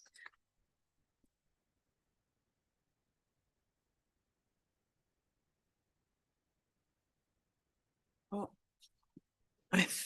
this is, we did update the general plan, as you've heard, and we are due for soon for a Kauai Island plan update. So I think you're all familiar with the planning system. So the plan was adopted in 2004. This is just a little review of the purpose of each plan. Our land use designations are an important tool to guide development to identify what is land needed for homesteading and what is land not needed for homesteading. And then there are also priorities for development in each island plan. Next, please. These are the 7 planning areas on Kauai. As was mentioned earlier, Waimea is the largest tract. I think it's at least 15,000 acres, but it's also in a very dry area. Anahola, Kamalomalo'o is in a nice wet area. So we also have a big, that's the second largest.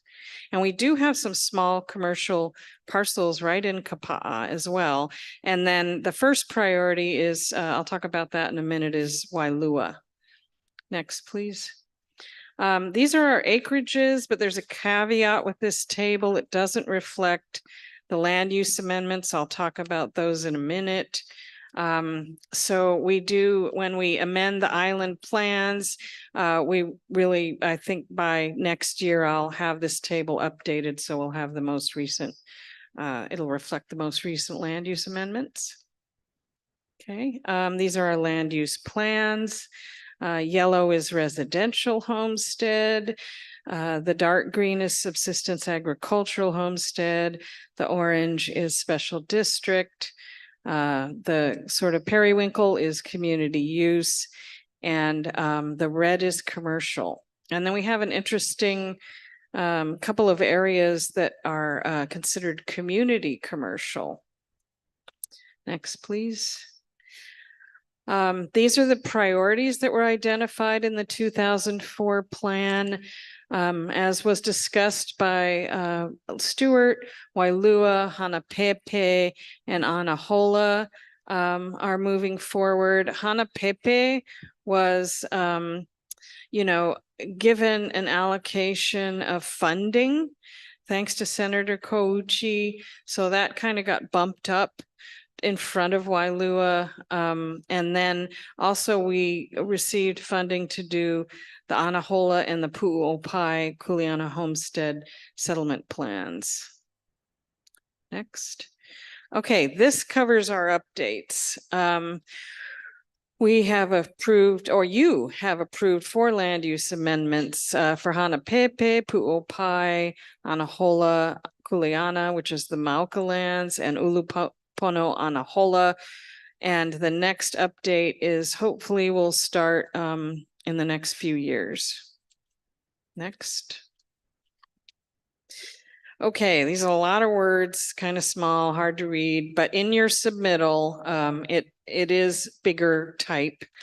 So I won't go through all of these, but we list the top priority projects for each regional plan area. and then describe their current status.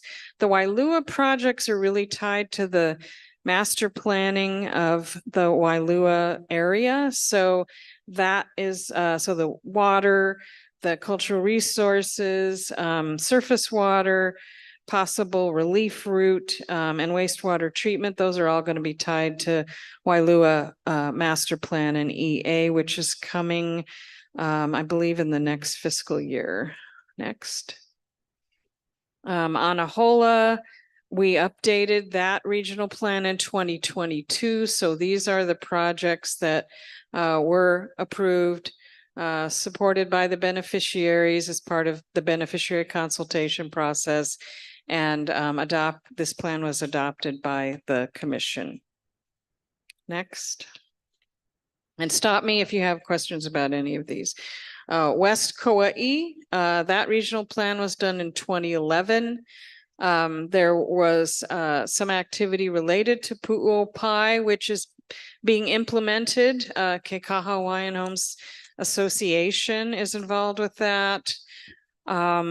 We also have the West Kauai Hawaiian Homes Association working on a multi-purpose evacuation center and shelter up off of Kokee Road. The Kekaha Enterprise Center was successfully completed and has been in use for a while. And we also have this wanting to do renewable energy with KIUC that was supported by the beneficiaries. It was, as was stated earlier, it's really a win-win scenario and is going to provide the infrastructure needed to settle that area. And then finally, we have ag uses for Hanapepe. So those lots, existing lots were enlarged, and there is going to be subsistence agriculture in the future phases of Hanapepe. So next. Oh, okay. So the regional plan update, we did our final event in October 2022. We had good attendance and good participation. Thank you to the district office staff for helping us out. And also a lot of our community leaders came out and participated. And so, as I said earlier, the commission adopted this regional plan. Oh, and thank you to Commissioner Nevis. He participated through the whole process and was a great cheerleader and got a lot of engagement. And that was approved in December of last year. So this is the list of the priority projects for that plan. I kind of went over them a little bit, but I'll go into more detail here. The surface water resources management plan, that's for non-potable. That was discussed earlier. It is going to be an interesting dance with the state dam safety regulations, but it sounds like Stewart and LDD folks are open to having that conversation. The beneficiaries came out very strongly in support of re-energizing the surface water systems in Anahola. So we'll work on that. There's also a proposal for a trades academy and a home building resource center that kind of needs to get going. And the Makai management plan, the department has worked with community organizations, and we have gotten budget approval for a Makai management plan for the entire coastline of Anahola. And that's going to be a very exciting project. We're really looking forward to that.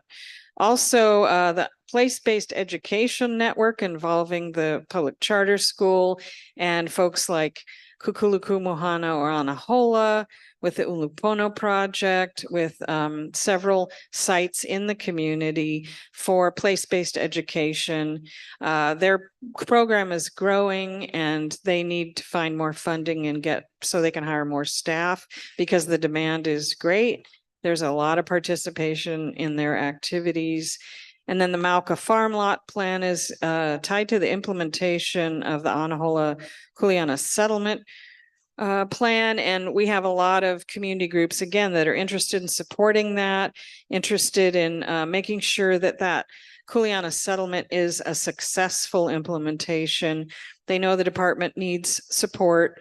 And so we really thank the Anahola beneficiaries for participating in the regional plan update and showing up and are willing to dedicate their time and secure grant funding and other kinds of funding to make these things happen.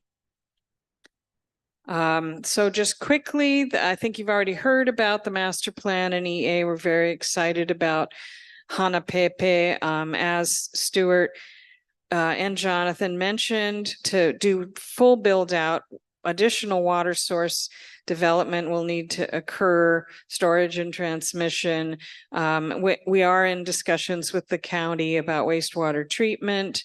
But this is a great opportunity and a great location. It's closer to job centers and, it's a beautiful site. So we're very excited about that. Next. And then again, the Pu'uopai Special Area Plan and Kuleana Homestead Settlement Plan.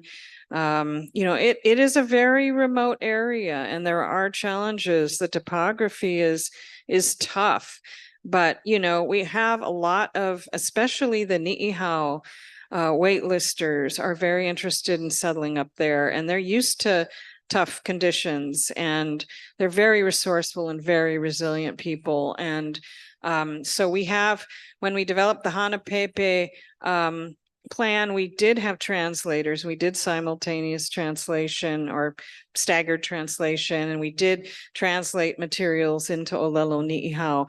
And so we're definitely interested in continuing that outreach in a bilingual fashion. So hopefully we can get that going.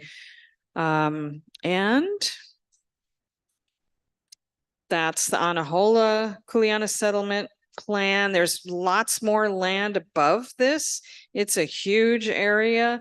So, I mean, this was like the 100-year plan if you did the whole thing. But, there is the potential for a lot of surface water resources and storage and community use. Our challenge is that the land is vacant and it's getting overgrown again. The albizia got removed, but without, any grazing or maintenance, it's really a struggle. So we're hoping to work with the beneficiaries to, get that maintained, secure, and get that surface water management going. And I think that's it. Any questions, members? Thank you very much. Thank you. Okay, we have come to the end of today's agenda. Thank you. Item G3 is deferred to the start of tomorrow's agenda. Mahalo for participating, for your time to be with us today. EHHL community meeting starts at 6:30 p.m. at King Kaumuali'i Elementary School located at 4380 Anamaulu Road, Lihue, Hawaii. We are recessed until 9:30 a.m. tomorrow morning. Thank you.